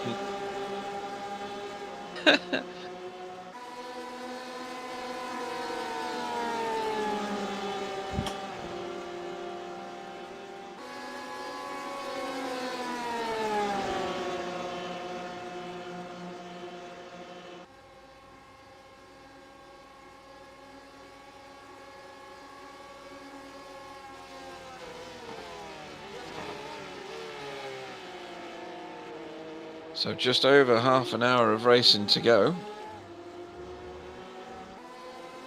And you would expect that a lot of these cars now have done their final pit stops. And shouldn't need to... Ooh, South Wheels is going wide there. There's Alan Guevara in there, trying to keep himself away from that R3T car of Casper Nystrom. A little lock up from the Porsche in front. You don't want to be... he's already got a dent in the front of it, looking at that onboard shot. You don't want to be going for 23 hours and 20 minutes and lose it with 40 minutes to go. No, definitely not.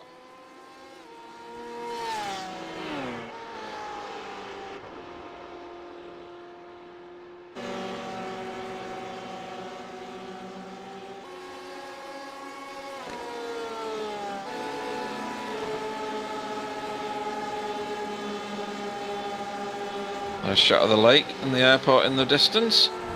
Yes, it was this year that Donald Trumpton landed there and gave me a wave when he came round the track in his presidential cavalcade.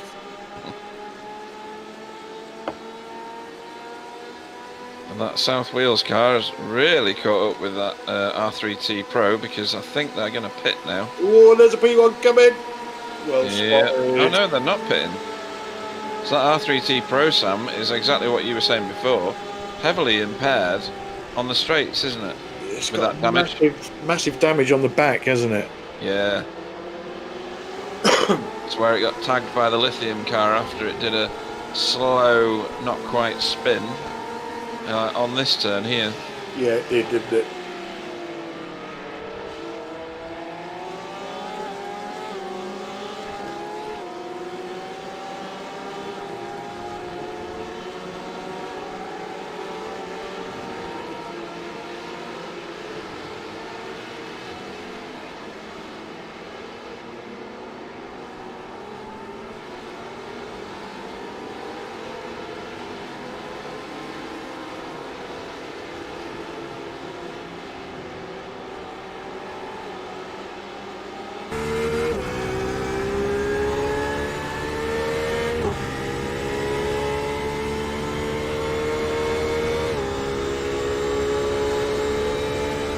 Both of these cars have got varying degrees of damage. I'm not sure you can see that damage when you see the outside shot.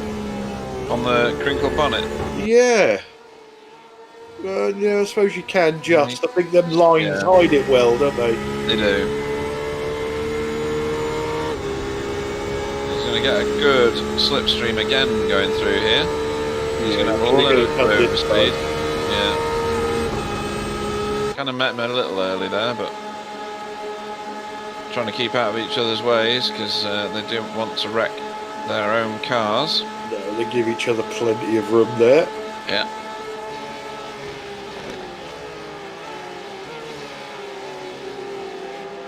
Bit of a lock up from the R3T car. Yeah. I think he could probably carry a bit more speed through there. Right, we've got a replay here. that's just that lazy spin again into turn 1. It is. Dennis Pickbrenner, I think he started that car away at the beginning of the race. He's looking to finish it off, I think. In the best possible terms, of course.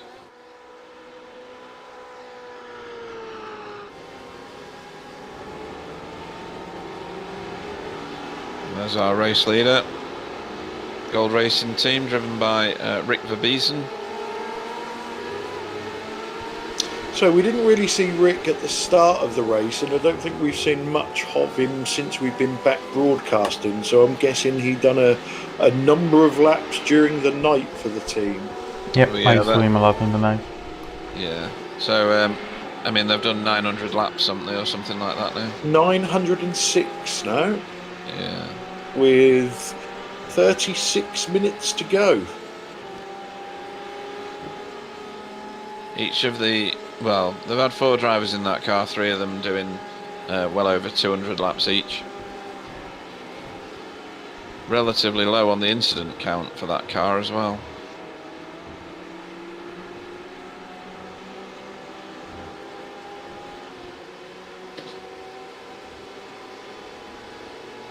How is that masked Devil's car getting on with the incident count, Pete? Well, they're clearly listening to us because they're on 117, so... so still the same. Yeah, so they've not added to the pile yet. That's Ney Stefan's car, or the one he's driving currently, that is.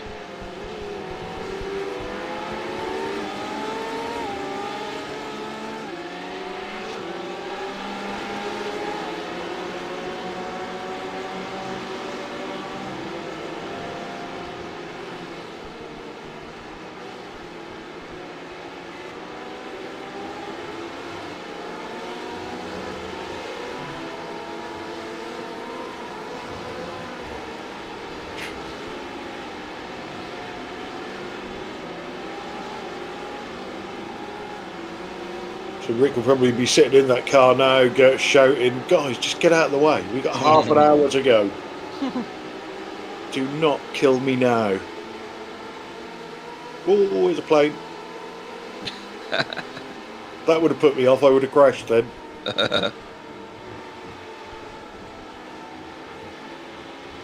Well, technically, in 10 minutes, Rick can park the car somewhere for 20 minutes and then just do one more lap.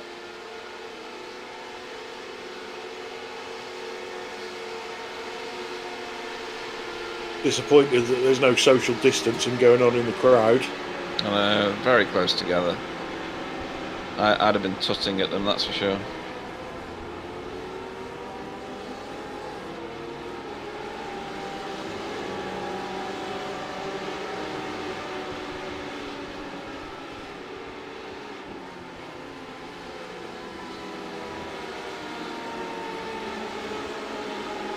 That's not far off of my view from the stand.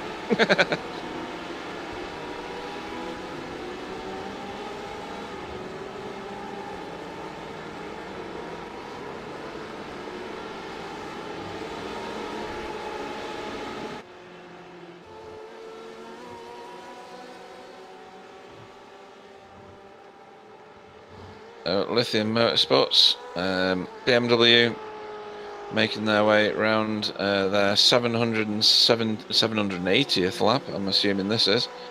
They've got 6 seconds to catch Nacho in the Mass Devils Esports AM car.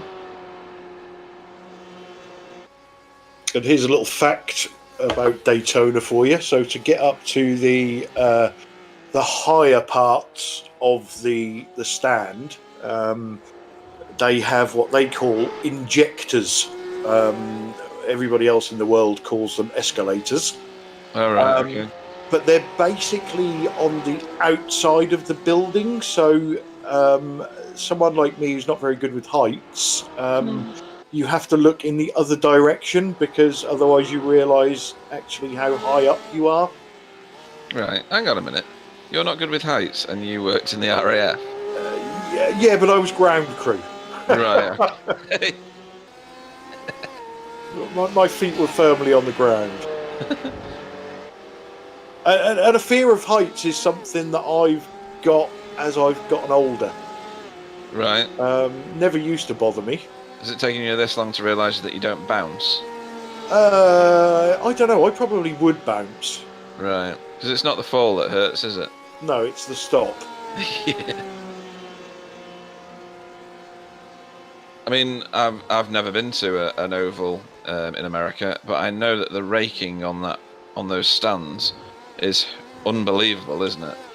It is, yes. You've certainly got to watch where you're going, especially when you're coming down to go and get some food.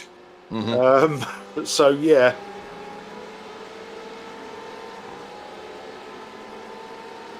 But since they did the Daytona Rising project, there's a bit more room in the stands. I'd love to say the seats were more comfortable, but they're not. Everybody tends to take cushions with them to sit on, otherwise you end up with a bit of square bum after watching the race. But there's plenty to do there, plenty to see, not just the racing. Outside, the concourse is full of stands, plenty of freebies. Inside, it's food and beer and memorabilia and clothing. So anybody ever gets the chance to go, it's a fantastic experience. Yeah, these things are massive events, and Michael Dubois in the Lithium Motorsports BMW is eating into this gap. The lead that Nacho in the Mass Doubles Esports AM car has. It's taken a second out of him so far over the last couple of laps. This is our closest battle on track. It means probably an enormous amount of points when you consider the points that Sam was explaining to us yesterday, because you pretty much get double the points of the shorter of the endurance races for the 24-hour ones. And this is for class position. So he's exactly 5 seconds behind now, and he's continuing to draw that lead down. Yeah, and the track is at its hottest again, or hottest that we've seen so far in this race, at 119 degrees, and there's 30 minutes left. So these guys are going to have to put up with less than perfect grip conditions, tiredness and everything else that we've talked about for another 30 minutes. Yep, and whilst this isn't a podium, 4th is always better than 5th. So I think if we're going to see a self-inflicted incident, it's going to be with one of these two cars, because one's going to want to get away and one's going to want to draw that back in again. Yeah, you just see with Mikel's hands on the steering wheel coming out of turn 1 that he was doing a lot of turning right to go left, so the end of that car is a little bit loose. Yeah, right on the edge of his grip levels. But again, he's inside the 5 seconds at the minute. I don't know where it was where I called it. I think it was a bus stop last time, wasn't it? It was, yeah.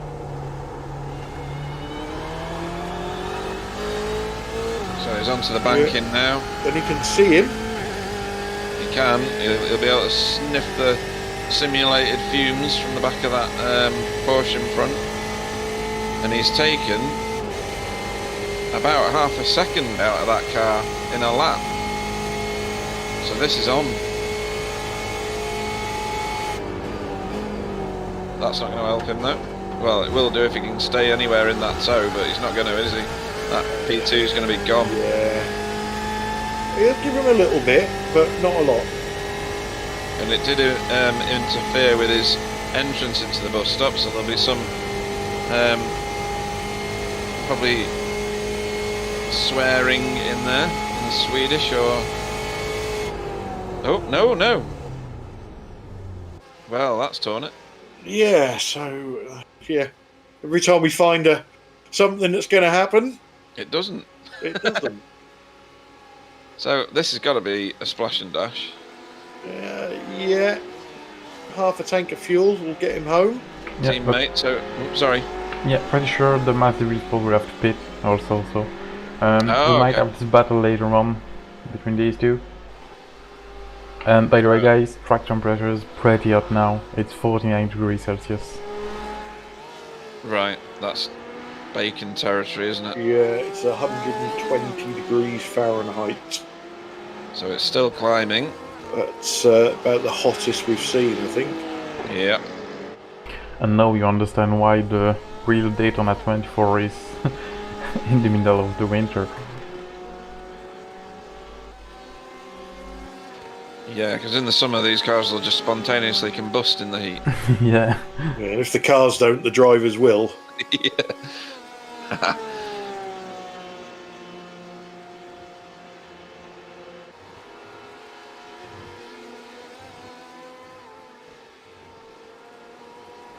So I wonder how many laps away from a pit stop this car is. Yeah, I was going to say it'd be Critical nice now. if they went in now. Yeah. I'm pretty certain that lithium car won't have taken any kind of tyres. Nope, very short one. 18 seconds on the last pit stop. Yeah, so that was just half a tank of fuel, and away we go.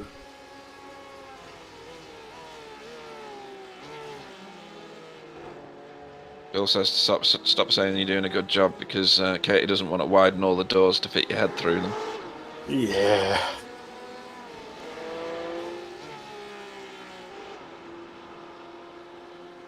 I wonder if Bill's finished his upgrade to Windows 72 yet. I think he's going to be doing some sort of NASA control or something. When he read out the spec of the computer that he's building, I looked at mine and thought, you're rubbish. Yeah.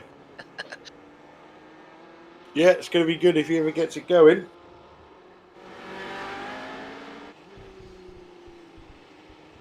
And then we'll get his dulcet tones back in the commentary box. Yep. And all will be well in the world again. Yeah, Bill doesn't live that far away from this track. He's on the opposite coast. Not too far from Tampa. So Daytona is on the east coast of Florida. Bill lives on the west coast.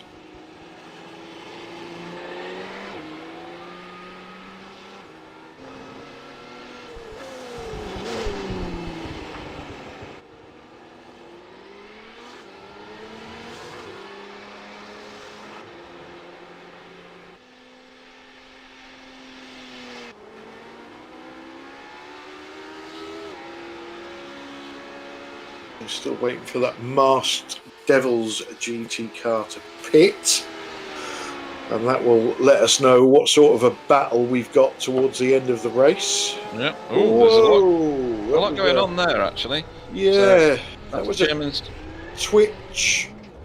Then I'm not going to make it. I'll straighten the car up, I think. Yeah, but the R3T Pro Porsche also locked up into that corner as well, so I don't know whether they put each other into a daft situation. See the Porsche locks up there?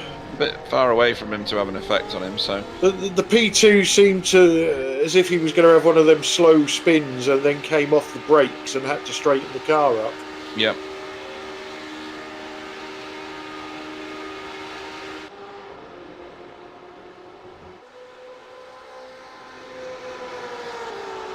Roger Schmucky still in the lead of the race in the SimRacingAcademy car.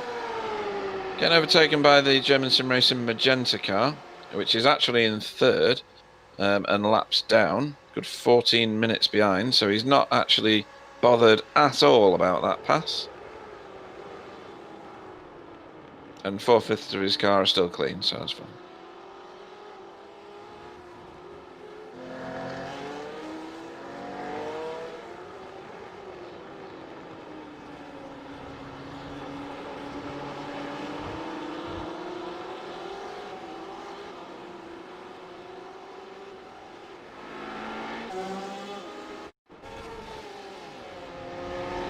Yeah, that big lockup. R3T Pro.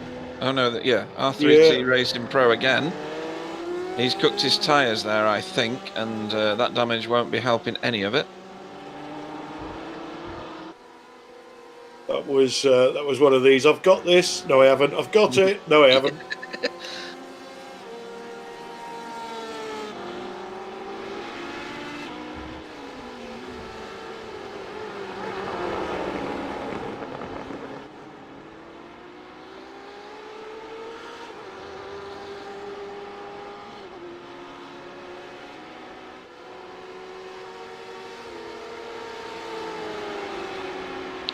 So,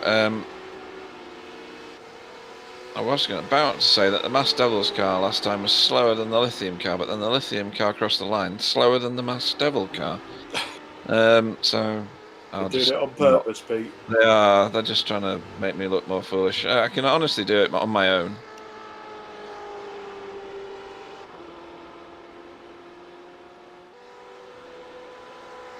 So Kiki Martin in the World of Sim Racing Team Junior.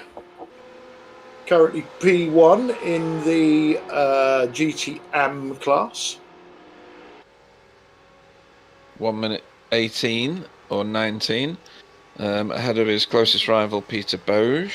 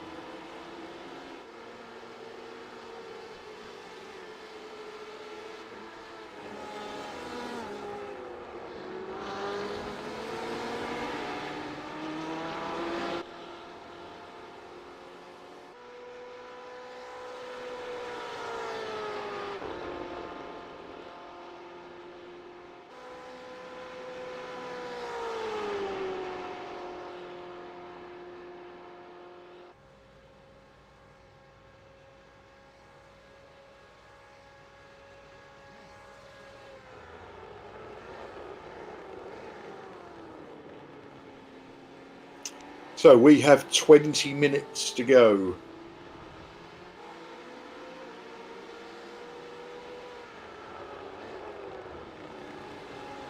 We do, and the Lithium car, excuse me, is turning laps faster than the Mass Devil's Esports car. By about half a second on the previous lap, maybe a bit less.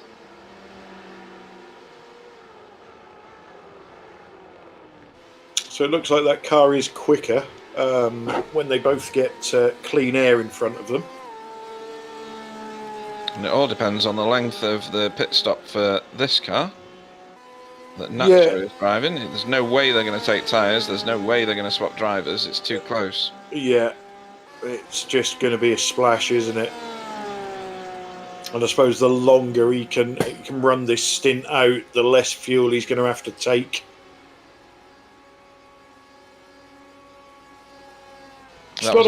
It's not a difficult pit lane to get onto, but it's a real pig coming out. Yes, I'd agree with that entirely. Seen lots of cars get totaled coming out of the pit lane, and them little yellow rumble strips can launch you into orbit as well. Yeah, they're not friendly. No. So that was a good lap the last time round from Nacho in the Mass Devil's Esports AM car, 146.22. I'm waiting for the Lithium car to cross the line, and he's come over faster, so a 146.15, so 1/10 in it, or just less. But still catching, so oh yeah, it could be on. It could be, and I don't know whether Michael Dubois has got anybody to draft from, but this chap, Nacho, certainly doesn't at the moment.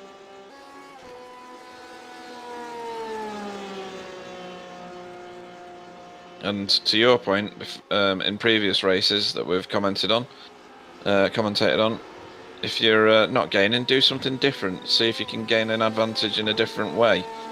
So it might be that Lithium can get on the back of another car and grab some tow and get that advantage to reduce the time and do the undercut. Yeah, it's never too late, but it's very late in this race now to be able to do something different. Certainly from a pit strategy point of view, anyway. It's I don't know. We need to see how long this car is in the pits for, and that one's not going to help them. No. I was just going to say we need to see if either of the drivers make a mistake.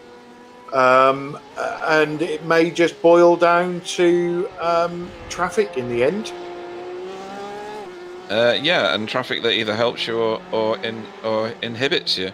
Yeah, and traffic for the GTs is usually traffic coming past them, not them passing traffic. So, how I think luckily, we've got such a small field now of P1s and P2s. And both of those classes have shown a lot of patience. So that shouldn't really affect these GT cars, but you never know.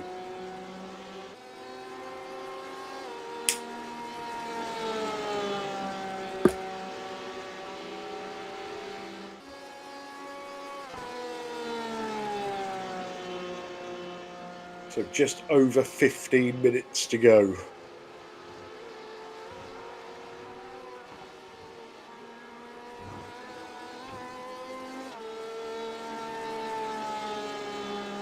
So people are still pitting late on in the game. Are we watching a replay?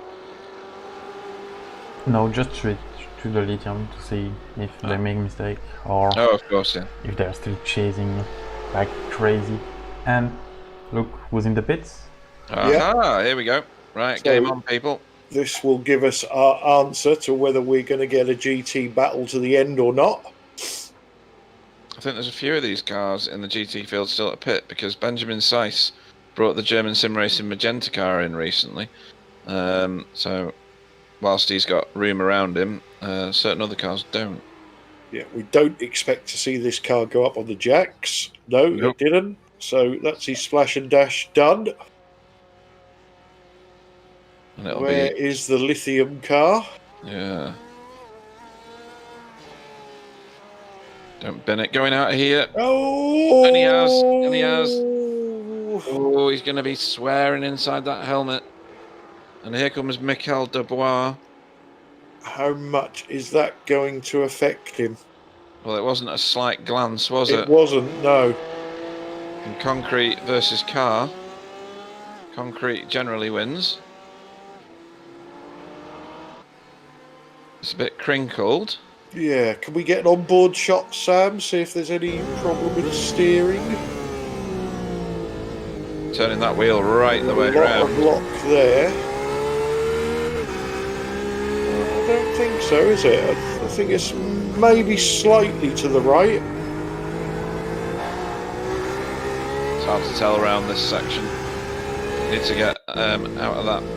Where are we on board with? Oh, here we go. The replay on board. He gets a tyre. He's very eager. Tyre on the right. Corrects on the left. That was a sharp stop, wasn't it? Yeah, that crinkle that he's already got in the front didn't get any higher. No.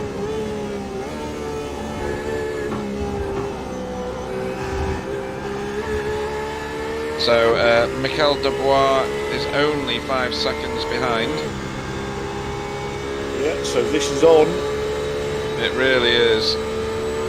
What is it, 12 minutes or something? Yeah, just over 12.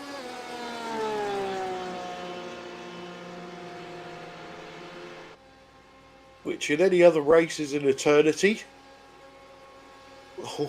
Oh dear. Yeah, you can see the folding of the bodywork on the right hand side of that Porsche. I wonder how much of a handling issue that is. Keep an eye on that gap.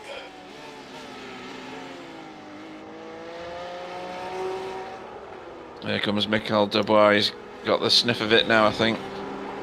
4.5 seconds is the gap. He's got a P2 that might pull him forward a bit if he can get behind it. There he goes. Get whatever draft you can through there.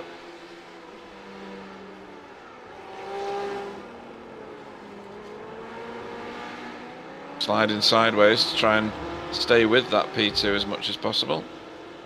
Because all that P2 is going to do as soon is catch up with his competitor and drag that down the road a little bit.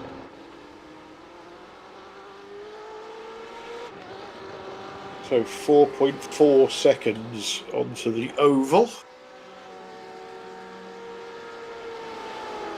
And this is where he's going to gain the most advantage, I think, given the fact that it's going to be aero damage, isn't it? Yeah, he's gained a 10th already, and obviously he's got no draft. So 2 tenths pretty much into the bus stop. I think once he gets up to that Porsche is going to be a sitting duck. I think so.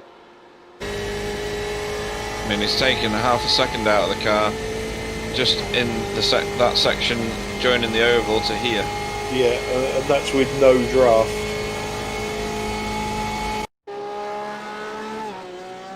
We're watching a replay of the R3T Racing Pro car. Oh, stop the car. I've got an event that Rick Verbison has crashed. What? Wasn't he isn't a he race our leader. P1 leader? He is. You got anything for that, Sam? And as if by nothing. magic. No incident for him. And car looks clean, so don't think so. Okay. Just something that's come up in the crash viewer. Yep. Michael Dubois has the gap down to 3.1 seconds. Although it has just leapt back up again. Has he done something silly? No, he's got traffic. Oh. Oh. So he's chasing one masked devil's car. Yeah, it's just over. That wasn't on purpose. The rear end of the car rotated on him, didn't he? It did, and he had to straighten it up to stop it. Yeah, he was trying to keep that tight line to let the P2 go around the outside. Definitely. So he's lost some time there. So the gap's now out to 4.3 seconds again. Into the bus stop he goes. He's gained a 10th just in the bus stop. I think it's still on, personally. Yeah, both cars are damaged, but the BMW has got less damage. Mm-hmm.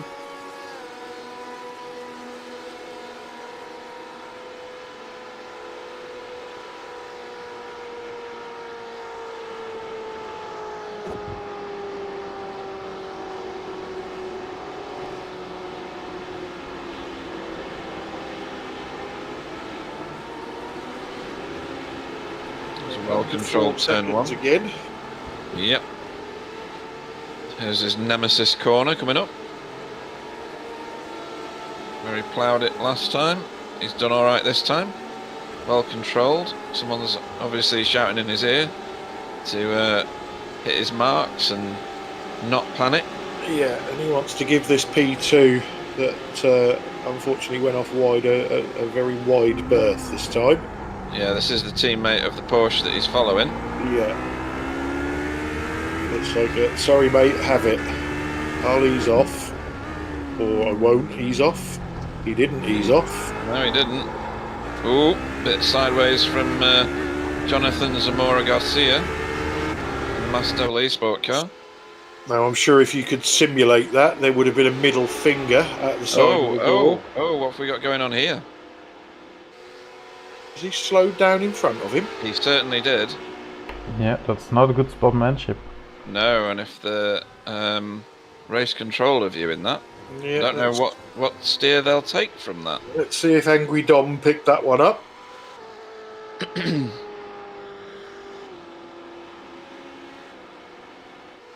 I'm sure Michael Dubois did not see the funny side of that. I can see why he was angry. I don't think that when he went off wide, I don't think Mikel could have done anything about that. He was a passenger. Yeah, but he could have eased off on that last left-hander before going onto the banking and just let the P2 have it. Yeah. Mikel is pushing because the tail end of that car is wagging.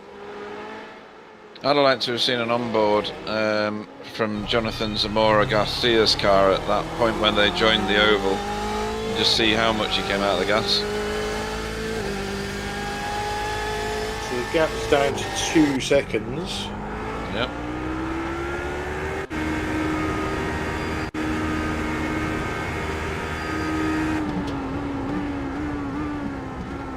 Gonna have to watch the full lap because Okay. don't have the event viewers. I think it's worth it. We'll keep an eye on the time. He's under 2 Yep. seconds behind at the minute, but he's not going to catch him anytime soon. So, Jonathan, Yeah, so this is the infield section. So this is going to be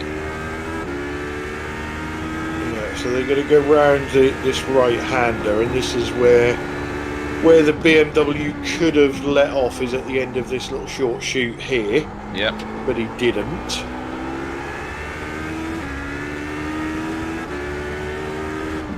Yeah, to be fair, that's too late to jump in the inside here. It is, yeah. And then this happened. Let's have So, a look. let's listen to this. Yeah.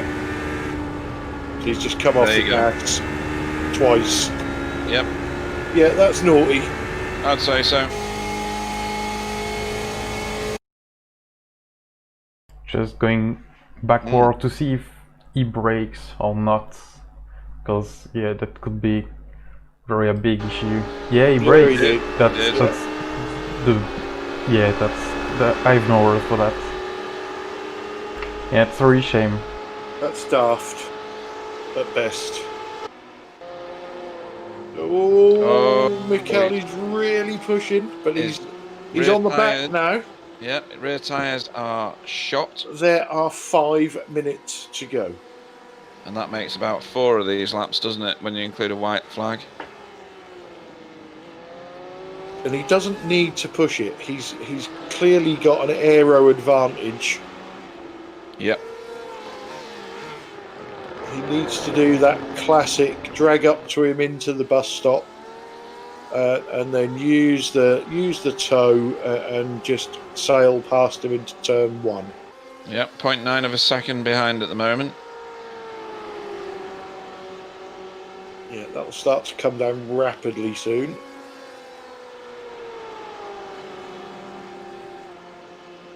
There we go. Now he's in it. Yep, big time. Now he's only 0.45 behind, and a lot less now. Ooh, might get a slowdown off that cut corner.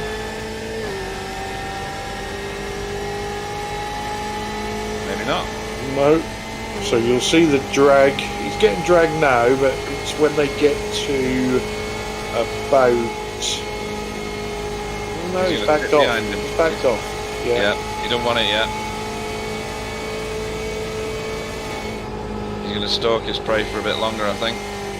Yeah, I'm not sure if he's worried that if he goes past too soon, he gives the Porsche who's gone out wide anyway. So that's going to be a bit null and void now. Oh, where's the Porsche gone? He's on the grass. He's on the grass. There you go, that's done that one. Unless, of course, that BMW's tyres are really shot. Yeah, marbles. Tried to stay as wide as he could to give room and give a bit too much. So that's a shame. It's been good to see that battle right to the end. I suppose it might not be over, completely over yet. Yeah, he's got to be careful here. He's got a P2 and a P1.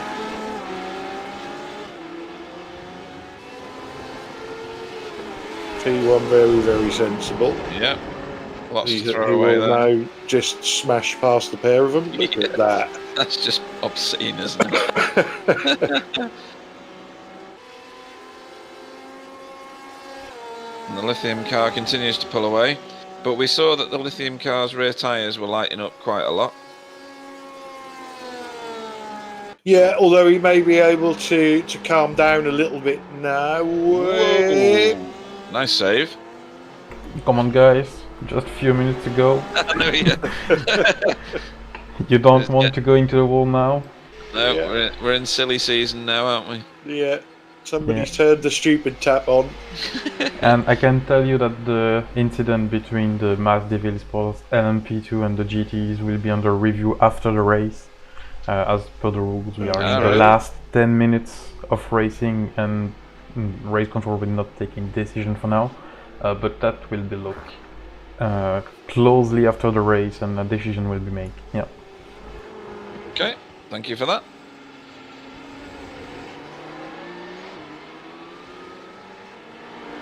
But I enjoy the 2 last minutes with all P1 leader. One of those that didn't show up that much on the broadcast. Yeah, that seems fair. When you're in a field of 2, which is generally known as a pair of cars, and when they split with 23 minutes between them, you're not going to get much camera footage. So, Rick Verbeesen and the Gold Racing Team LMP1. Yeah, Sailed they've had a few bangs, haven't they, along the way? They have, and they've recovered every time.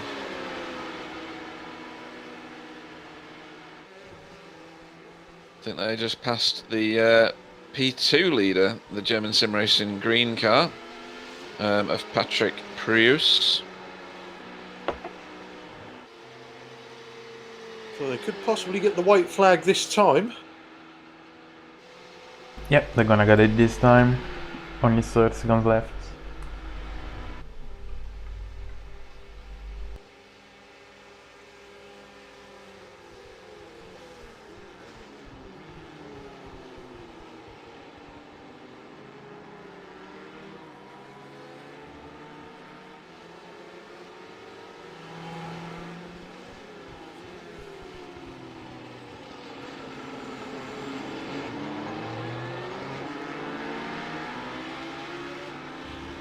I'm not seeing a white flag, but it doesn't always come up on my screen.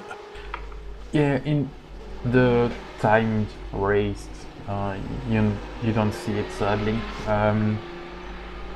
You as spectators and on the VK gaming, you don't have the white flag because iRacing sends it in a strange manner. You only have it when you're in laps races, which is a shame, but yeah, that's how iRacing works. Mm-hmm. Okay.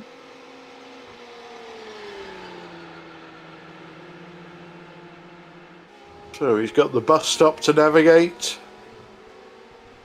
NASCAR turns 3 and 4.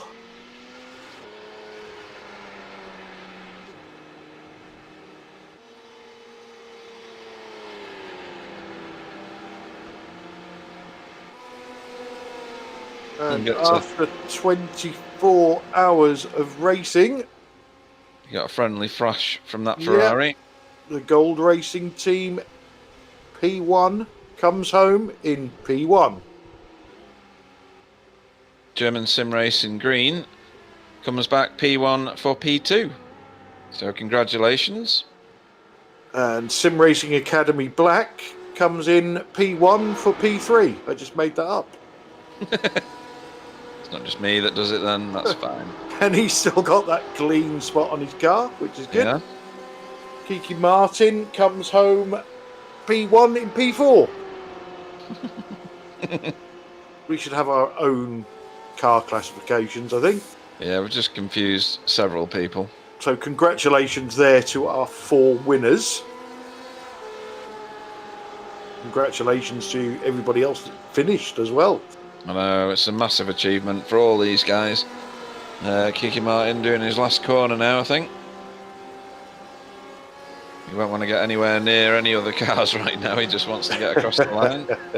Bit of weaving. Trying to give people some sort of epilepsy fit with the flashing lights.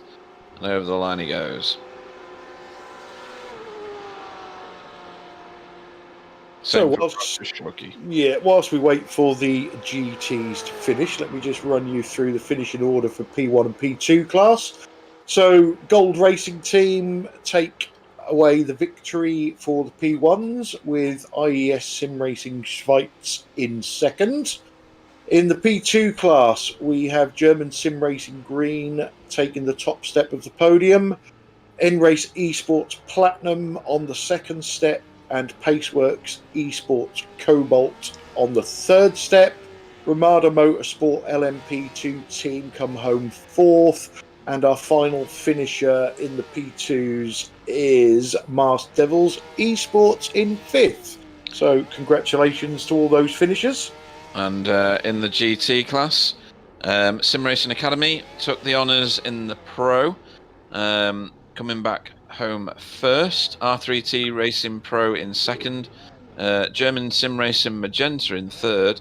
Danu SimRacing Rainbow in 4th. And N-Race Esports in 5th. I think we do have... Oh, no, that was the last running car in that class. Trying to talk over the many donuts that are going on at the moment. For the GTAM, we have World of Sim Racing Team Junior who've taken the victory and will continue to lead that class of car. H2 Performance SRT came in 2nd. Apex Aviation Racing came home in 3rd, with Lithium Motorsports in 4th. Masked Devils Esports AM in 5th. That was the battle right to the end. In 6th, South Wheels Racing Team. In 7th, WS Racing Esports Yellow. In 8th, we have R3T Racing AM. In 9th, German Sim Racing Friends. Masked Devils Esports GTE in 10th. And that is the last of our finishing cars. Yeah, so well done again to everybody that has managed to finish this race. Let's have a look. We have got Gregor Adge. Yeah, he's the driver from IES Sim Racing Schweiz. They came in 2nd. As I am Chief Flusher, I shall bring him in and let you loose with him, Pete. Okay. Gregor, welcome to the booth. You must be absolutely exhausted as a team after 24 hours of Daytona Road. 2nd position. You were leading for quite a long time. Tell us how the race went for your team. Yeah, I mean, we didn't have a good pace, like compared to the other two teams. They were quicker, but our pitting strategy was superior. Like we did triple stints on the tires during the day and 4 stints during the night, which gave us, I think we had a 2-lap lead at 2 a.m. in the morning, and we then got picked out. No, we didn't get picked up. It's just a stupid situation where HPD rammed us into the wall on the straight. So that's what gave us, I think it was 16 minutes required repairs and some optionals, and we basically fell back to the position we were until the end, like 12 or 13 laps behind the leader. So yeah. Yeah, it's a shame, but you're still going to walk away with a massive haul of points because 2nd in class is at a 24-hour race is going to be a huge amount of points. In terms of getting to the end and really in inverted commas only being 12 laps down, it's still a massive achievement. Yeah, we're very proud of ourselves. And you should be as well.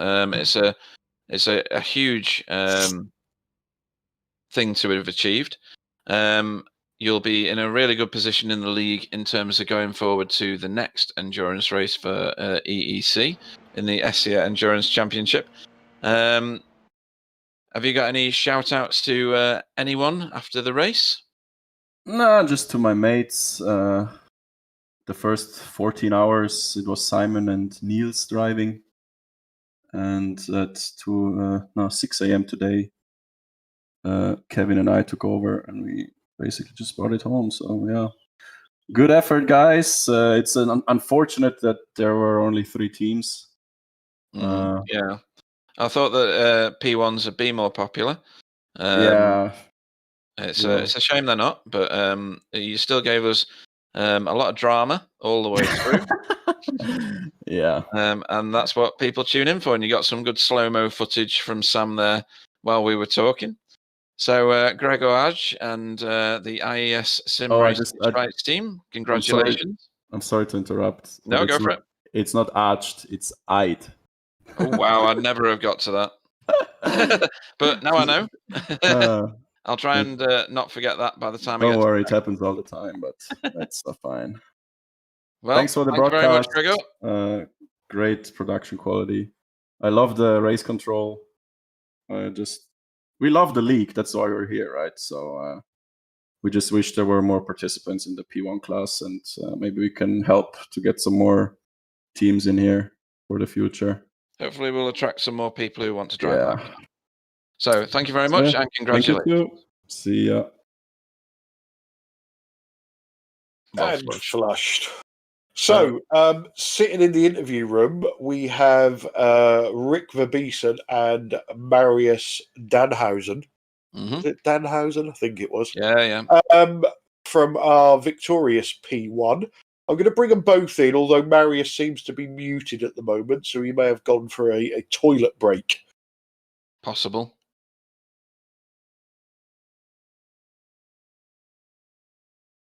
Rick, welcome to the booth. Hey, thank you. Marius, welcome to the booth. Hello. So, first off, the most important question: how tired are you guys? It's actually not too bad. I did sleep for like 6 hours, I think. It's from 6 in the morning to 12, so to do the last stint. So yeah, it's okay. Now I got a bit of energy left. Marius, did you manage to get any sleep? Yeah, 4 hours. But that's enough. I feel fine. No, that's plenty. So, guys, you had your pit lane start, and then everything seemed to fall into place for you. You know, we was just talking to Gregor there. They had a couple of laps on you at one point in the silly hours of the morning, and then they had an incident with an HPD. Gave them a massive repair, and you guys took over the lead and didn't look back. Yeah, exactly. That was pretty sad to see because up until that point, it was a pretty tough race. I mean, of course, we had the pit lane start because of the incident last time. And we had an incident with a GTE, I think. That set us back a bit, but we still had the pace to come back. Then we had one issue where one of our drivers, his PC locked up and he hit the wall. So from that point on, our steering was not straight anymore, but at least the car was still fast enough. So we could still do it. Did cost us 3 minutes. So yeah, we noticed in the broadcast that your wheel was slightly cocked to the right, Yeah. and it wouldn't seem to repair itself. no. You did have a couple of bangs. We remember a couple of times that you was involved in incidents, but nothing that serious that cost you too much time and ultimately didn't cost you the victory. Yeah, and the car was still good. Actually, on the oval it was straight. It was just set up for that, I guess. I could just hold my steering wheel straight and it would go fine. And the car seemed like maybe 3/10 down, but not enough to hamper us really. No. And your pit lane start, we was watching you at the start of the race, and once you'd managed to get through the GT field and the P2 field, you was 52 seconds off of the lead P1 car. Middle of the night when you was 2 laps down, was you confident that you had enough in the car to get that back in this long race, or was you realistically looking at second place unless something happened to the IES sim racing car? I'd say we had pretty good pace, and we knew that sometimes in the whole stint we could close up like 15 to 20 seconds to the IES car. But we were right on the way of making it to first place, closing the gap when, as Rick said, the PC of our driver sadly locked up, and then basically we had to start all over again, finding 3 minutes again in the whole race. And yeah, over time we actually quite managed to close the gap, and then sadly for our competitors the incident happened. So yeah, then sadly we couldn't have a fight for the rest of the race, which would have been cool. But I think it would have been a good fight up until the end. Yep. Yeah. Sadly, we couldn't deliver that. Well, a victory is a victory, guys. However it comes about. So congratulations on the win. Yeah. One at a time. Is there anybody you'd like to thank before we let you go? Yeah, just the team and The you team know, and the the organizers, effort they put in, and the organizers, of course. Yeah. And huge thanks for the broadcast. Always pretty nice to watch. Yeah, you're doing a good job. Yeah, well, thanks for that, guys. We always appreciate some nice comments. We'll let you go because I'm sure you're both busting to go to the toilet and have a drink and something to eat and maybe an afternoon nap. Yeah, big beer. cheers, man. Thank you very much. Thank you guys for joining us in the booth. Okay, good day to you. Yeah, goodbye. Cheers, Bye-bye. guys. Well flushed. Right then, I think it's only fair that you bring in Nicholas Last and Roger Schmucky because they're both from the victorious SimRacingAcademy car. Okay, I nearly flushed Sam then, but don't tell him.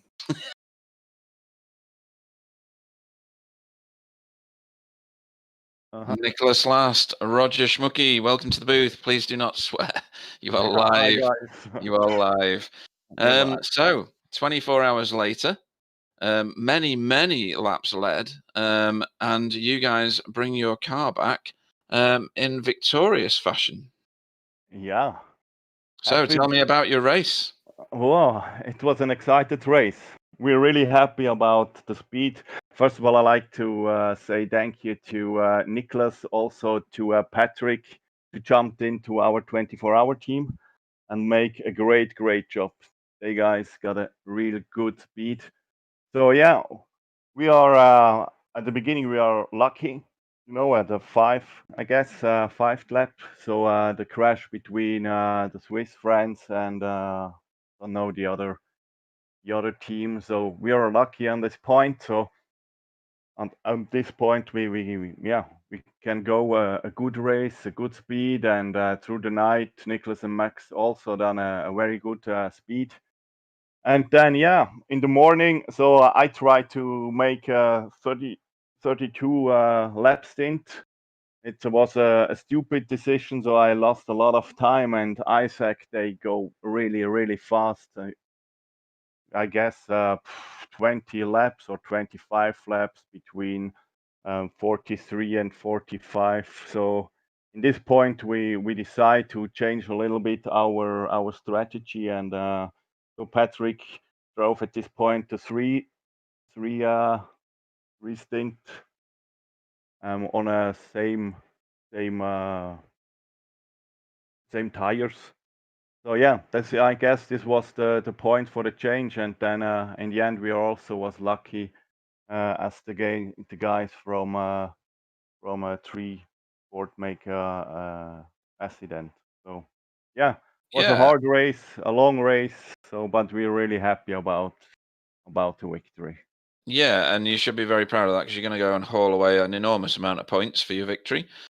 You've got one of the lowest incident counts of all the cars in the field. So you're obviously not just fast, but you're very safe drivers and very skilled. Obviously, Max Bier was on chatting to us yesterday. Patrick hasn't been on chatting to us, but he put your car on the grid, didn't he? So he's contributed positively to you keeping out of any first laps incidents. So another hats off to him. Anybody you two would like to thank following your victory? Well, I think Patrick did not only put the car on the grid, but he also put the setup together. And without it, it would have been quite a hard race. But it just went super smoothly, as Roger said after lap 5 with the incident. Just a straightforward race. Just try to keep out of trouble.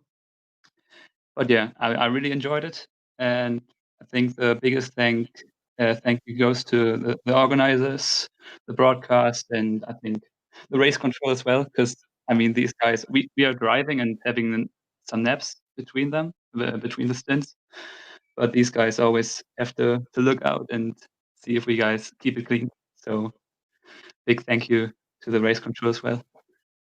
Okay, thank you very much. The guys from SimRacingAcademy, congratulations on your victory and see you next time out.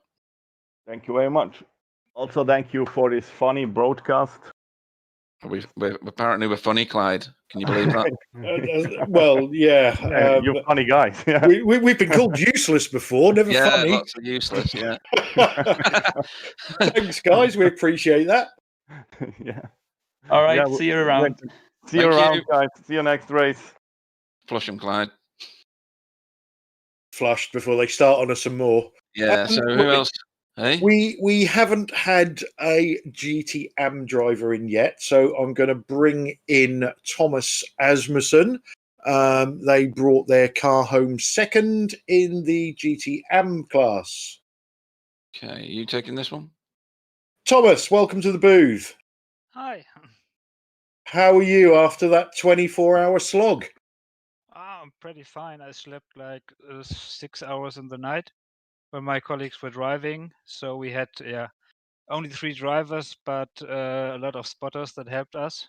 So the drivers had the rest. So I'm pretty fine now. That's always good to hear. So you must be happy with second place in class? Yeah, we're very happy. Yeah. What sort of a race did the team have? Obviously, you know, from the broadcast point of view, there's so much going on. We can't see everything. So, you know, from your point of view, how did the race go?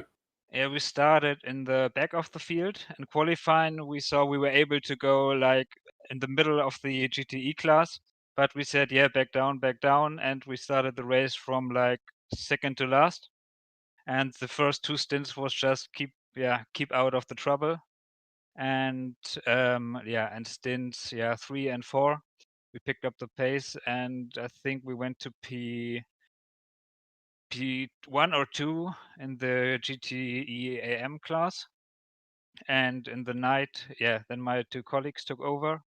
And in the night, I did 4 stints in a row, where we gained P1 with about 1 minute lead in the AM class. But then later, when we lapped P3, we got blocked very badly. And finally, we had a crash with the car. So we lost about 2 laps, I think, and went back to P3. But yeah, our pace was good, so we went back to P2 in the end. Yeah, but still a very good result for us. Would have liked to have the battle with World of Sim Racing. They were racing very, very good. Would have been very close. But P2 is very good for us too. Yeah, so you know, P2 in class, not just P2 in class, and I know it doesn't really mean anything, but P5 overall in the GT classification. So you know, you beat a lot of the GT Pro cars in that race. Yeah. Is Daytona a track that you enjoy? Yeah, it was for me the first 24-hour race I ever did was this year in January. Did Daytona, and I really liked it. Yeah, you have the long straights, so it's quite easy to do long stints. And yeah, I liked the track and the car, so I said, yeah, let's do it. Yeah, that's always good to hear. And it's Silverstone up next. What are you going to be at Silverstone, and what do you think of the track? Yeah, we're gonna definitely take part. I'm not that used to driving Silverstone, so we need to check who's gonna drive. But we'll definitely take part and try to defeat our position. I think we're overall P2 in the Esia AM championship now. So we're trying to keep that place. Yeah, well, congratulations on that. Congratulations on your second place today. Before we let you go, is there anybody you'd like to thank? Yeah, I'd like to thank my team, the other drivers, Thomas and Peter, and all the spotters that helped us to get through the night and got the drivers the sleep they needed to keep the pace up and the car in one piece. Yeah, definitely. Well, thanks for joining us in the booth, Thomas. It's always nice to hear from the drivers. Yeah. We shall let you go and get some well-earned rest. Yes, thank you. Thank you. Okay, so we've got one more left to do for you, Pete, and that's Ludovic Juret. Let's see how badly you can get his name wrong. I'll give it a damn good thrashing. Ludovic, welcome to the booth. Please do not swear. You are live. So, NRace Esports Platinum car. You brought that car home in second. You were winning for leading, sorry, for a short time, and then there was a big shuffle overnight that we missed because obviously we stood down the broadcast for the night sessions. So surprising to see you fighting with that Cobalt car for a while. Tell us about your race. We had lot of works to race this 24 hours after the Le Mans. So it was hard a little to rest before the race, and so we just race like we do, and you know, it was hard to the beginning because we all was packed, and we were racing at the same times with the same chrono, and it was tough, and yeah, we decide to lift at every stint at max as we could, and so sometimes we get 6 and then 11 laps between the German pit and us. So we were maybe faster, and then during the night the TCR car just crashed in the T1, and then they just go backward without looking at the relative, and then we arrived, and we couldn't avoid the crash. So that's why we took 8 minutes to repair, and thanks to my teammates, we finally crossed the line at the end at P2, and that's a great 24 hours. Yeah, absolutely. And you had Nicholas, Stefan, and David in the car with you at various different times. Was Olivier your spotter? No. No? Everyone spots sometimes, and yeah, during the night it was a little difficult to spot because of the tired, and yeah, it's okay. Sometimes the spotter can't see everything, and it's a race incident. That's it. Right. So second in class, you got to be happy with the amount of points that you're going to take away from the race. Have you got anybody to thank or a shout out to anybody in particular? Yeah, I want to thank my teammates and all the guys who look at our streams and the general streams, and yeah, see you next round. See you next round. Congratulations on your second place, Ludovic and NRace Esports Platinum. Bye. See you. Okay, so we've had one final driver sneak into the interview room, so we'll get him in before, yeah.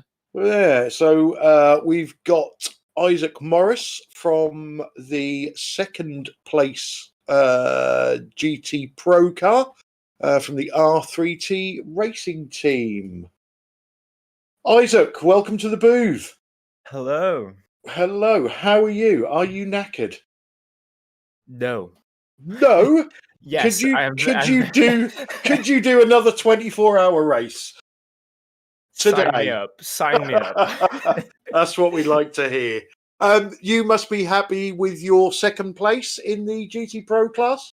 Oh yes, very happy indeed. So, go on. Sorry. Yeah, it was just a really eventful 24 hours, and just yeah. So, did you have much collateral damage on the car? Well, I think we see right towards the end, Casper had a little bit of trouble, but how did your stints go? Well, I got called into the car early, for my first stint, which was like an hour and 40 minutes into the race because Marion had a disconnect. So we dropped down way down to 17th. And then essentially that's when my first stint started, and drove like a madman, tried to get my way back up. And after the fourth hour, I think we were in P2, and we literally stayed in P2 for the whole race. Did you drive any of the wee dark hours? Yes, I drove 4 hours in the night. Excellent. And you managed to get some sleep as well, or have you been awake for the whole 24 hours? I managed to get some sleep, but I didn't go to sleep until I think it was like 10:30 UK time. So I'd been awake from. I'd been awake for a full 24 hours. So. Okay. Certainly a man with some stamina then. So Silverstone next up. A, is the team going to be there? And B, are you going to be there? Yes and yes. Excellent. And do you enjoy Silverstone? It gets mixed reviews. I certainly give it mixed reviews. I'm not a big lover of the new Silverstone. I'm being old and decrepit. I prefer the older version. But how do you get on with it?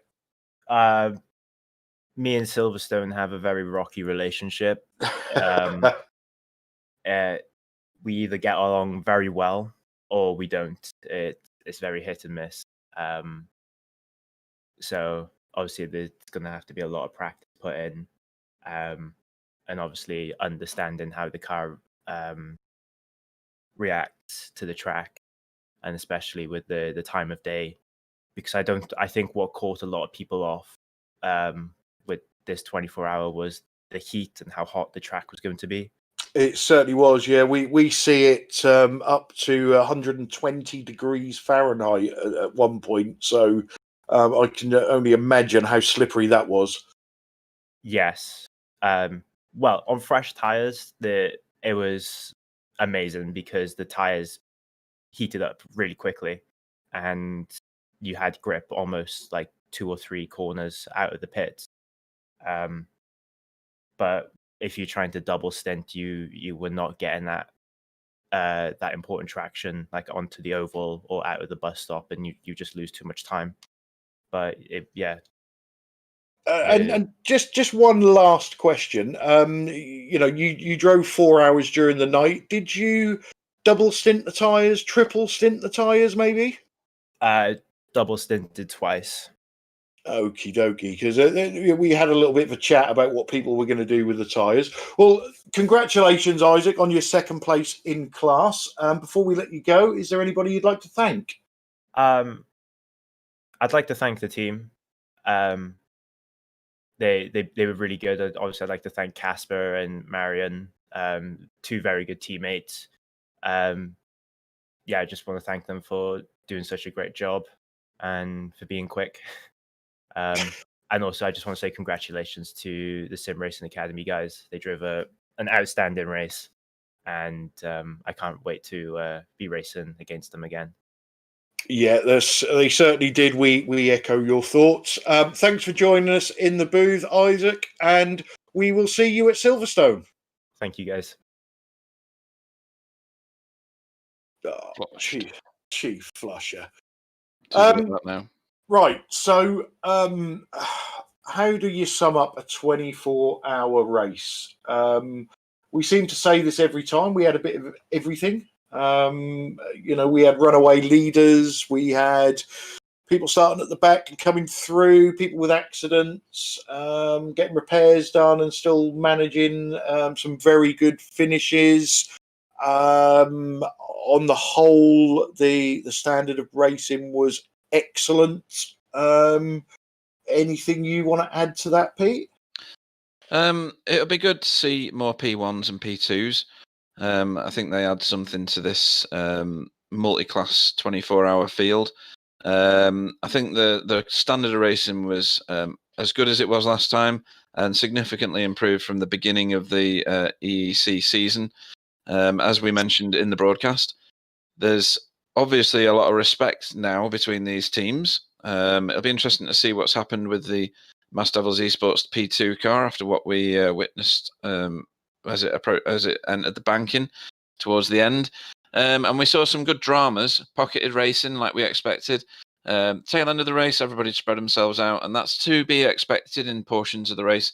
It just happened to be that it was at that point. But what a finish for the 4th and 5th cars in the AM class. That was a nail biter. I'd like to have seen it go to the end. It wasn't to be. And some great victories out there. When you consider these guys have been driving for that long, some of them have done a great job of keeping the cars safe with low incident points. And then others getting very, very close to the 120 limit. Yeah, you're right. It had everything, and they continue to be exciting races. It's not like we're ever bored to find something to talk about, because there's always something there for us. And it'd be great to see more people come into the interviews during the race, because we've got questions that only certain people can answer.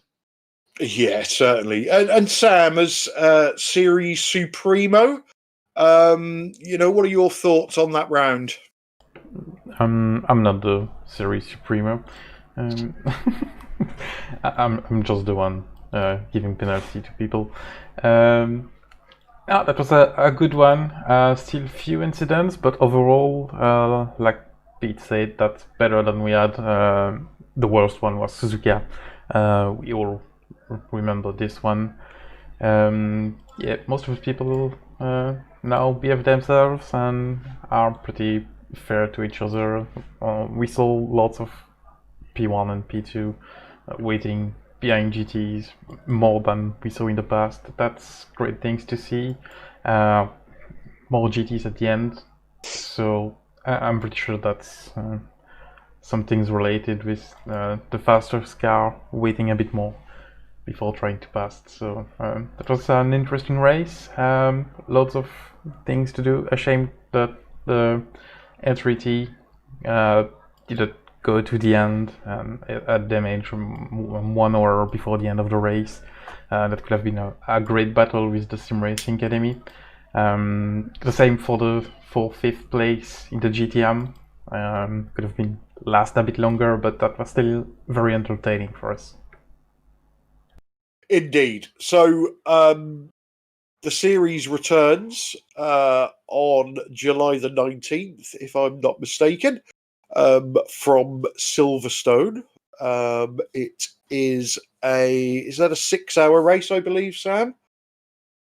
So, yeah, 6 hour. We have 6 hour, the two 6-hour race coming, then 10 hours of Baber, 6 hour, and the great finale at Le Mans for 24-1. Excellent. So for this series, obviously I'd like to thank Sam for doing the camera work, even though I was a lot better. Thanks to Pete for joining me in the booth. A shout out as well to Dom, Daniel and Elmar in race control. They do a fantastic job. Big shout out to all the drivers and teams in the series. Hope you really enjoyed yourselves. We look forward to seeing you at Silverstone. And a shout out to everybody that watches the broadcast. The broadcast is no good if nobody's watching it. BSTV are back on Wednesday with the BSTV GT4 TCR series. And then we are on air again on Friday with the European Strength of Field race for the V8 supercars. I've been Clyde Whiting. It's been a pleasure to broadcast this race. I shall say thank you and goodbye. Let the other guys say goodbye, and then everybody can go and get some rest. So goodbye, everybody. Yeah, well done to the competition winner from yesterday. We hope for more competitions in weeks going forward. Thanks to everybody for watching. Thanks to everybody that supported this. It's been a blast. Thank you. Yeah, thanks guys. Thank you for joining me for doing this series. All the people that have watched. Also, big shout out to SimRacingAcademy and Z1 Dashboard that offers few Z1 Dashboard keys yesterday in the first part of the broadcast. If you missed the interview with Russell from Z1 Dashboard, I invite you to see this one back from the part 1 of the broadcast yesterday. It was very interesting, and I've learned lots of things on Z1 Dashboard. If you want to know more, let's go check it out. And like Light said, we'll be back on Wednesday. See you guys. Thanks.